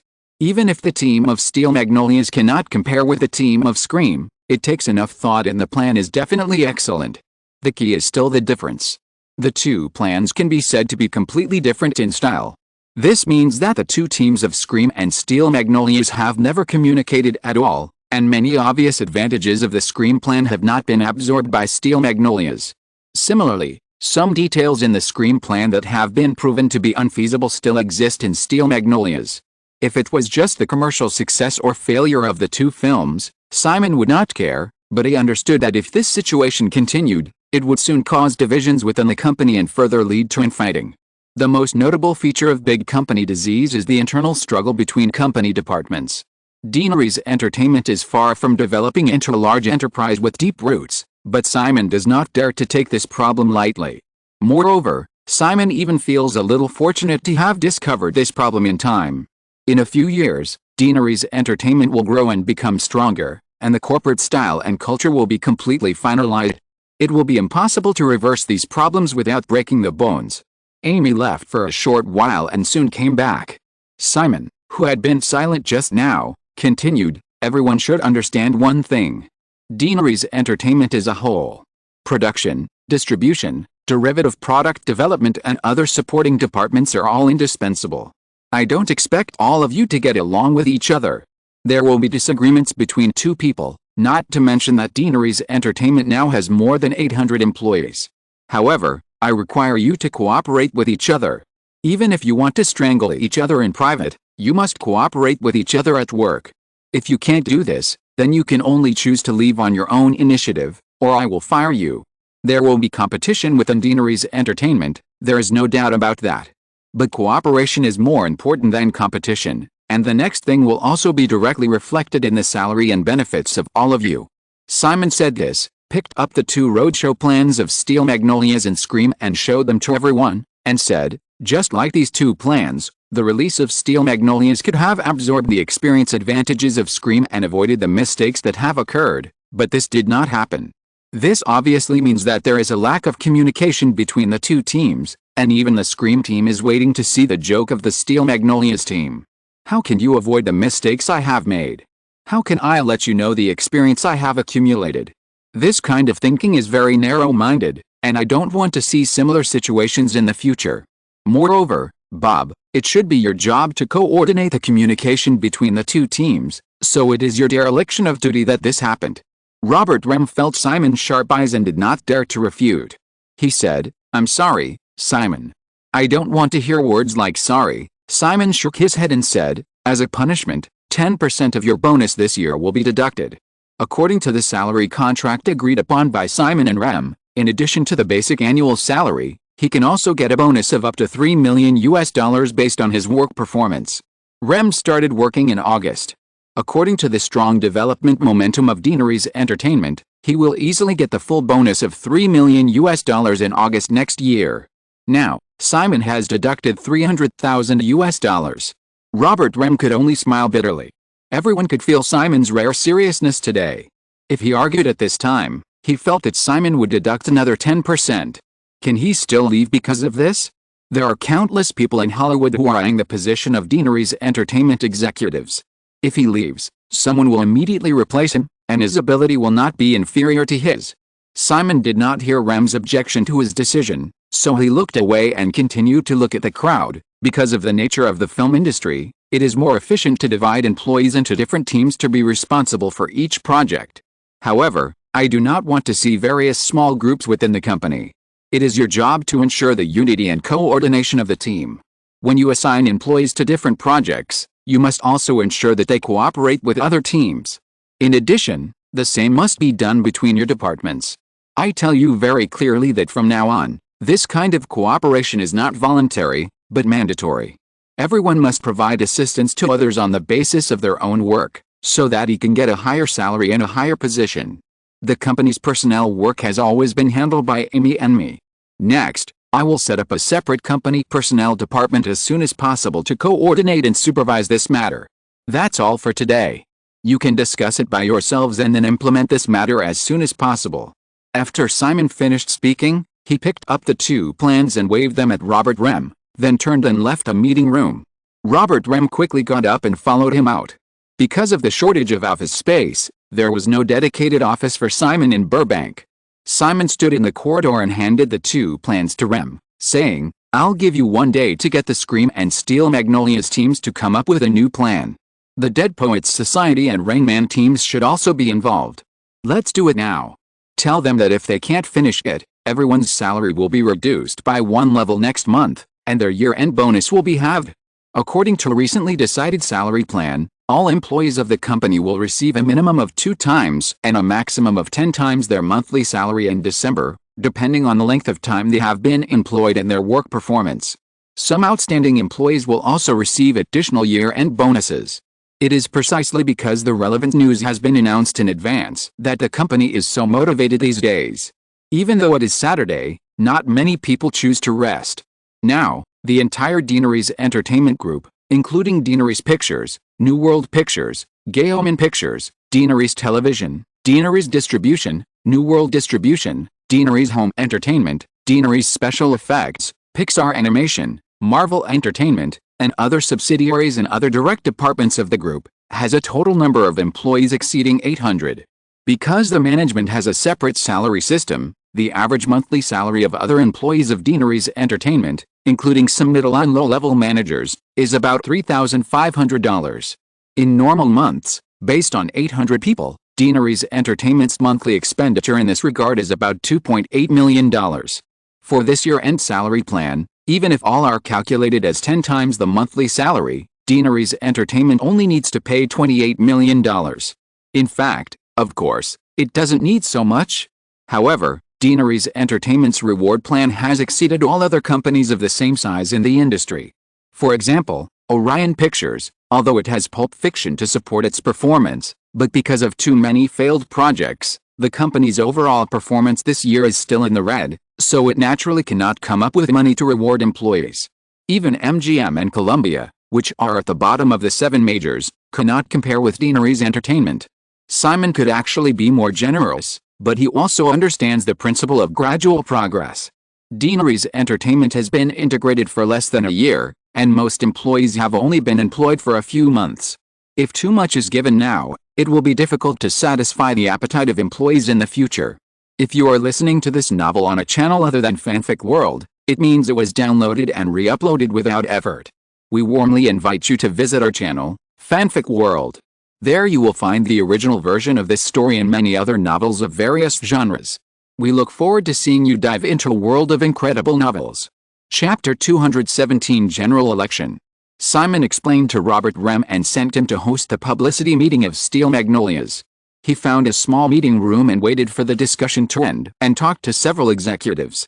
Just after sitting down at the conference table, Simon was looking through a media feedback material of Steel Magnolias when the door was knocked and a tall girl poked her head in. It was Julia Roberts. It was a bit boring to stay in the reception room. Julia went to the bathroom to touch up her makeup.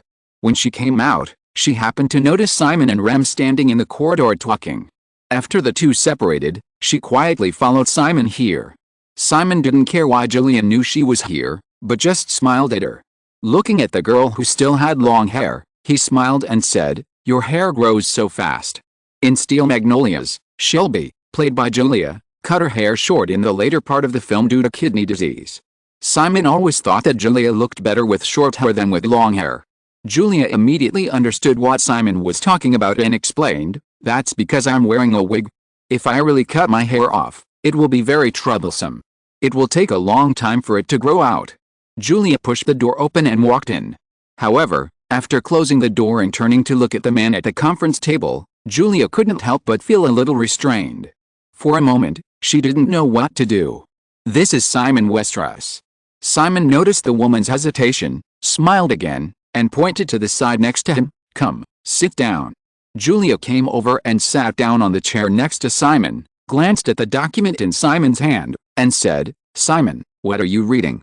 "Media feedback on Steel Magnolias. Many film critics said that you performed well." Simon answered casually. The two were very close, and he also looked at the big-mouthed beauty who was at the peak of her beauty at a close distance without hesitation. Julia was wearing a black turtleneck sweater and white casual trousers today, sitting sideways. Her natural charm and straight long legs were quite attractive. Feeling Simon's eyes, Julia gently adjusted her posture and said, "Everyone performed very well. Simon, do you think this movie can get a box office of $100 million US?" Simon said, "I'm not sure, it depends on whether the audience will buy it." Steel Magnolias in the original time and space was a standard box office dark horse. Not many people had high expectations for this movie, but it just exploded inexplicably. Although it failed to break 100 million, the domestic box office of more than $80 million US is enough for many movies in this era to look up to. Now, Deaneries Entertainment has invested far more energy in this movie than Samsung Pictures did in the past. The reputation of the film has been confirmed with yesterday's preview. In this year-end schedule with few competitors, Simon is still very confident about the box office of the film. When Harry Met Sally, Pulp Fiction, Basic Instinct, and the most recent Scream, Julia counted on her fingers, saying, "This is already 4 in a row. It would be a shame if it was interrupted by Steel Magnolias. Nothing to regret. We have to give others some opportunities," Simon said, remembering Julia's purpose today, and said, "The meeting over there is about to start. Aren't you going to go over? My agent is here to help. I will do whatever Deanery's Entertainment arranges." Simon smiled and said, "You are really good at talking." Julia noticed that Simon raised his left hand slightly when he spoke. Combined with his eyes, she realized that the man just wanted to reach out and pick her chin. It was a very frivolous action. If it was someone else, Julia would definitely be angry, but at this moment, she felt a little regretful that the man did not take action. Leaning slightly towards the man, Julia continued, "Simon, I have 4 more film contracts with Deanery's Entertainment. Can you personally write a script for the next film?" Simon said, "Your next film has been confirmed, but the script is still being revised. Preparations will probably start early next year, and the release date will be Valentine's Day the year after." Julia suddenly became curious. "What's the story? Can I take a look at the script first?" "A love film similar to Lady of the Camellias," Simon explained casually. "The script will be handed over to you after it is completed, don't worry." Julia nodded, and suddenly realized something else. Preparations will start in the first half of next year, and it is estimated that filming will start at least in the middle of the year, and the release date will be Valentine's Day the year after. So, what about next year? Will she have no film released for the whole year next year? Looking at the man who seemed to be unaware of this, Julia raised her hand and gestured in the air, saying, "Simon, before the filming of that movie starts, can I take on another movie?" Simon turned his eyes back to the documents in his hand and said casually, "If there is a suitable one, I will help you arrange it." Julia tentatively said, Simon, if there is no suitable one, can I take on scripts from other film companies?" Simon shook his head, "No." Previously, Deanery's Entertainment had priority contracts with Meg Ryan and Nicole Kidman. Because the company did not have a suitable project for the time being, Simon generously let the 2 women go to participate in other movies first. However, this generosity did not seem to have the desired effect. For example, in this Beyond Innocence, CAA directly quoted a high price of $5 million for Meg Ryan's heroine, which was twice the company's expected salary budget for the heroine, and was completely equivalent to Mel Gibson. The equal pay of Hollywood male and female stars has always been a joke. Just like Julia in the original Time and Space, after the global hit romance film Pretty Woman, Julia participated in Captain Hook. Spielberg, Dustin Hoffman and Robin Williams, the 3 main creators, took 40% of the total net profit of the film on top of the high base salary, but Julia's salary for playing the elf Tinkerbell was only $2.5 million. Now, since CAA has opened its mouth, Deanery's Entertainment has directly reduced Meg Ryan's salary to $2 million, and both parties are still in a stalemate. Because of these lessons, Simon does not intend to do anything superfluous. Feeling Simon's tone that does not allow for negotiation, Julia subconsciously shrank her neck. However, she was not going to give up. She boldly reached out with her little hand, and traced the man's arm with her index finger. She said, "Simon, maybe we can find time to talk privately. How about tonight?" Simon shook his head, a little smile appeared on the corner of his mouth, and said, "Not tonight, why not now?" "Huh?" This time it was Julia's turn to be surprised. She looked around and glanced at the door. It seemed that she had forgotten to lock it just now. Simon didn't seem to care about her hesitation at all, and even seemed to forget what he had just said for a moment. He calmly looked at the documents in his hand again. Julia hesitated for a moment, and finally made up her mind. She stood up and walked to the door to lock the door and came back. Then, standing next to Simon, her eyes began to wander. She looked at the table, the chair, and the ground. Finally, she fell on the man. Damn man. With a complaint in her heart, Julia picked up the hem of her sweater and was about to take off her clothes, and the door of the conference room rang. Simon was indifferent, but Julia was frightened.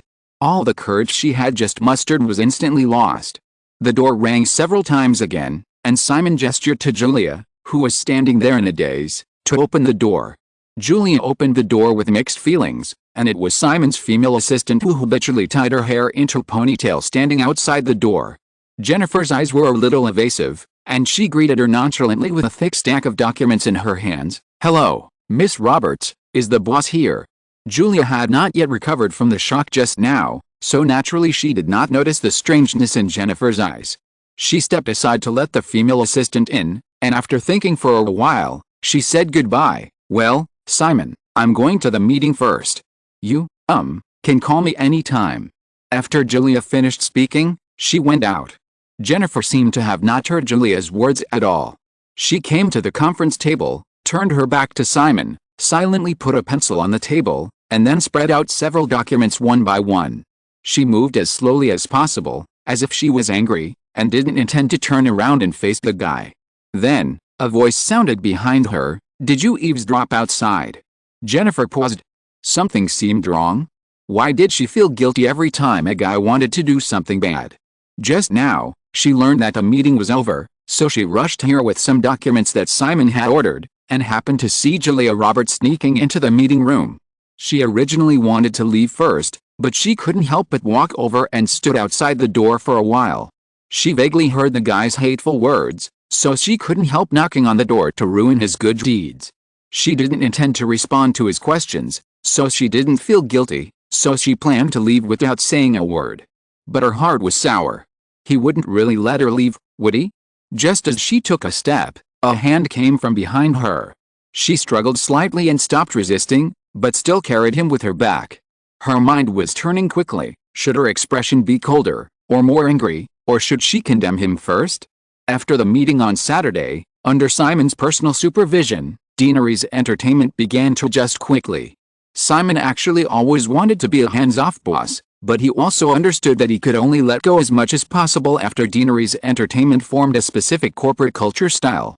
By then, the company will be like a machine that has been running, and it will be able to operate according to the established rules, even without him as an operator. In the new week, the most watched thing in the whole country is undoubtedly the official voting for the presidential election that will start on Tuesday. After half a year of fierce election campaigns, the two presidential candidates George Bush and Michael Dukakis will have the final showdown. Most things have not changed much because of Simon's appearance, so he can basically determine the result of this presidential election. In Hollywood, although the presidential election has attracted the attention of many people, the box office data of the past weekend is still attracting much attention. From November 4th to November 6th, Scream, which entered its second week of release, still firmly locked the single-week box office champion. The box office of the next weekend was another $12.66 million. The cumulative box office of the film has reached $33.37 million in 10 days of release. In comparison, the new film Full Space released by Universal Pictures this week, although ranked second, only had a box office of $4.63 million in the first 3 days of release. The second place was far behind Scream, and most of the other films on the list were even more unworthy of mention. Of course, Steel Magnolias was an exception. This new film was screened on only 22 screens in North America. Because of Deanery's Entertainment's unremitting publicity offensive and the unanimous praise of the media, it took in $1.13 million in the first 3 days of the first weekend. Although it can only rank 11th in the single-week box office rankings, it is obvious that no one can ignore that this movie only has 22 screens. Moreover, the average theater average of more than $51,000 in 3 days also surprised many people.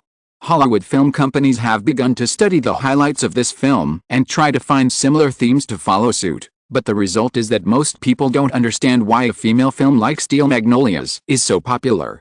In the end, the circle can only attribute the credit to Deanery's Entertainment's marketing offensive at all costs. In the initial discussion of the publicity and distribution plan, everyone's first feeling was that the theme of female films would greatly limit the box office performance of Steel Magnolias.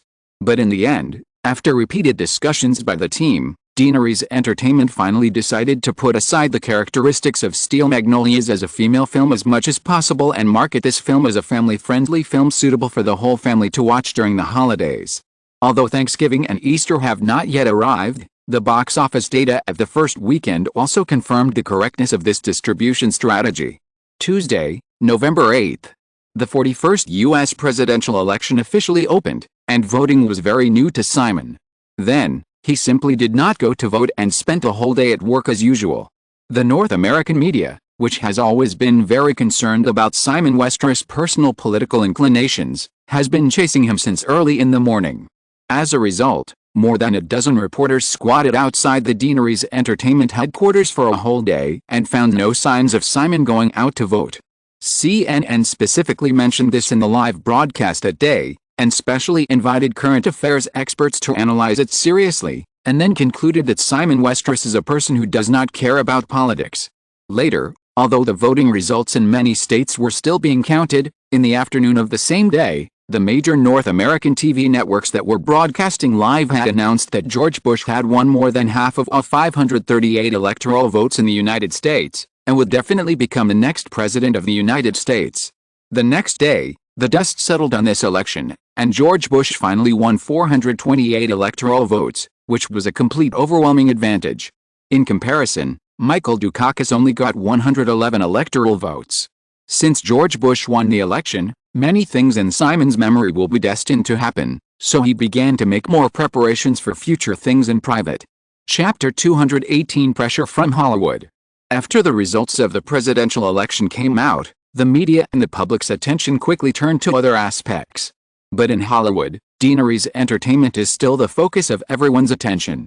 On November 10th, Basic Instinct, which was released for 17 weeks, was officially withdrawn from North America, and the final cumulative box office was $117.12 million.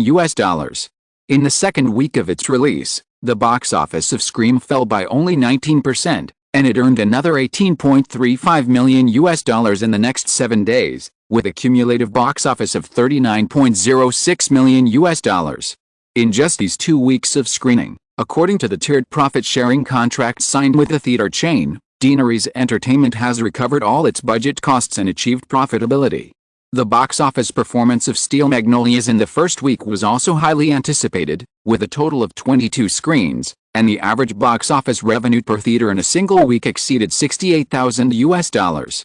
In the first 7 days of the first week, this stage play adaptation movie, which was not optimistic about by many people, earned $1.51 million. The week before Thanksgiving, Hollywood's year-end schedule finally began to get lively. On November 11th, if we count the small-scale previews that were also screened on several or dozens of screens, there were a total of 7 new films released in Hollywood. However, from November 11th to November 17th, although the box office fell by 23% compared to the first week, Scream still maintained its position as the single-week box office champion, earning another $13.96 million at the box office, and the cumulative box office in 3 weeks was $53.02 million. On the list this week, the film ranked after Scream also surprised many people. The horror film, Child's Play, produced by United Artists under MGM, took in $9.61 million in its first week. The 2 most popular movies during the Thanksgiving period, which should have been full of family atmosphere, were both horror movies. This situation is definitely not normal. This is indeed the case. Normally, only second-tier film companies such as New Line, which focus on the production and distribution of horror films, are keen to push their own horror films to the most popular period, but this is also because they have no choice. Obviously, the Hollywood movie companies didn't have many choices during this period. In the final analysis, it was still the result of the previous screenwriter strike. According to Simon's memory, among the series of film lists for the 2 major schedules at the end of the year, if Deanery's Entertainment is not counted, none of the Hollywood movie companies' Thanksgiving schedule films can squeeze into the top 10 of the annual list. There are 2 Christmas films in December. One is Dragon Brothers starring Arnold Schwarzenegger under Universal Pictures, and the other is Gray's Shields produced by Paramount Pictures. Moreover, the release time of both films is not around the most core Christmas day on December 25th. The release date of Dragon Brothers is December 9th, and the opening time of Gray's Shields is December 2nd. Obviously, neither Universal nor Paramount expected that these 2 films would become box office dark horses. For Simon, this schedule arrangement actually means another thing. During the core schedules of December 16th and December 23rd during the Christmas period, Deanery's Entertainment's Rain Man and Dead Poets Society will not encounter strong competitors outside the company. Looking at the present After Scream and Child's Play, the most popular on the weekly box office list is still Steel Magnolias. In the second week of previews, the number of screens for Steel Magnolias increased to 35. Although the weekly box office of a single theater dropped from $68,000 to $66,000, it still earned $2.35 million in 7 days. After only 2 weeks of previews, the cumulative box office of Steel Magnolias has reached $3.86 million, which is almost the same as the total North American box office scale of The Inspector General, which was a box office failure of Warner Brothers. In addition, following last week's Basic Instinct, Pulp Fiction, which had been screened in North America for 23 weeks, was also withdrawn on November 17. The cumulative box office in half a year reached $156.93 million, temporarily ranking first in the 1988 North American box office rankings. On the current annual list, Pulp Fiction is followed by Disney's live-action and animation film Who Framed Roger Rabbit? The single-week box office figures of this film have shrunk to $200,000 or $300,000. The box office of this film, which is also about to be withdrawn, is closely following Pulp Fiction. The box office figures announced on November 18 were $151.36 million. As long as Disney does not spend money to buy box office in order to deliberately compete for the annual box office champion, it is basically impossible for Who Framed Roger Rabbit to surpass Pulp Fiction in the last few weeks. However, an annual box office champion can still play a great role in promoting the subsequent distribution of the film in various channels. With the box office data of Pulp Fiction being fixed, it is hard to guarantee that Disney will not really spend money to buy box office for the annual championship. Simon just watched coldly. After all, Pulp Fiction was Orion's project, and he was more looking forward to the box office performance of Rain Man. With the end of Pulp Fiction, Hollywood suddenly realized again that although the distributors of the three films, Pulp Fiction, When Harry Met Sally and Basic Instinct, were not Deanery's Entertainment itself, no one could deny that they were works under Deanery's Entertainment and Simon Westeros projects. Not only did all three films achieve a domestic box office of over $100 million, ranking among the top 10 of the annual list, but the total North American box office of $380 million even exceeded the annual box office total of most Hollywood film companies. With the box office success of Scream and Steel Magnolias at the end of the year, Hollywood finally felt some aggressive and powerful pressure from Deanery's Entertainment. The most important point is that although they are very reluctant to admit it, the Big Seven have to face a reality. Just as Simon asked Jack Valenti to pass on, although Deanery's Entertainment has only been rising for 2 years, it has indeed become one of the players in Hollywood. Hollywood's tactics to deal with the latecomers are nothing more than restricting funding sources and distribution channels, or adding some less mainstream litigation bombing and scandal strategies, but these tactics no longer pose much of a threat to Deanery's Entertainment at this time. Simon Westeros's multi-billion-dollar fortune, which ranks third in the United States, is enough to support Deanery's Entertainment from being troubled by a shortage of funds.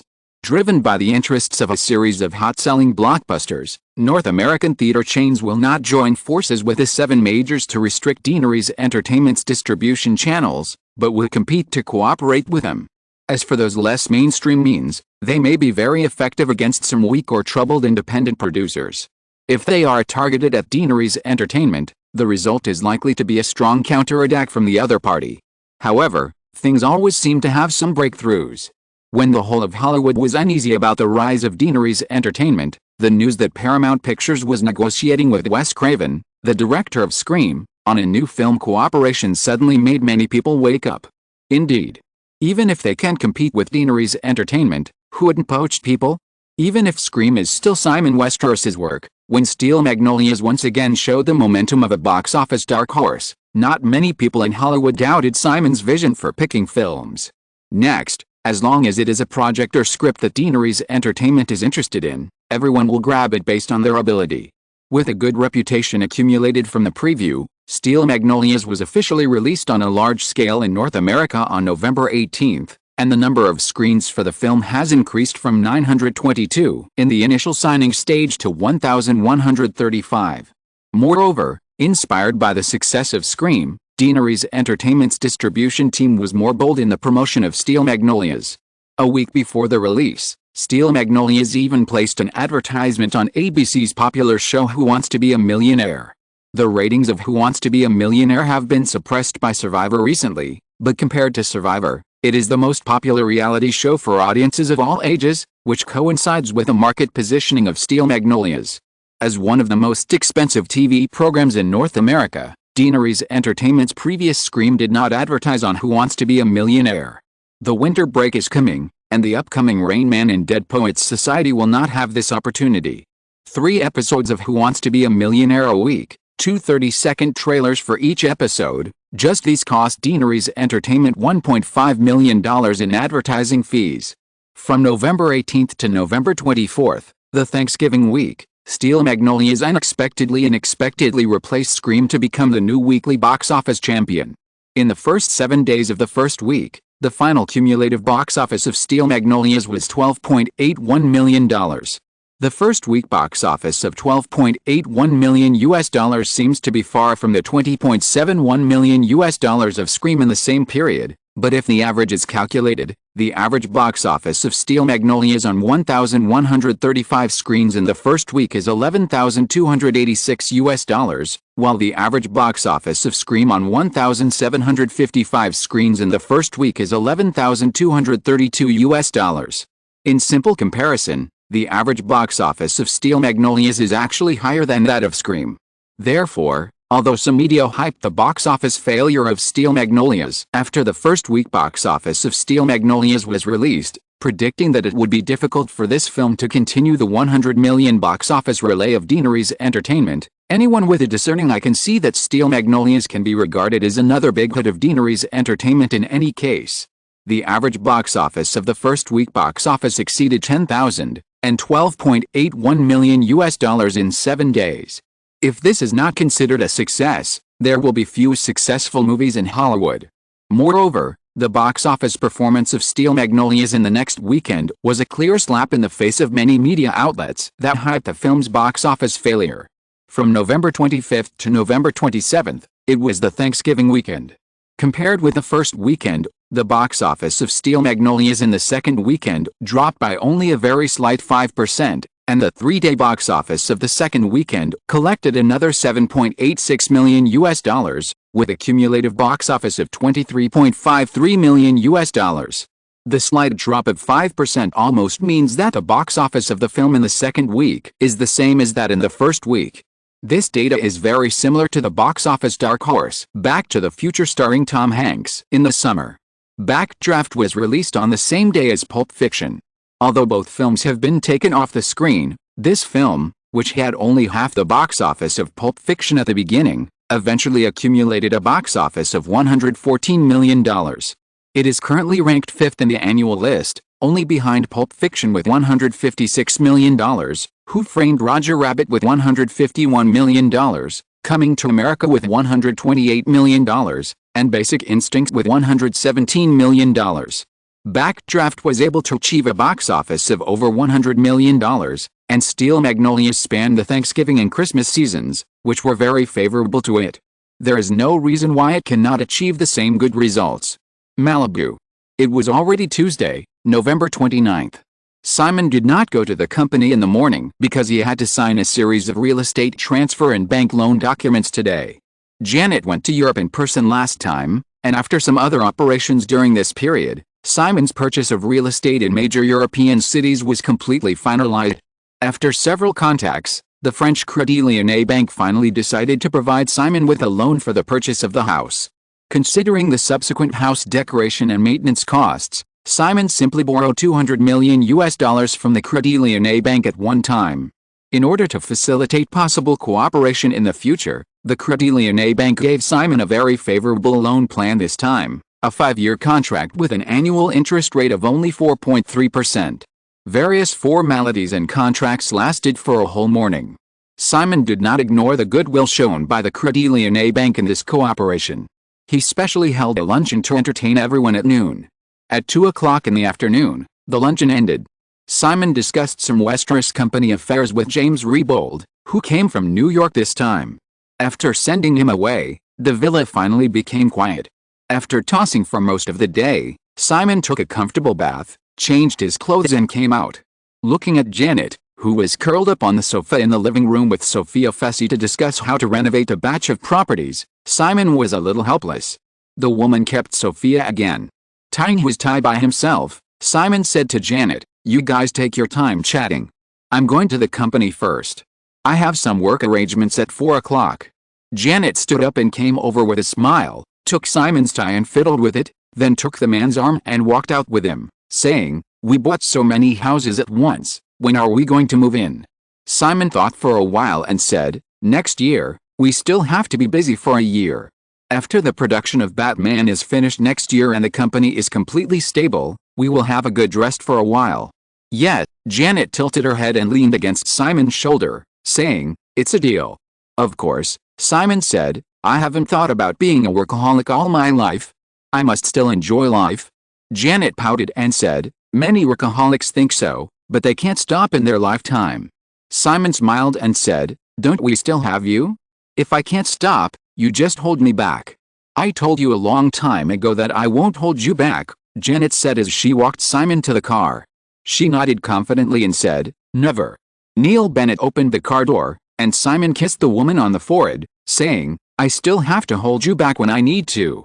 After saying goodbye with a smile, Simon got in the car and hurried to the company's headquarters in Santa Monica. There was not much time left for work today, so Simon just arranged a meeting with several candidates for Wonder Woman. During this period, Hollywood agencies sent several lists of candidates for Superman and Wonder Woman. The actor who plays Clark Kent is still under consideration, but Simon has selected several good candidates for Wonder Woman. Chapter 219 Candidates. Deanery's Entertainment Headquarters. Simon arrived outside his office, and 6 men and women were already waiting in the lounge outside. Among the 4 women and 2 men, 3 tall and beautiful girls were the candidates for Wonder Woman chosen by Simon, and the other 3 were obviously their agents. Seeing Simon appear, one of the girls in the group raised her hand and greeted Simon. "Hi, Simon." Simon walked closer, looked at Helena Christensen, whom he hadn't seen for more than half a year, and said with a smile, "How are Cindy and the others doing recently?" "Very well," Helena Christensen said, with a little resentment in her eyes. "I thought you had completely forgotten us." At Simon's 20th birthday party at the beginning of this year, he happened to meet several supermodels he remembered, namely Cindy Crawford, Helena Christensen, Paulina Pliskova and Stephanie Seymour. Simon remembered that he left his contact information to several girls at the end, but the circles of the 2 parties were too far apart. After a series of attentive phone calls, Simon did not give a very positive response, and the women were very tactful and stopped contacting him frequently. If it were not for this incident, Simon would not have taken the initiative to contact them. "Of course not, I have a good memory," Simon said with a smile and greeted the other people. In addition to Helena, the other 2 candidates for Wonder Woman are Famke Janssen and Erica Anderson. Famke Janssen is the actor of the first generation of Phoenix Girl in the X-Men series in the original Time and Space, and has also played the role of the villain Bond Girl in Golden Eyes of 007 Inches.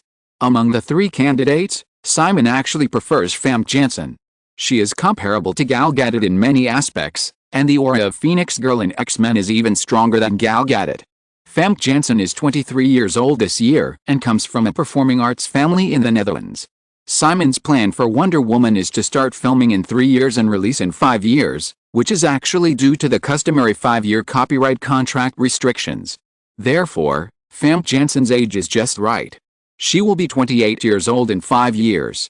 After several years of training and polishing, her appearance and aura will reach their peak. Erica Anderson is also a beauty who is comparable to Helena and Famke, but she is less famous than the former 2. In Simon's memory, Erica Anderson's most famous film should be the erotic film Wild Rose, which she starred in with Nicolas Cage a few years later. Simon chose Erica Anderson based on a sports-style videotape submitted by her. Finally, Helena Christensen. Simon was attracted by her healthy and wild temperament of a Nordic girl. However, she is actually the youngest among the 3 women. She is just 20 years old this year. If she can get the opportunity, she will be 25 years old in 5 years. 6 people followed Simon into the office, and the room suddenly seemed a bit crowded. The reception area was a sofa with 2 singles and 1 long, which could only seat 5 people. The other 2 agents moved chairs and sat down next to it. After everyone sat down, Simon looked at the three women squeezed on the long sofa and said, "First of all, you'd better not reveal our conversation today. Whoever can't keep his mouth shut will be eliminated." Before this, each agency only submitted candidates based on the casting conditions given by Daenerys Entertainment. Although there have been some speculations, there is no definite news until now. Hearing the solemnity in Simon's tone, the three women and their agents all perked up. Simon's words obviously also meant that this opportunity was very rare. The three agents who closely followed the dynamics of the industry have even basically made a judgment. After all, Daenerys Entertainment just announced that it had obtained the copyright of Wonder Woman some time ago. However, after taking a few glances at their clients, the three agents almost simultaneously had a regretful thought in their hearts: no breasts. You know, whether in the comics or in the 1970s, the most famous Wonder Woman actress Linda Carter, her breasts are definitely very well proportioned. However, the three women in front of him don't seem to have any advantages in this regard. Did he guess wrong? Or maybe Simon Westeros just likes this type? It's still hard to figure out the thoughts of big shots. Simon naturally has the image of Linda Carter as Wonder Woman in his memory, but even without Gal Gadot as a reference, he is not interested in choosing a big-breasted vase. After everyone nodded to show that they understood, Simon continued, "You probably have guessed it. Yes, I am indeed selecting the actress to play Wonder Woman." Before the three girls were happy, Simon immediately added, "However, Daenerys Entertainment does not plan to start filming this movie in the near future. You need to wait until 3 years later. If we can reach an agreement today, Daenerys Entertainment will arrange some opportunities for you in the next 3 years to help you practice your acting skills. To be honest, you probably don't have much acting skills now. Because they are all above standard models, the three girls definitely have no lack of camera sense. Many Hollywood actresses will work as both actors and models in the early stages of their careers. But modeling quality and acting skills are completely different things." Smiling in cooperation, the three girls heard Simon's confirmation, and they were more excited in their hearts. If they could choose between the two professions of actor and model, they would definitely choose the latter without hesitation, and most girls in the circle would obviously do the same. After all, models are a meal for youth. Except for the few who have become famous and become supermodels, most models tend to retire before the age of 30, either finding a man with good conditions to marry and become a housewife, or turning to other professions. In comparison, being an actor is a long-term job.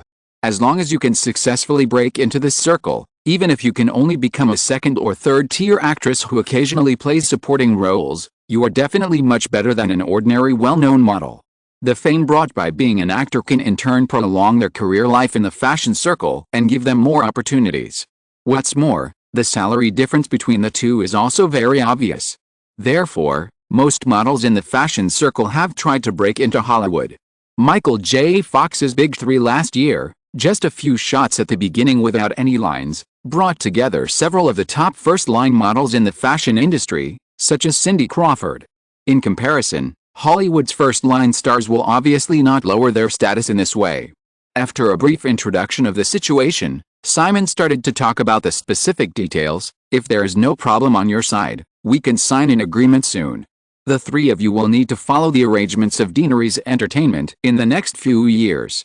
The three women paused, and this time it was Erica Anderson, who had been more restrained among the three women, who spoke. "Simon, what if we don't get the opportunity after 3 years? Even if we can't play Diana Prince, Wonder Woman still needs a lot of Amazon warriors.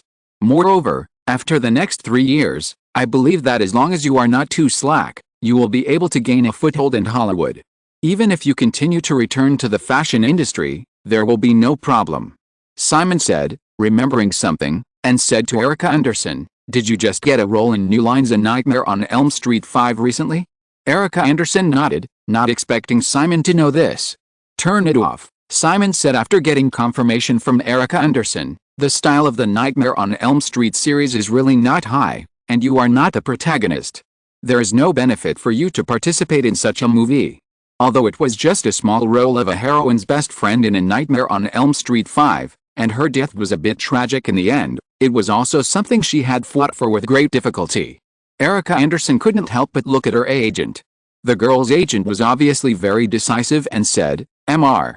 Westeros, after the meeting, we will contact New Line to turn down the role." As the agent said this, He looked at Erica Anderson with some disappointment, thinking that the girl was a little petty. Are you kidding? Compared with the opportunity given by Simon Westeros, even if it was the protagonist of A Nightmare on Elm Street 5, he would not change it. Is this still worth considering? Simon just nodded, continued to chat with the three women about some details, and sent them away. After sending the group of people away, Jennifer came in holding a cardboard box with a stack of documents and 7 or 8 videotapes in it. Boss, this is what Mr. Deutschman sent over. It contains some of the project scripts and samples from independent film producers that he has recently selected. Simon casually put a business card that Helena Christensen had just left for him on the desk, looked at the female assistant whose eyes drifted to his hand and then quickly dodged away, smiled and took out a script from the cardboard box, opened it, and casually tapped it on his right hand, saying, "Come." Jennifer stood opposite Simon, her face slightly red, and said, "No. How about I go over there? I have to go back to work," Jennifer said, stepping back a little, but suddenly stepped forward. Simon thought she was going to do something across the table, and just as he raised his eyes from the script, the female assistant had already walked out. Simon was a little confused, and his eyes glanced left and right, only to find that the business card he had just put down was gone. He just smiled and Simon focused his attention on the script in front of him again. A moment later, Simon had just focused on the script when the office door was knocked again and Amy Pascal walked in. After spending so much time together, Simon didn't say anything too polite to Amy. He just nodded at her and asked, "How was the talk with Wes?" Amy sat down opposite Simon and shook her head, saying, "Paramount offered a contract with a base salary of $6 million plus a 10% profit share of the project. I talked to Wes and he hopes to get the same treatment for the sequel to Scream. For the first Scream, Wes Craven received a salary of $5 million as a top-tier director, but this alone accounted for half of the project budget, and the actors in the film were only paid as rookies. For the next 2 sequels, Simon actually planned to double the budget. However, although Amy did not explain the specific details of the 10% profit share, Simon immediately refused in his heart. Take the first Scream as an example. The North American box office is calculated as $100 million. Then, after all channels such as overseas markets, videotapes, and TV broadcasts, this project can at least bring Deaneries Entertainment a net profit of no less than $100 million. Even if Wes Craven asks for this part of the net profit share, a 10% share will reach $10 million.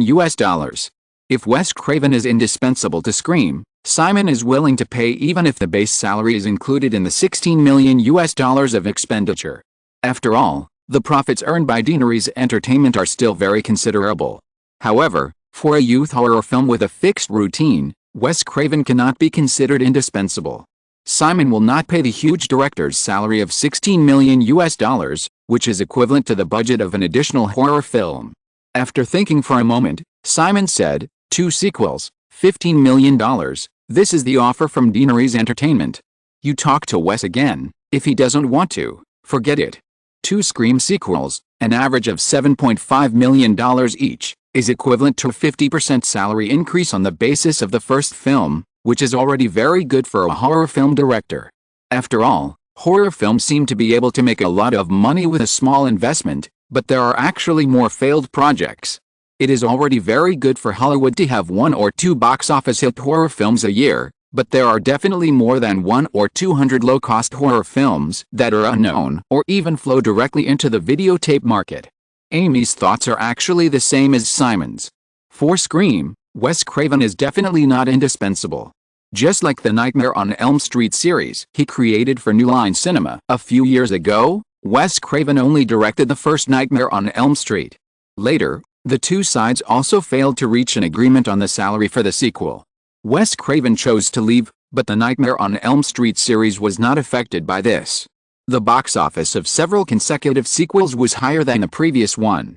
Looking at the conditions given by Paramount, a base salary of $6 million plus 10% of the film's profit share, if calculated according to Scream, this remuneration is indeed very high. But what about Scream? The best box office performance of Wes Craven's previous films was the first Nightmare on Elm Street with more than $25 million, and the box office of the other films was less than $20 million. This is actually the limitation of horror movies. According to this level of calculation, There will not be much additional profit-sharing clauses in the contract. If the project budget is too high, for example, it reaches $20 million and the box office is $20 million, then there will basically be no profit. In comparison, Simon's offer of $15 million for the 2 Scream sequels is definitely very sincere. However, considering Wes Craven's previous choice in the Nightmare on Elm Street series, I wonder if he will be smart enough. If Wes Craven chooses to cooperate with Paramount, once the next project is not satisfactory, his value will immediately drop again, and Deaneries Entertainment will definitely not wait for him to come back to take over the Scream sequels. Chapter 220 Settlement. Janet was going to attend a fundraising reception for the city of Malibu in the evening. The woman was now a member of the community committee. Simon was not interested in such socializing. After get off work, he made an appointment with Kevin Costner and others to have dinner together and discuss the upcoming filming of The Bodyguard. Batman will start filming in January next year. Simon will lead the crew to Australia after New Year's Day. This departure will take at least more than 3 months. During this period, he will basically not return to Los Angeles unless there is something too important. The Bodyguard and The Sixth Sense are both the top projects of Deaneries Entertainment next year. In order to personally confirm whether the filming of the main creators is in line with their own ideas before leaving Los Angeles and make adjustments in time, both films chose to start filming in December. It was already past 8 o'clock in the evening when they returned to Malibu. Janet had not returned yet. Simon sat alone on the sofa in the living room, flipping through the scripts collected by Ella Deutschman, and at the same time, he kept looking at the samples playing on the TV. According to the information in his memory, Simon has found the producer of Sex, Lies, and Videotape. This film was not lost. Although Sex, Lies, and Videotape was planned by Robert Newmeyer, a little-known independent producer, the main investor was MCA Columbia Home Entertainment, a joint venture between Universal and Columbia. The main business of this company, in which the 2 major studios each hold a 50% stake, is to purchase the rights to videotapes of films from all over the world for distribution. Because of the nature of MCA Columbia Home Entertainment, after investing $500,000, the largest sum of $1.2 million in the total budget of Sex, Lies, and Videotape, it has obtained the rights to the videotapes of this film. The post-production of Sex, Lies, and Videotape has been completed, and the application for the competition has been submitted to the Sundance Film Festival. Simon also got the sample film very reasonably through the Sundance Channel and has handed it over to Ella Deutschman. Simon did not see any familiar movies from Ella Deutschman's sample films, but he found a very interesting script, Crossroads. The multi-line narrative mode has always been a great test of a director's directing ability. Crossroads is definitely the culmination of Hollywood's multi-line narrative. As far as I can remember, this film, adapted from a series of short stories by novelist Raymond Carver and directed by Hollywood ensemble master Robert Altman, cleverly interweaves as many as 8 groups of family characters together, perfectly showing the lives of ordinary people in Los Angeles through a ukiyo-e-style narrative mode. After the film was released that year, some film festivals even set up the Best Ensemble Award specifically for Crossroads. Paul Thomas Anderson's later Magnolia was completely influenced by Crossroads. Although Magnolia seems to have a greater influence because of Tom Cruise's participation, Simon still prefers Crossroads, a film that is purely story-oriented and does not deliberately add so-called connotations. The original Crossroads was not released until 1993, and Simon was not surprised to get the script at this time. According to Ella Deutschman's notes, Raymond Carver just passed away this year, and Robert Altman, who liked Carver's novels very much, has always hoped to bring his works to the big screen. The reason why Crossroads in the original time and space was delayed for 5 years is mainly because Robert Altman is too bad now. This Hollywood director, who made classic films such as Military Field Hospital and Nashville in the 1970s and has been nominated for the Oscar for Best Director twice, has not had a good work since the 1980s. Most of the films he has shot in recent years have generally only made a few $100,000 at the box office.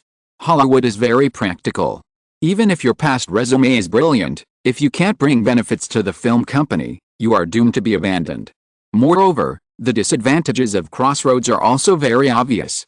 Not only does it lack commercial selling points, but the estimated duration will also be as long as 3 hours, which will discourage investors. However, after only reading half of the script, Simon has decided to give the green light to this project. There is no doubt that Crossroads will become another classic of Robert Altman. Since the quality of the film can be guaranteed, and there are gimmicks such as the peak of multi-line narrative, it is absolutely easy to make a profit as long as it is operated properly.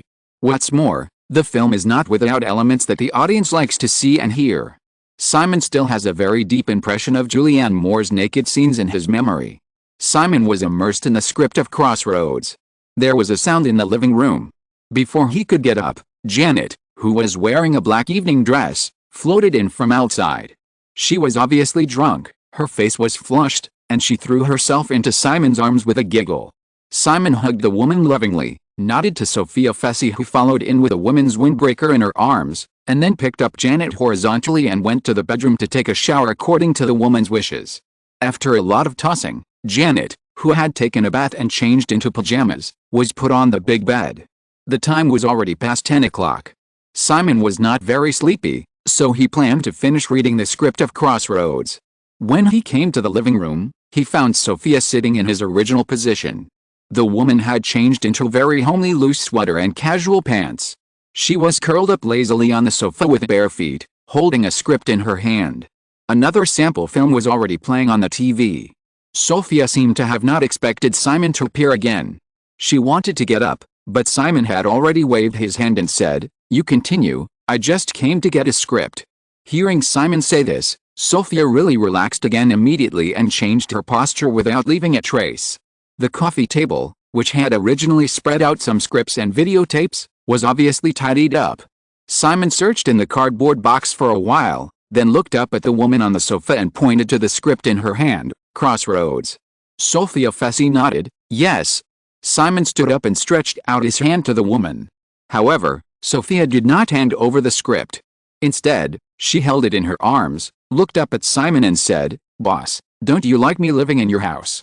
Simon looked at the graceful woman on the sofa who exuded a light and mature aura. He took a step forward, lifted the woman's chin and stroked it gently as if he was tasting a piece of exquisite porcelain, and said, "I'm just afraid that I can't help it. I think I will easily become an indulgent person." Sophia obviously did not expect Simon's action. If it was any other man, she might have slapped him, but, looking up at the young and handsome face, her mind lingering with the wealth and power of this young man, she was unable to resist at all, and her body became a little weak. After a moment, Sophia finally mustered up some strength, feeling the fingers still caressing her face, and whispered, "You can't do this." Simon really withdrew his hand, took the script from the woman's arms, and said, "Go to bed early." Sophia didn't expect Simon to be so straightforward, and her heart suddenly felt a little lost. Seeing that the man had turned and walked out, she pursed her lips, and waited until the man had walked to the door before saying, "I have something to discuss with you." Simon stopped and turned to look over. "Huh?"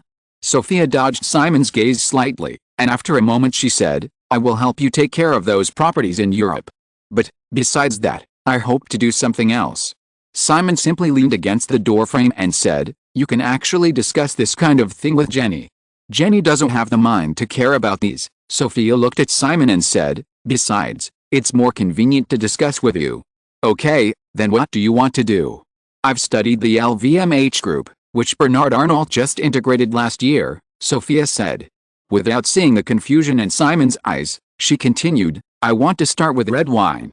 "LVMH," Simon smiled, stood still and looked at the woman on the sofa carefully again, and said, "I like ambitious women very much, but do you think it is realistic to take LVMH as a goal? Many people know Louis Vuitton, Hennessy, Dior, and Tiffany, but they don't know that these luxury brands belong to a huge luxury empire, LVMH. Bernard Arnault, the founder of LVMH, has also been ranked among the top of the Forbes rich list many times with the LVMH group. The LVMH group was just integrated by Louis Vuitton and some other luxury brands last year, and is far from being as powerful as it will be in a few decades, but this is not something that anyone can easily achieve." There was no guilty expression in Sophia's eyes. Instead, she raised her face again and said, "How will you know if you don't let me try?" Simon said, "What if it fails?" Sophia's tone seemed to be more justified. "If I fail, I will continue to be your housekeeper." "Do you think I'm generous to women?" "You are very generous to your women, even indulgent." Sophia looked at Simon and said, "I can do that." "Oh, prove it to me." Sophia said without hesitation, "You support what I want to do, shares, options, or even salary. I don't want anything. You can take everything away at any time and leave me with nothing. Can you prove it?" "Very good," Simon nodded and said, "After paying all the expenses with the money from Lion Credit, there should be more than $20 million left. $26.73 million. Well, it seems that you have already started thinking about it," Simon smiled and said, "This money will be your startup capital. Let's see how you do first, and then I will consider adding more." After Simon finished speaking, he turned around and left the living room without asking too many questions. The last month of 1988 has arrived in a blink of an eye. December 2nd, Friday. In the past week, the box office of Steel Magnolias, which was released on a large scale in its second week, fell by about 5%, just like the 3 days of the previous weekend. In the next 7 days, it collected another $12.15 million, firmly occupying the throne of the weekly box office champion. In 2 weeks, including the previous previews, the cumulative box office of Steel Magnolias has reached $28.82 million. After Steel Magnolias, Scream, which was released for the 5th week, finally saw a large box office drop. Compared with last week, the box office fell by 27%, and collected another $8.76 million. Because there were no strong new films released this week, the film still ranked second on the list. Moreover, the cumulative box office of Scream in 5 weeks has reached $73.37 million.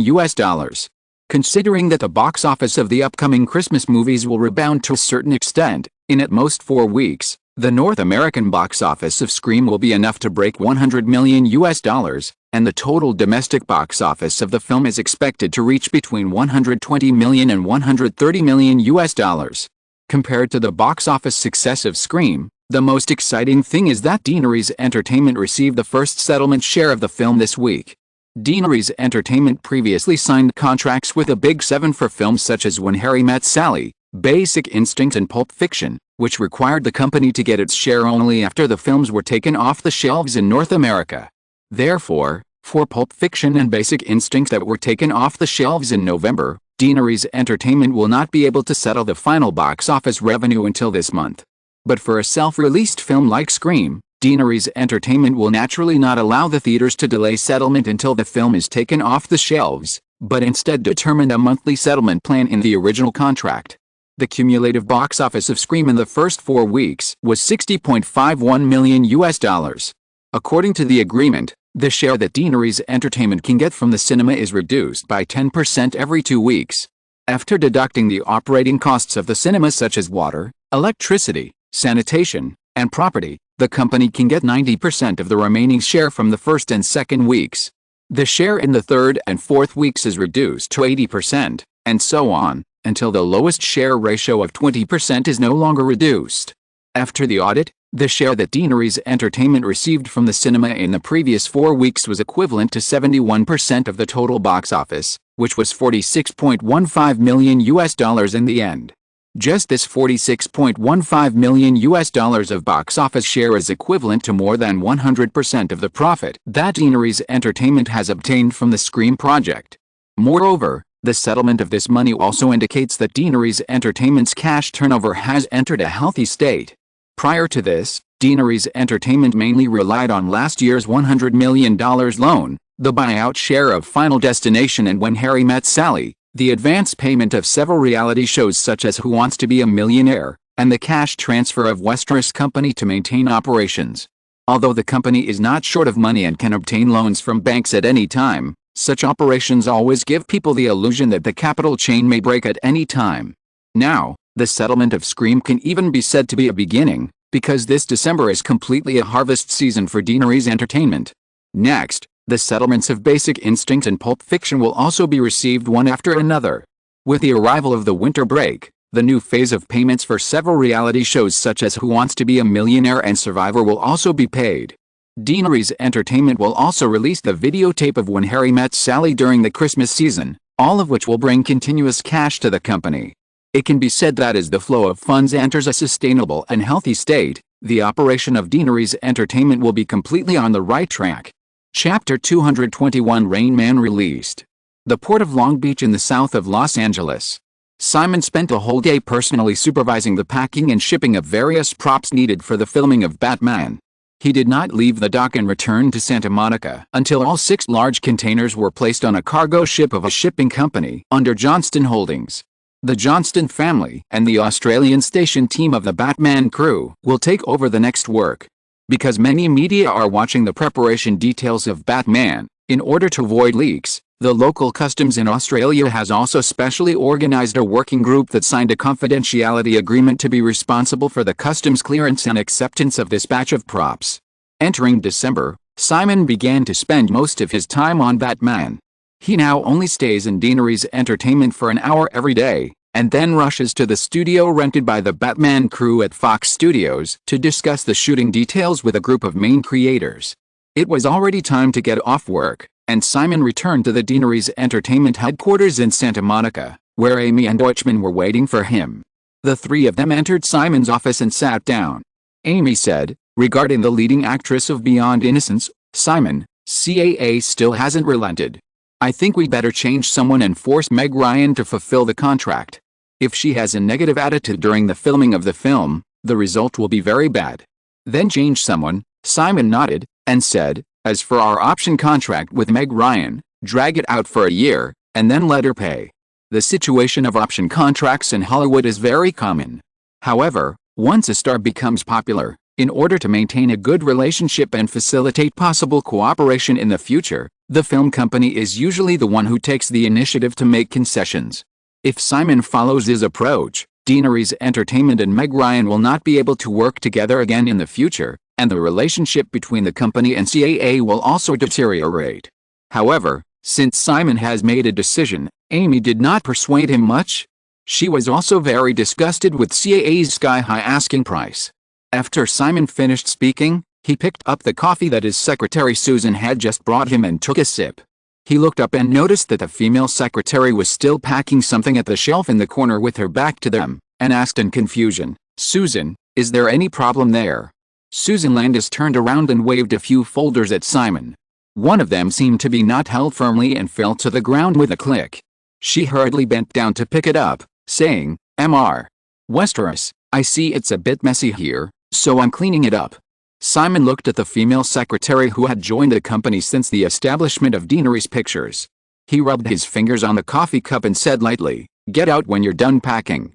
After the female secretary left, Simon continued to say to Amy, "Also, from now on, all the company's projects will continue to invite artists under CAA, but we will not hire any of them. Ella, the same goes for you, do you understand?" Amy and Deutschman looked at each other. This strategy was simply too damaging. If Deanery's Entertainment can continue to create box office glory this year, then CAA's stars will watch great opportunities slip away from their eyes again and again. When this happens too many times, the ability of CAA agents will be questioned, and it may even lead to the departure of stars from CAA. However, both Amy and Deutschman understand why Simon, who has always been gentle, is not leaving any room today. Today is December 8th, and there are only 8 days left before the release of Rain Man. These days, the publicity and promotion of Rain Man is very difficult. Although it is not expected that several main creators can participate in the promotion of the film, it seems that in order to completely cut off Deanery's Entertainment's thoughts in this regard, Dustin Hoffman left Los Angeles last month to go on vacation to the UK, and Tom Cruise has been staying in Mexico to shoot Oliver Stone's new film Born on the 4th of July. Director Barry Levinson has not appeared in the media for a long time. The only one who can run for the film is Valeria Golino, the heroine who does not have many scenes in the film. Moreover, in a recent interview with the British media, Dustin Hoffman openly stated that the experience of filming Rain Man was just as bad as Ishtar. Last year, Ishtar, starring Dustin Hoffman and Warren Beatty, burned through a budget of $55 million, but the North American box office was only more than $10 million, and the producer Columbia Pictures lost all its money. Dustin Hoffman's public statement has exaggerated Rain Man into a bad movie like Ishtar before it was released. The budget cost of Rain Man has also become one of the hot topics in the media. The original production budget of this film was as high as $25 million. In order to buy back the distribution rights of various channels in North America from MGM, Deanery's Entertainment spent another $5 million. In the recent promotion process, The budget invested by Deaneries Entertainment has exceeded $5 million. Including other expenses such as the subsequent film copies, the total investment of Rain Man will reach $40 million. With a total investment of $40 million, Deaneries Entertainment wants to recover its costs through box office sales. Even if it shares 55% of the revenue, Rain Man needs to get more than $70 million at the box office to achieve this goal.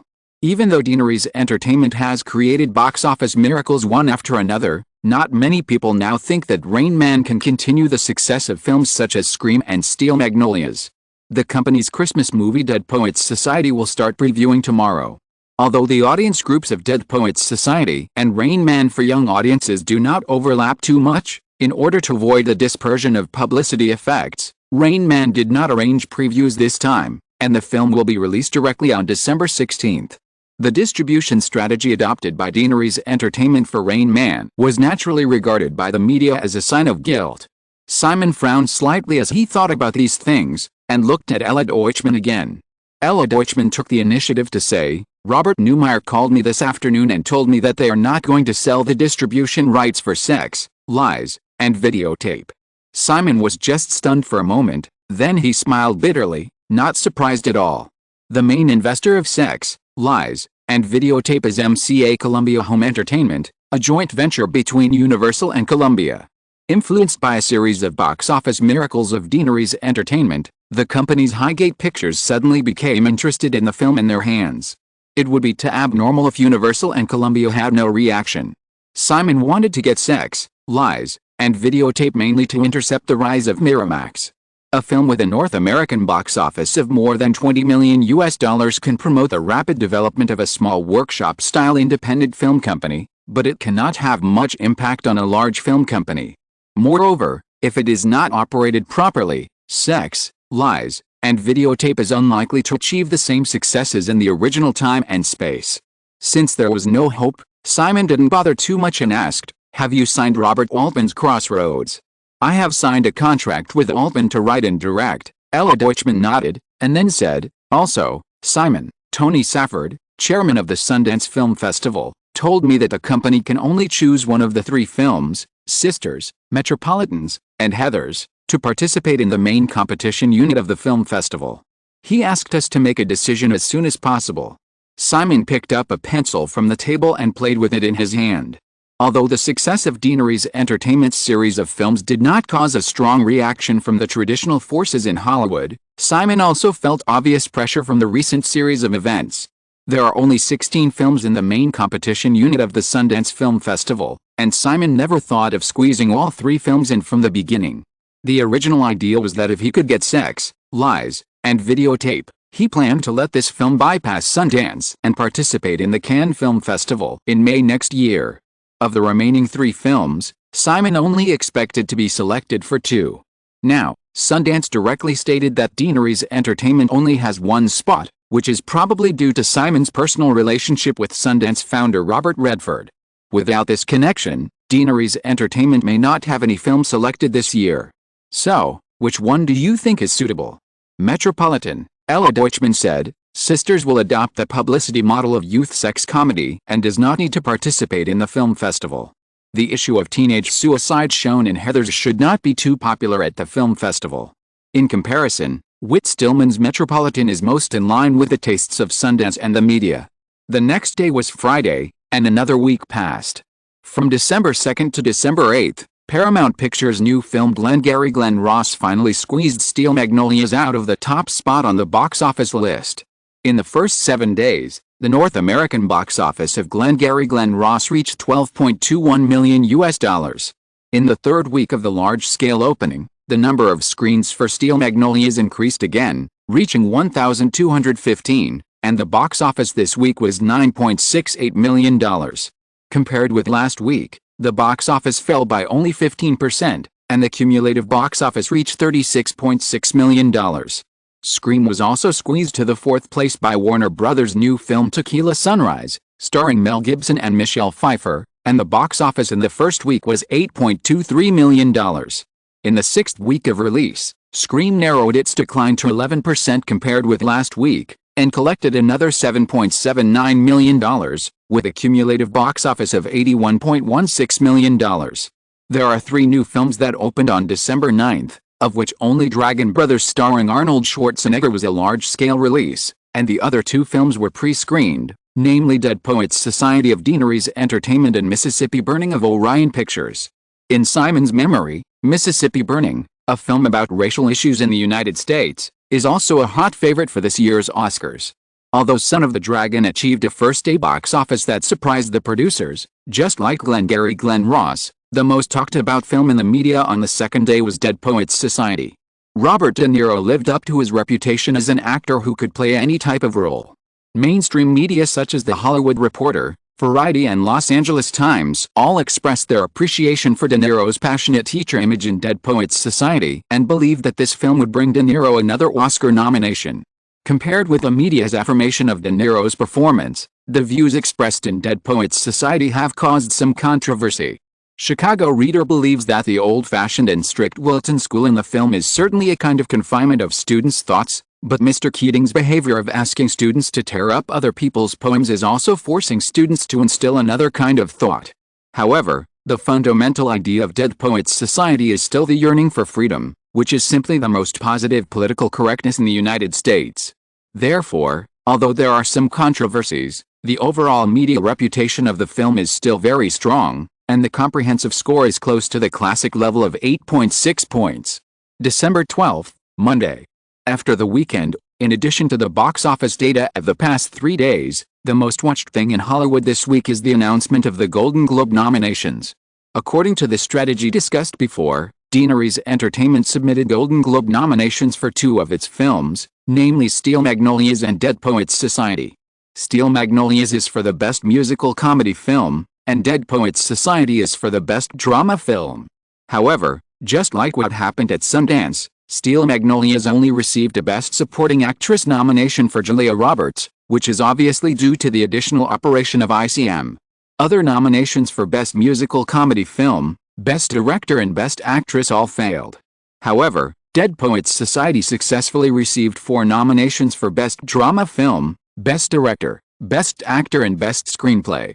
In order to concentrate public relations resources, Deaneries Entertainment gave up When Harry Met Sally at the beginning of the year, and did not submit nominations for Rain Man, which has always been unpopular. However, the failure of Steel Magnolias made Simon very depressed. Among the 5 best film nominees in the musical comedy category, Flying Over, A Fish Called Wanda and Who Framed Roger Rabbit are well deserved, but the nomination of another film, Working Girls, is a complete irony compared to the fate of Steel Magnolias. The most important reason why Working Girls was nominated for the Best Musical Comedy Film, Best Director, Best Actor and Best Actress is probably that the director of this film is Mike Nichols, who is the director of The Graduate and Who's a Moment in Virginia that year. The Graduate and Who's a Moment in Virginia are naturally classics of their generation, but the plot of Working Girls starring Harrison Ford and Melanie Griffith can only be described as mediocre. As a business war movie, Working Girls with a cliché plot and lack of highlights is completely incomparable with Oliver Stone's classic Wall Street last year. Simon's summer movie Pulp Fiction also only received 2 nominations for John Travolta's Best Actor and a symbolic Best Screenplay. The copyright of Pulp Fiction is in the hands of Orion, and the award operation is also handled by Orion. I don't know why Orion focused its public relations this year on Mississippi Burning. This film, which was screened at the same time as Dead Poets Society, successfully received 4 nominations including Best Picture in the Drama category. Faced with this result, Simon realized that it would be difficult for Deaneries Entertainment to make a difference in the awards this year. The traditional forces in Hollywood may not be able to control whether the audience likes a film, but the influence on the Golden Globe Awards and Oscars is far beyond the reach of Deaneries Entertainment. In a blink of an eye, time quickly came to December 16th. On the new Friday, Rain Man, which was burdened with too much controversy and doubt, was finally officially released in major theaters in North America, with 1,136 screens opening. Chapter 222, Reverse Fall. Chicago. At 9 p.m. Central Time, after watching the latest screening of Rain Man, Roger Ebert, a famous North American film critic, and his friend Gene Siskel came out of the theater together. Since 1975, Roger Ebert and Gene Siskel have hosted the film review talk show Siskel and Ebert on our local Chicago TV station. Thinking of the undercurrents in the circle recently, Roger Ebert asked his friend with a slightly wry smile on his face, "Gene, what should we do?" Gene Siskel also looked a little hesitant. "A few days ago, some people secretly tried to snipe Dead Poets Society, but the attitude of this force was not too resolute. The quality of Dead Poets Society itself is also unquestionable. Coupled with the strong public relations of Deanery's Entertainment, after a week of previews, Dead Poets Society still accumulated a very strong reputation.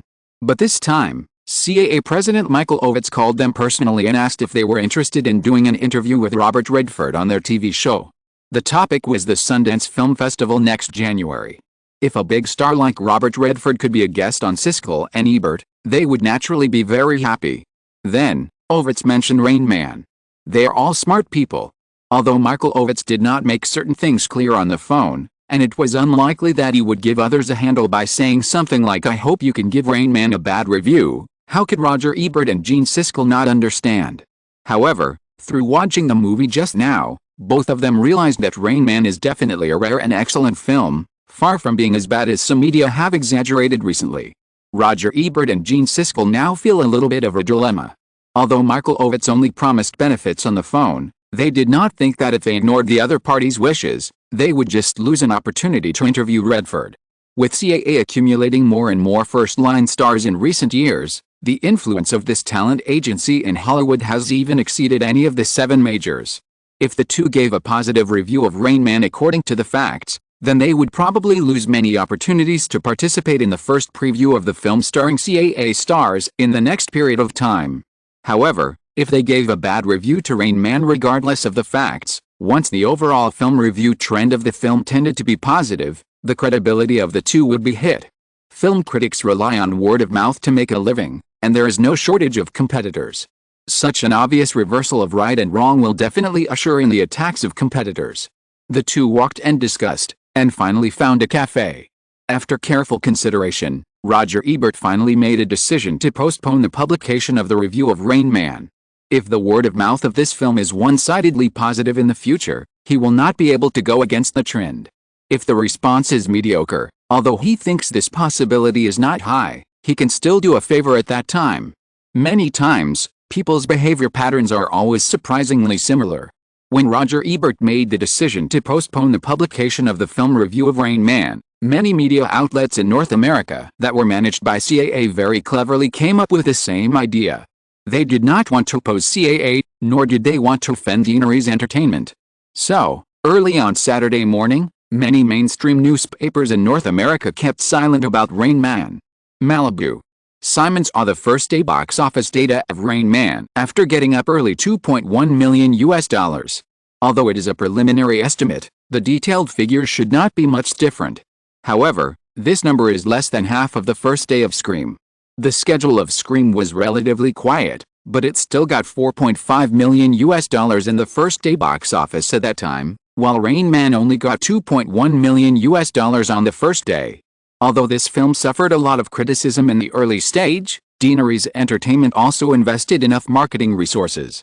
Simon had previously estimated that the first-day box office of Rain Man should be at least around $2.5 million, so that the film's first-week box office would not be less than $10 million. In this era, if a film's first-week box office is less than $10 million, the starting point is too low, and the subsequent box office will not be able to achieve much. Now, with a first-day box office of $2.1 million, Rain Man's first week is likely to be only around $8 million. With a start of $8 million, even if Simon is confident in Rain Man, he does not think that the film can still achieve a North American box office of more than $170 million in the original time and space. Is it still a failure? After breakfast, he rushed to the company as usual. Because most of the workday time was spent on Batman, Simon wanted to take advantage of the weekend to handle as many company affairs as possible. Sitting in the office, Burbank quickly sent over the media feedback report of Rain Man and the news that many mainstream media were collectively silent today. Simon sent away Susan Landis, the female secretary who had been diligently hanging around him these days, and then opened the media feedback report. Simon had just finished reading the report when Jennifer pushed the door open.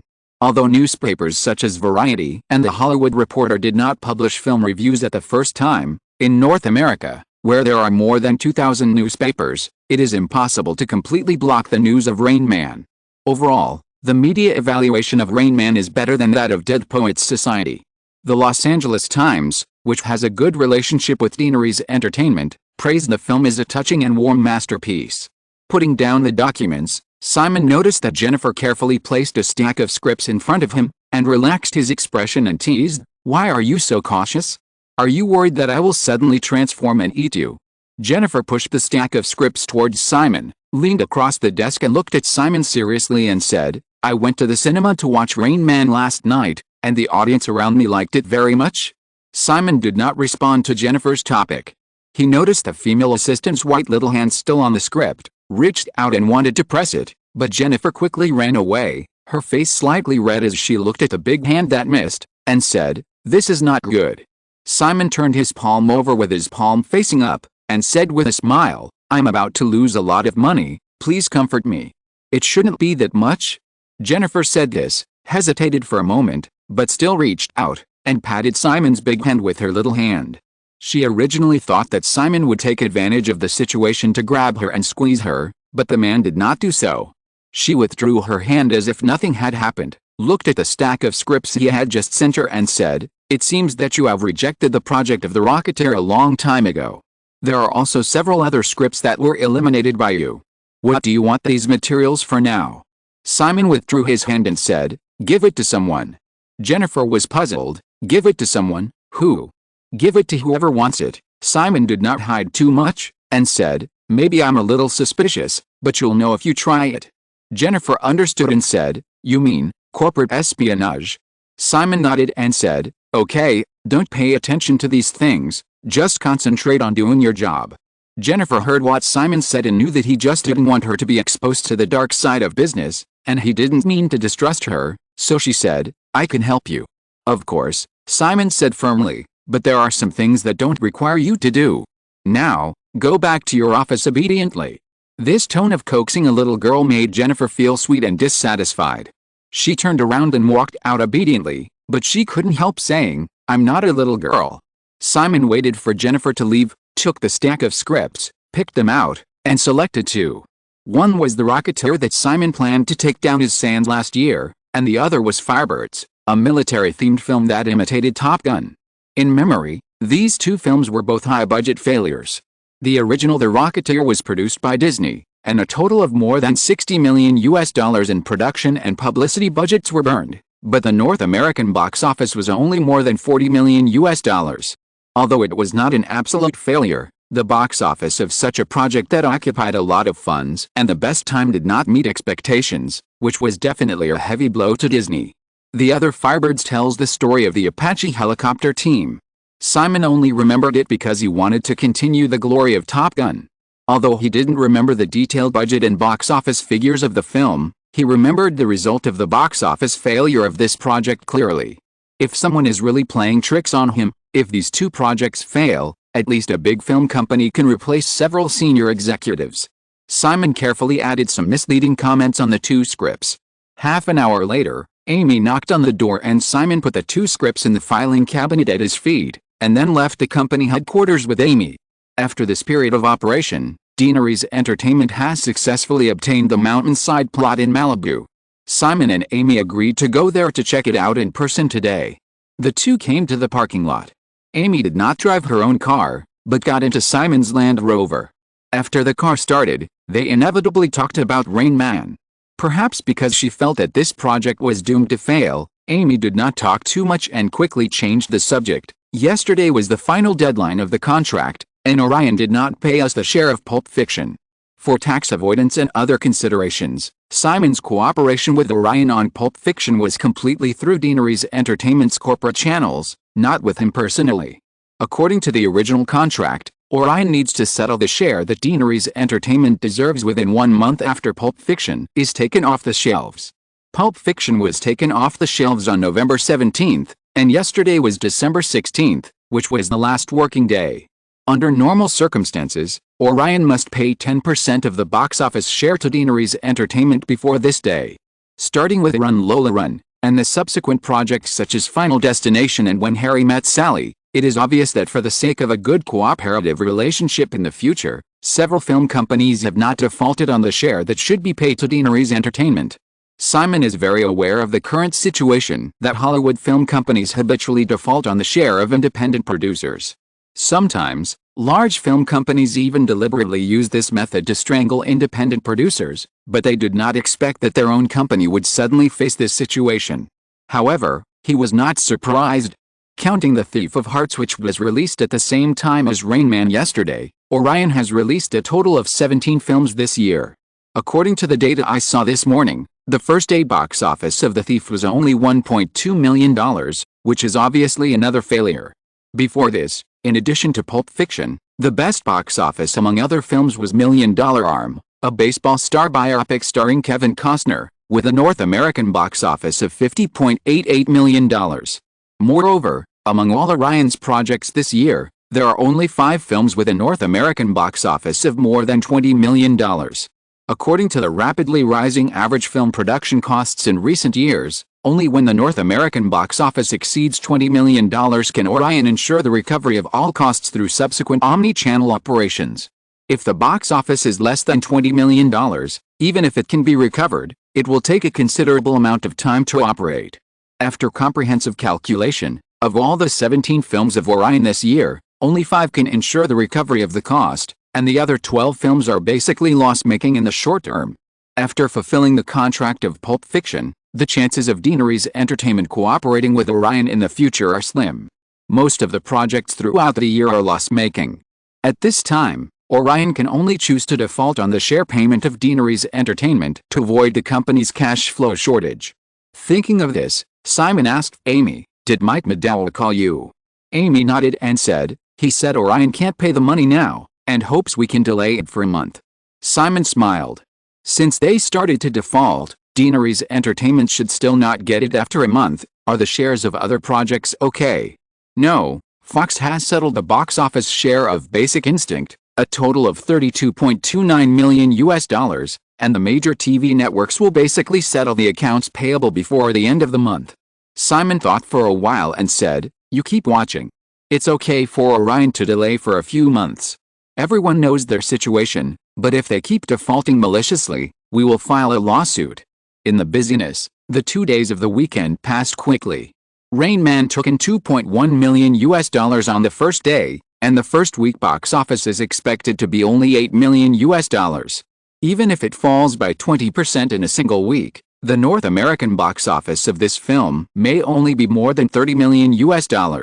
Compared with the total investment of $40 million, Deaneries Entertainment's loss seems to have become a foregone conclusion. However, in the next 2 days, the single-day box office of Rain Man has been rising against the market. After taking in $2.5 million on Saturday, to everyone's surprise, the single-day box office of Rain Man even reversed the decline on Sunday, earning another $2.6 million. When the precise statistics of the first weekend were released, many people were surprised to find that in just 3 days of the first weekend, the box office of Rain Man had reached $7.28 million, which was close to the media's general estimate of $8 million in the first 7 days. Chapter 223 Word of Mouth. San Jose, San Francisco Bay. It is already December 20th. In the Willow Glen area south of downtown San Jose, The Sixth Sense officially started filming here on December 12th. The original The Sixth Sense takes place in Philadelphia on the East Coast. Simon's body has not been to Philadelphia, but has too many memories of San Jose, so the story is set here. Simon flew here from Los Angeles yesterday morning. In addition to visiting the set, he also visited several technology companies in which Westeros has invested. Because this is the first time Simon has returned to the place where he grew up since he became rich, both the Bay Area media and the local government are very excited about it. However, Simon did not arrange various visits as many people expected, but spent most of his time at work. Entering December, all media have been very keen to discuss how much money Deaneries Entertainment has made this year. Even the most conservative estimates are enough to make most Hollywood film companies jealous. Since he has occupied this body, Simon is destined to be unable to escape everything in the past. Before Simon left San Jose, Pat Kingsley announced that the Simon and Janet Westeros Foundation would donate $1 million to several schools and welfare organizations in San Jose. This amount of money is a drop in the bucket compared to Simon's current wealth, but since it has been done, the media can no longer say that Simon is too indifferent to the place where he grew up. Although, this is the fact. Back in Los Angeles, Simon began to make the final plot connection for the upcoming Batman. Over the past few months, Simon himself and the hired storyboard artists have accumulated more than 2,000 concept drawings and storyboard drafts, and some very important shots have been specially made into short reference animations. After such a long period of preparation, the entire movie can be said to have been completely installed in Simon's mind, and the next thing to do is to present them on film. After all, Batman will not be released until next year. In recent days, the most popular movie in Hollywood is undoubtedly the counterattack Rain Man. After opening at a low of $2.1 million on the first day, Rain Man not only unexpectedly achieved a three-day box office of $7.28 million on the first weekend, but also unexpectedly earned nearly $1 million in a single day on weekdays. Sensing this unusualness, Deaneries Entertainment immediately conducted a questionnaire survey directly targeting the audience group on Rain Man. As a result, 36% of the 1,000 audiences who took the questionnaire in major cities in North America chose to watch the movie because of recommendations from their relatives and friends. At the same time, as many as 91% of the audience said they would recommend the movie to people around them. Based on just these two data, Amy Pascal and Robert Rem, who are experienced in the industry, have determined that Rain Man is producing a rare word-of-mouth effect. Although Simon's run Lola Run last year successfully evolved into an event movie, it was mainly based on the gimmick of Simon's age, the media's hype and the audience's strong curiosity. Rain Man truly attracted audiences to the cinema with its content. Therefore, although it is still unclear how the box office trend of Rain Man will be in the future, and whether it will evolve into an event movie of the national level again, at least one thing can be confirmed: Rain Man will definitely not fail as everyone had predicted before. As word of mouth continues to ferment, many media that were originally influenced by CAA have also published positive reviews of Rain Man. Amid countless expectations, doubts, fears and other complex and inexplicable emotions, on December 23, the box office data for the new week was officially released. Dragon Brothers, which was unexpectedly popular by Universal Pictures, still locked the weekly box office champion position. In the second week of its release, the film earned another $12.17 million. Following Dragon Brothers is Rain Man. In the first 7 days, the final box office of Rain Man reached $11.65 million, almost 50% exceeding the first week's expectation of $8 million. People who originally had no expectations for this movie found that with such a box office start, coupled with the film spreading word of mouth, it is not impossible for Rain Man to hit the 100 million box office club. In addition to Rain Man, Steel Magnolias and Scream, produced by Deaneries Entertainment, continue to earn $7.66 million and $5.73 million, ranking 4th and 5th on the list. In its second week of release, Dead Poets Society earned another $2.08 million this week, following last week's $1.63 million. After only 2 weeks of previews, the cumulative box office of Dead Poets Society has reached $3.71 million. Dead Poets Society officially opened on 1,693 screens this week, more than the 1,621 screens that Universal Pictures urgently deployed for Brothers and Sisters. Coupled with the reputation accumulated by the film's 2 consecutive weeks of previews, few people would doubt that Dead Poets Society will win the box office championship on Christmas week. In addition to Dead Poets Society, there are 3 other films that will be screened on a large scale this week, including Disney's 2D animation Oliver Twist, based on Dickens' Oliver Twist, Fox's mediocre Working Girl, which received a series of Golden Globe nominations, and My Stepmother is an Alien, which MGM took over from Columbia Pictures after giving up Rain Man. Compared with the 1,693 screens of Dead Poets Society, the other 3 new films opened on relatively low screens: Oliver Twist on 952 screens, Working Girl on 1,051 screens, and My Stepmother is an Alien on 1,106 screens. Like Brothers, Steel Magnolias also expanded its screen size again this week due to its strong reputation, reaching 1,613 screens, becoming the 3rd Christmas film to be screened on more than 1,600 screens. This year, Simon and Janet spent Christmas Eve together. After Christmas, the crew of Batman started to leave for Melbourne, but Simon had to wait until after New Year's Day. Perhaps because the previous few months were too quiet compared to previous years, with the arrival of Christmas, the North American market experienced an explosive growth this week. Although there were only 4 new films that were released on a large scale, many old films that had been released for several weeks had a strong box office rebound from December 23 to December 29. However, there are always people who are happy and sad in this world. Since the box office and reputation of Rain Man began to reverse, MGM executives have been in a state of strong uneasiness.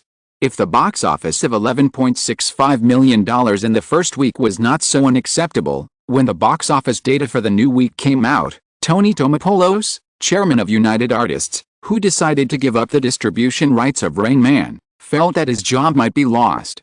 On December 30th, the box office for 7 days of Christmas week was announced.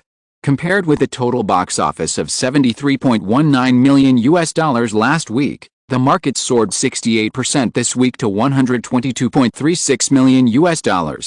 Dead Poets Society, which has the largest number of screens, has accumulated word of mouth in the previous 2 weeks. The box office in the first week lived up to expectations and reached $19.01 million, successfully winning the single-week box office champion of Christmas week, with a cumulative box office of $22.72 million. Obviously, another film of Deaneries Entertainment's $1988 billion box office club was born.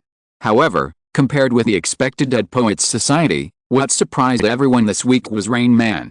In the second week of its release, the number of screens for Rain Man was still only 1,136, but with a further fermentation of word of mouth, the box office of this film, which has obviously evolved into a phenomenal film, not only did not fall in the second week, but soared 45% to $16.67 million. Even though the box office of several other films such as Dragon Brothers and Steel Magnolias rose to varying degrees this week, the 45% reversal of the decline of Rain Man is still amazing. You know, the decline of Dragon Brothers was only 18%. Steel Magnolias increased the number of screens to 1,613, and the subject matter was very suitable for the festive atmosphere, so the decline of this film was only 25%.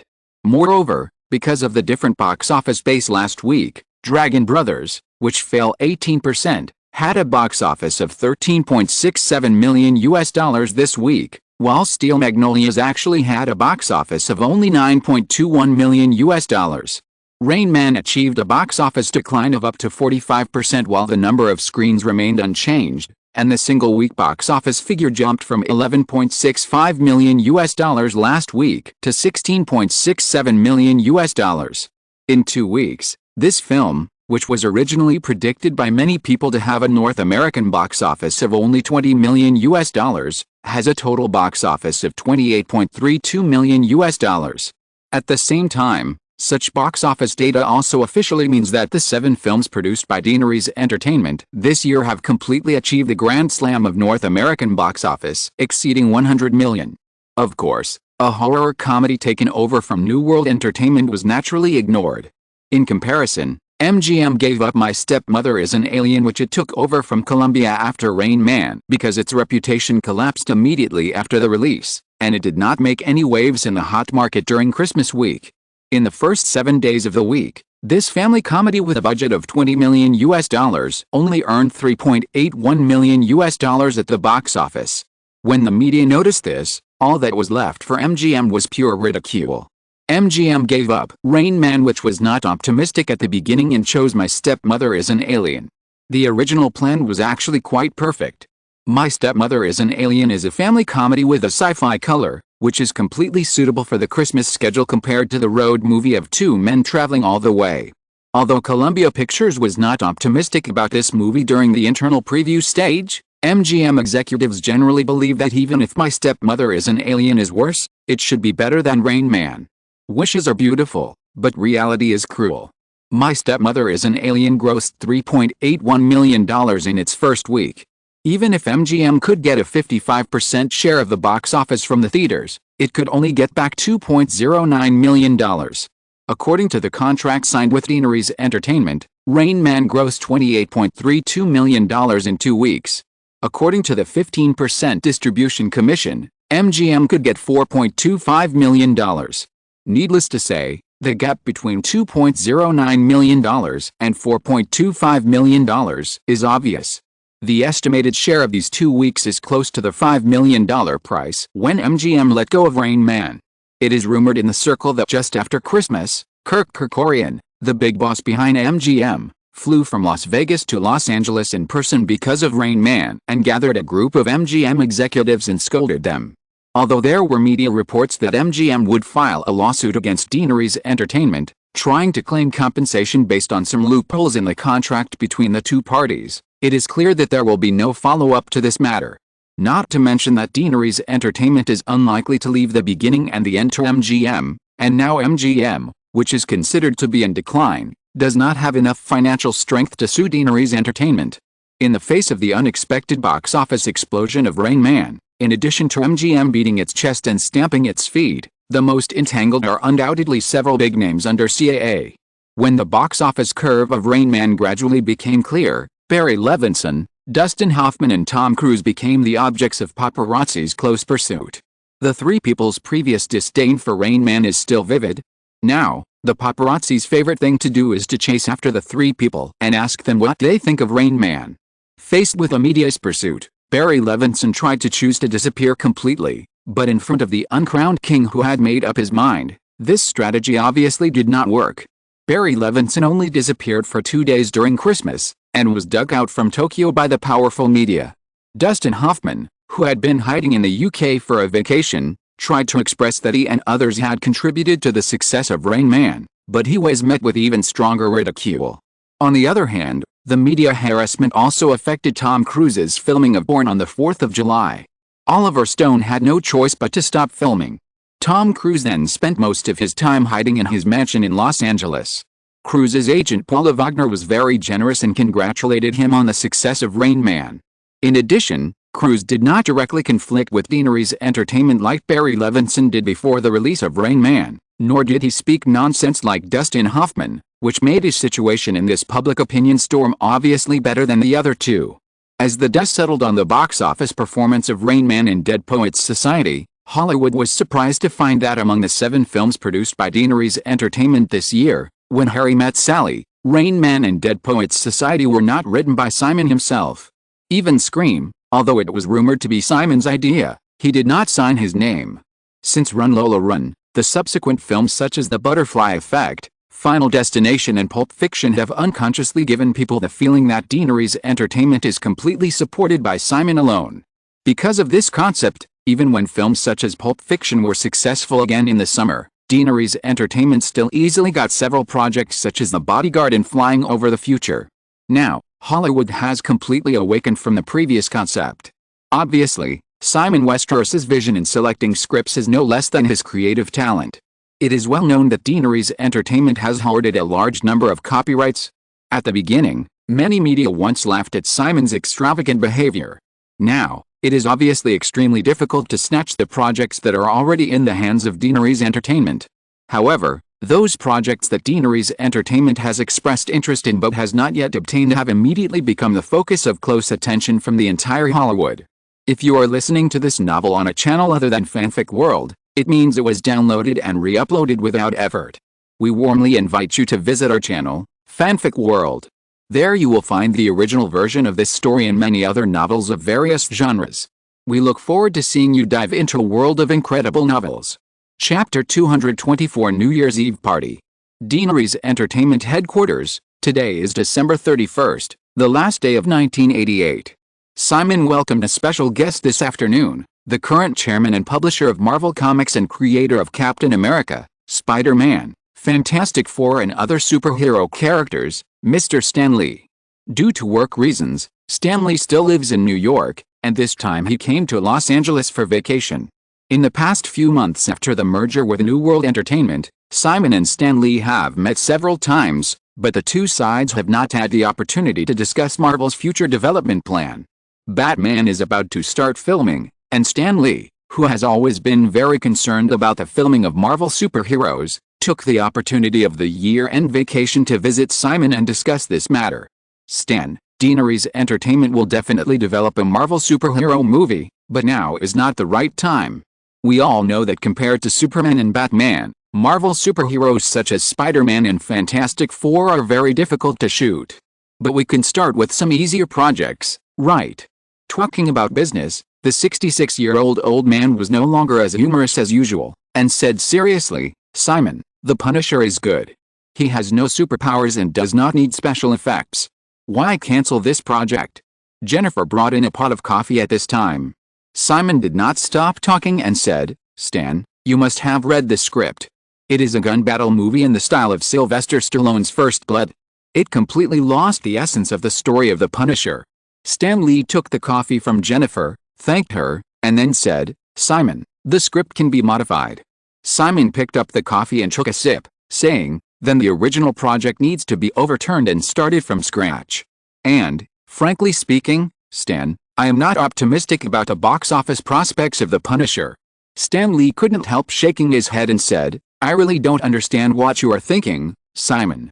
You now own all the superhero copyrights of Marvel, but you are going to shoot DC's Batman. I had already started preparing for Batman before I took over Marvel. Then what about Superman and Wonder Woman?" Simon looked at the old man, who was obviously beginning to get emotional, and smiled. "Stan, don't you think it is a very fulfilling thing to hold the copyrights of several heavyweight superheroes of DC on the basis of Marvel?" Stanley thought about it, then laughed, but said, "Okay, Simon. But how long do we have to wait?" 5 years, Simon said. 5 years later, Deaneries Entertainment will start planning Marvel superhero film and television projects.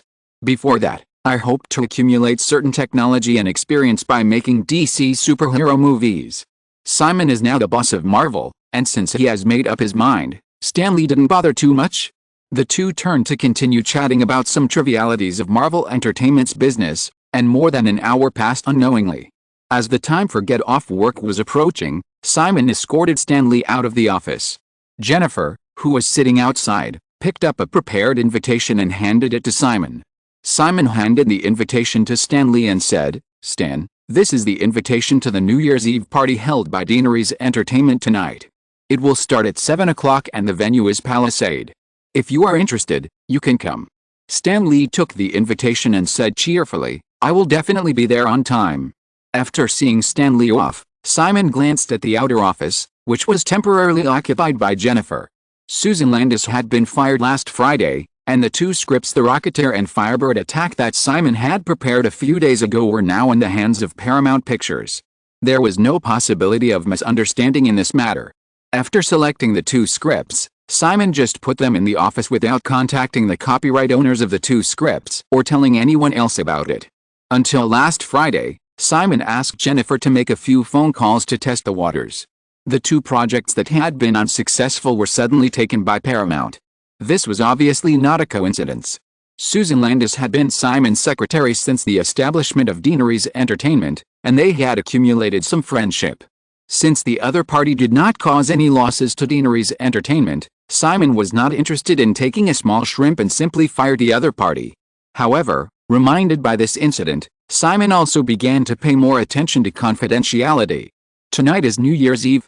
After Stanley left, Simon left work early and rushed to the mansion halfway up the Palisade. The New Year's Eve cocktail party hosted by Deaneries Entertainment started at 7 o'clock in the evening. When Simon arrived here, it was less than 5:30.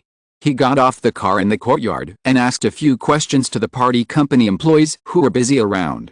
Simon found Janet and Kathryn on the second floor of the villa. Seeing Simon appear, Janet, who was choosing a dress, sent away the stylist who was whispering to her about it, leaned over and kissed Simon, and said, "You're here at the right time. Help me see which dress is suitable for tonight." Simon looked at Kathryn, who had changed into a silver dress that perfectly suited her personal temperament, and said, "Just don't wear the same dress as Kathryn." Janet also glanced at Kathryn, and said with a smile, "I won't choose a dress that makes people dare not approach it." Kathryn argued in a low voice with dissatisfaction, "How do I make people afraid to approach me?" Janet pointed at Simon, "Look, he doesn't dare to approach you." Kathryn immediately glanced at Simon with a guilty conscience and a hint of resentment. Simon smiled and walked to the sofa next to him and sat down, saying, "It's just that you are here, which affects my performance." Janet picked up a dress from the hanger and gestured in front of her, and glanced at Simon casually. Do you want me to leave first and give you some time alone? It doesn't have to be too long, an hour will be fine. Little bastard. Kathryn blushed. If you keep doing this, I will leave. After a few words of bickering, Janet quickly picked out a dress. After all, it was the wine red color she liked quite a lot. After trying it on, she didn't take it off, and called the blonde female stylist who had secretly flirted with Simon when she saw him just now, and went to the next door to touch up her makeup together. Perhaps she didn't want to follow them in her heart. Kathryn stood in the distance and randomly arranged the dresses on the hanger, as if she could clearly feel the eyes of the little man behind her. Soon, a pair of big hands were around her waist, and the man's breath was getting closer and closer. Kathryn whispered, "Jenny is here." Simon just hummed softly, stroking the woman's smooth silk dress, leaning over to kiss Kathryn's neck, and said, "Take off your high heels, please. I really don't dare to get close to you when you wear high heels." Kathryn's original height reached 180 centimeters. Putting on 5 centimeters high heels, she immediately surpassed Simon, who was a little taller but still only 1.8 meters tall. "Little bastard, I won't accommodate you," Kathryn murmured in a fragmented manner, but still obediently kicked off the high heels on her feet, and her body was a little weak on the hanger. After 6 o'clock, the mansion began to bustle. Janet stood in front of the villa to welcome guests from all over Los Angeles until 6:30. When she saw Simon appear beside her, she smiled and greeted the newly arrived Steel Magnolias actress Jessica Lange and her husband. After they entered the villa, she stretched out her hand and pinched Simon's waist without any hesitation. "Asshole, you really took an hour." Simon held Janet's hand and squeezed it, and then lied, "No, just chatting." Ugh. Janet rolled her eyes at Simon, and then let him go when she saw Robert Rem and his wife coming from not far away. At 7 o'clock, the cocktail party officially began. Compared with previous parties in this mansion, the scale of this cocktail party was not grand, but it was definitely the one with the most celebrities. Due to the series of miracles created by Deanery's entertainment in the film and television fields in the past year, many top Hollywood stars who were originally reserved began to take the initiative to make friends with Deanery's entertainment. Moreover, compared with the past, most of the guests at the party tonight hardly cared about Simon's age. Instead, they were generally more respectful. After all, producing $7 billion box office films in 1 year, without any failure, and all 7 films were destined to be among the top 10 of the annual box office list, this kind of innovation has never happened in Hollywood. Perhaps, except Simon Westeros himself, it is difficult for anyone else in Hollywood to break this record. Ms. Pfeiffer, the heroine of Flying Over Innocence, needs the style of an American sweetheart. You are too beautiful, and your temperament is more cold and beautiful, which is not suitable for this role. On the lawn in the backyard of the mansion, the sky has completely darkened, and the brightly lit courtyard is crowded with people. Simon stood at the buffet table and wanted to pick some food to comfort his hungry stomach. Michelle Pfeiffer, who is wearing a water blue low-cut evening dress tonight, came over and took the initiative to talk to him. Speaking of which, since Simon entered Hollywood, the name Michelle Pfeiffer has been often talked about. Michelle Pfeiffer, who just turned 30 this year, is at the peak of her beauty. Before this, Deanery's Entertainment and Michelle Pfeiffer had several potential opportunities for cooperation. Simon even asked her to audition for the role of Maya in Pulp Fiction, but it didn't happen in the end. In that case, Simon, do you think there are other roles suitable for me in Deanery's Entertainment's projects? Michelle Pfeiffer looked at Simon, and after saying this, she brought a glass of red wine to her mouth and sipped it, her eyes moving, and she glanced at him with obvious hints. Simon was just a little hungry, but in some aspects he had just eaten full. At this time, his resistance to women was at its strongest. Hearing this, he just said, "If there is, I will definitely contact you." Michelle Pfeiffer did not see the eagerness in Simon's eyes. Seeing that he was still holding the plate, he could only say, "Then, Simon, how about going dancing together? Are you really that hungry?" Simon told the truth. "Yes, but, Michelle, don't you have a male companion tonight? I vaguely remember that this woman should be married." Michelle Pfeiffer shook her head and said frankly, "I just got divorced recently." "Oh, that's a pity." "Nothing," Michelle Pfeiffer said, "since the two of us can't stay together, of course it's better to separate." After chatting for a few more sentences, seeing that Simon didn't show much interest, Michelle Pfeiffer walked away tactfully. As soon as Michelle Pfeiffer walked away, Sandra Bullock came over with Courteney Cox. Simon had just finished picking food and was about to leave. Looking at the intimacy of the two women, he suddenly remembered the joke he made with Sandra a few days ago. Would this girl really start to act? However, after taking a closer look at Courtney's expression, Simon realized that the two women were not as close as he imagined.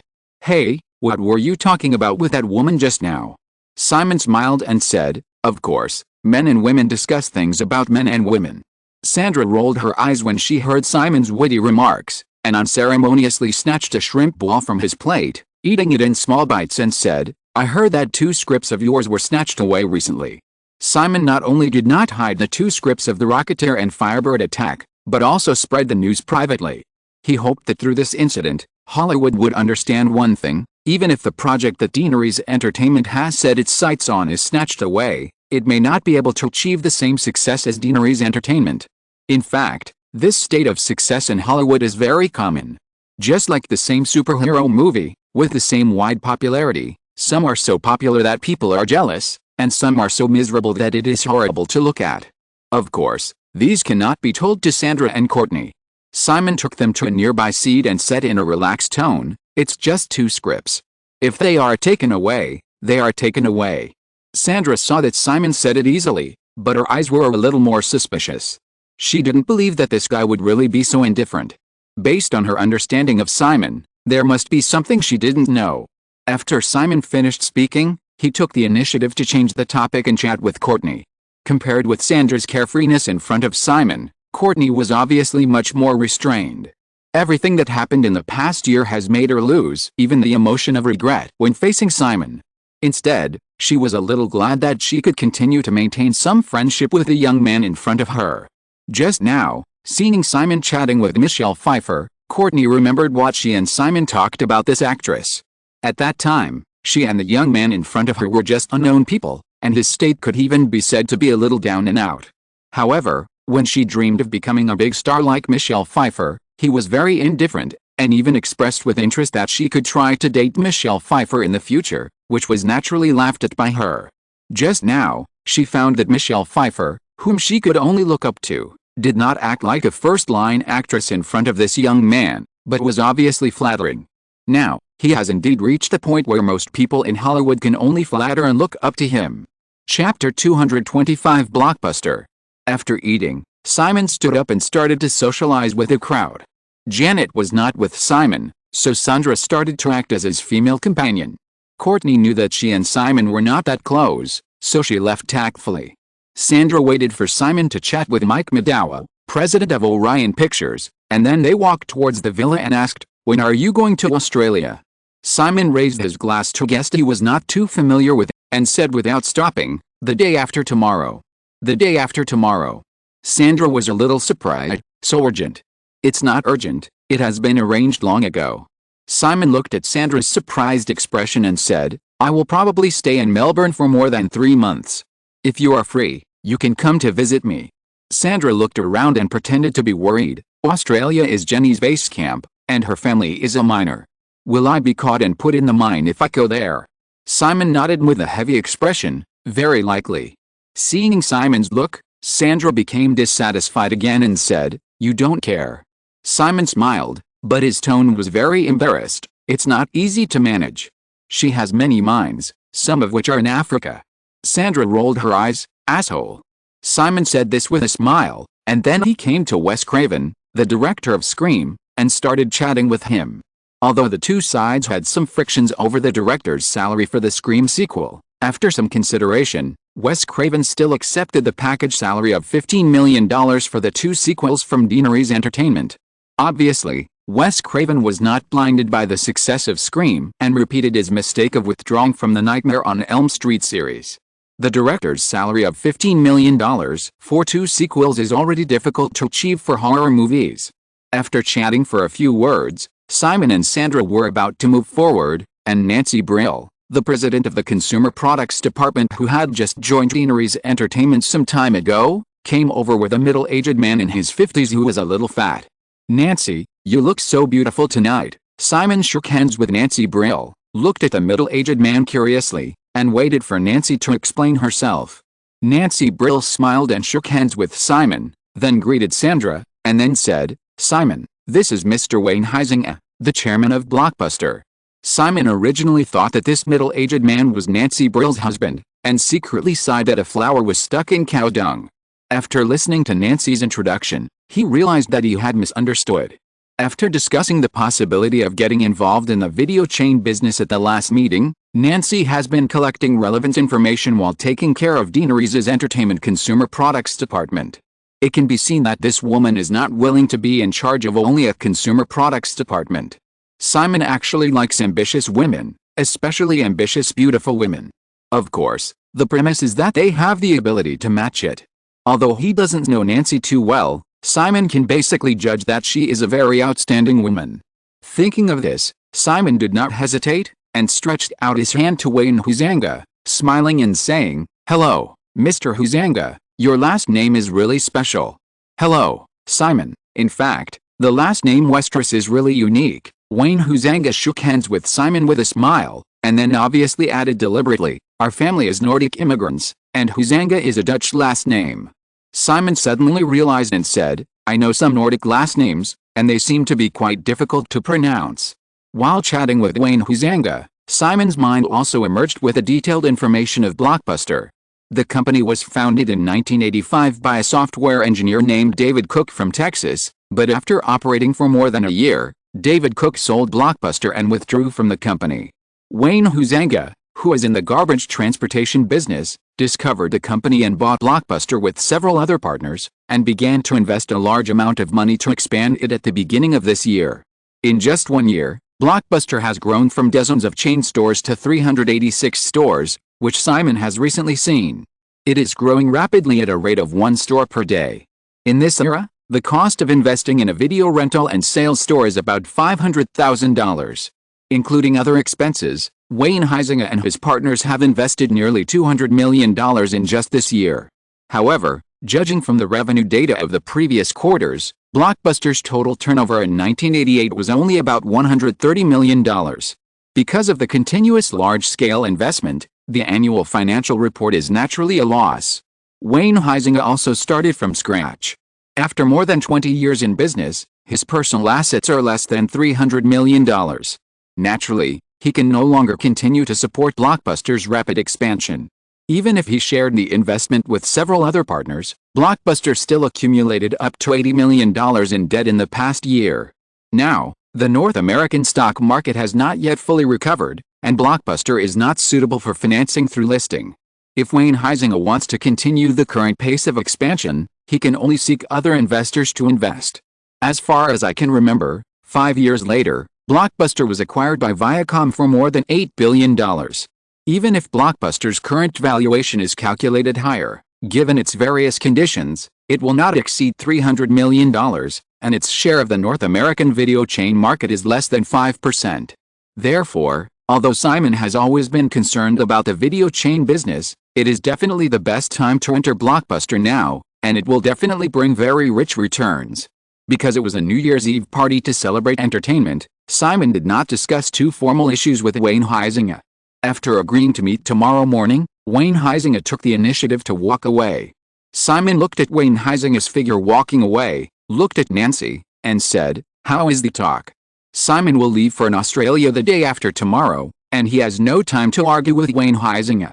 Tomorrow's meeting will basically determine whether the two sides can reach a cooperation. Before that, Simon has instructed Nancy to negotiate with Wayne Huizinga. Nancy Brill said, he originally hoped to get a $100 million investment from Deanery's Entertainment by transferring 30% of Blockbuster's shares. I talked about 35%, or $120 million. Simon, we are not the only company interested in investing in Blockbuster. Summer Redstone's Viacom Group has also been in contact with Wayne Huizinga.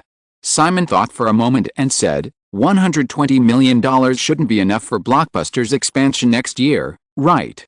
Blockbuster has already invested $200 million this year. If it continues to grow at the rate of 1 store per day, the number of Blockbuster stores is estimated to reach 800 by the end of next year. Even if the company's own revenue will offset part of the financial pressure, next year's investment should not be less than $200 million.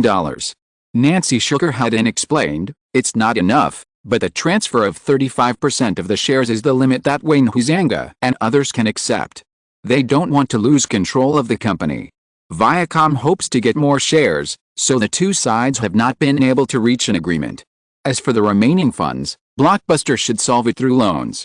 If necessary, they may introduce other investors or conduct an IPO in advance." Simon also nodded slightly. If Deaneries Entertainment is in urgent need of funds now, even if it owns 100% of the company's shares, the most Simon is willing to transfer is probably only 35%. Wayne Huizenga and other partners own Blockbuster, and none of them originally held more than 30% of the shares. Deaneries Entertainment used $120 million to get 35% of the company's shares, which should have made it the company's largest shareholder. It can be imagined that in tomorrow's talks, Wayne Huizenga will definitely propose terms such as Deaneries Entertainment cannot excessively interfere with the Blockbuster's operations as a major shareholder. However, if he could not intervene in the operation of Blockbuster, Simon had little confidence in the company's future development. The Blockbuster previously created by David Cook only imitated Walmart's warehousing logistics and information coordination system to a certain extent. This management and operation model was very successful in the first few years of Blockbuster's expansion, but the development and changes of the video rental and sales industry were much faster than those of supermarkets. In the 1990s, Blockbuster's business strategy at this time would soon become out of date. In memory, the important turning point in Blockbuster's development was its acquisition by Viacom 5 years later. After that, under the control of Summer Redstone, who no longer had enough energy to manage the Viacom business empire, Blockbuster was still expanding in scale, but in fact it was always on a downward trend, just like the entire Viacom group. Although Blockbuster still existed until Simon was reborn, it was completely different from its latecomer Netflix. In order to avoid repeating the same mistakes, Blockbuster must adjust its development strategy at any time in the next few years of development. Simon had no confidence in Wayne Huizenga's ability. Therefore, if Simon wanted to stay in the video chain business for a long time, it would be the best choice to seize the control of Blockbuster. However, there was no rush for this matter. The most important thing now was to get 35% of Blockbuster's shares. As long as Deaneries Entertainment ensured that the shares would not be diluted in the next few years, Simon would have enough chips to seize the control of the company when necessary. Simon was talking to Nancy in a low voice when a hearty greeting came from the side. Turning around and seeing that it was Robert Redford, Simon smiled and said, "Bob, I'm so glad you can come here tonight. How are you doing recently?" "Very good, Simon." Robert Redford shook hands with Simon and said, "I've seen that Metropolitan Man, a very thoughtful movie." Simon smiled. Although Sundance only accepted one movie from Deaneries Entertainment this year, he had no resentment towards Redford. They were all in the circle, and Redford was still one of the most important stars of CAA. It was impossible for him to be completely unaffected by the people around him. Moreover, this Hollywood big shot helped him a lot. In addition to Lola Run unexpectedly pushing the Sundance Film Festival into the fast lane of development, Simon himself did not repay him much. If you think about it carefully, he still owes Redford some favors. The two chatted casually about their recent situation. Redford restrained his expression and lowered his voice a little and said, "Simon, there is one more thing. Michael hopes to talk to you in person. Are you free tomorrow?" The Michael mentioned by Robert Redford is naturally Michael Ovitz, the president of CAA. Recently, the box office of Rain Man has unexpectedly become popular, and CAA's situation in this storm is very embarrassing. Moreover, CAA should have felt a ban on its artists by Deaneries Entertainment. Let's not talk about other things. Just tonight's cocktail party, except for a few people such as Redford who have worked with him, Deaneries Entertainment did not invite other stars from CAA. The big shots at the party are basically artists under companies such as WMA and ICM. Deaneries Entertainment and CAA have never publicly torn their faces apart. Simon and Ovitz's several encounters can even be said to be pleasant. However, after a series of disputes over Rain Man, the rift between the two sides is almost well known. Ovitz asked Redford to help pass the message this time, probably because he considered that if he approached them personally, Simon would probably refuse. To be fair, if Ovitz had been able to dissuade Barry Levinson and others from tearing their faces apart, if CAA had not made those small moves in private before the release of Rain Man, and if CAA had not asked for an exorbitant price on the issue of Meg Ryan, the two sides might have some room for maneuver. Now, Simon will indeed refuse the other party, and he feels that he and Ovitz have nothing to talk about. As for the fact that this will completely break up with CAA, Simon does not care too much. The nature of the talent agency itself has determined that it is dependent on Hollywood producers, rather than dominant. To be fair, because CAA has continued to significantly raise the budget costs of film and television projects of the studios in recent years, even if there was no such incident, Deaneries Entertainment and CAA were destined to go to the opposite side because of the conflict of interest. Although he had a good relationship with Redford, Simon could not agree to his matchmaking without principles, so he shook his head regretfully and said, "I'm sorry, Bob, my schedule is full tomorrow."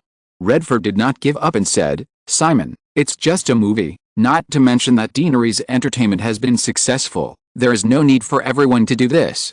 Because of his alienation from the world and his bones, Simon rarely gets too emotional about anything, but at the same time, he has never been a person who is good at forgiving. One person almost beat another person to vomit blood with all kinds of black fists behind his back, and then he wanted to get a reconciliation with a sentence of "there is no need for everyone to do this. How could this be possible?" Shaking his head again, Simon smiled and forced to change the subject. "Bob, what are you going to shoot next?" "I am looking forward to it." Robert Redford saw that he had no way to turn things around, and could only sigh in his heart. Although he had some friendship with Simon, with Simon's current wealth and status, he didn't think he could influence this young man too much. Since he had helped to pass on the message and Simon was firm in his attitude, he didn't waste any more words. End of this chapter. Thank you so much for reading until the end. Don't forget to give it a like. Looking for more exclusive content and immediate access? Subscribe to our Patreon. Remember, every like, subscription or donation encourages us to continue. Thank you all. See you in the next video.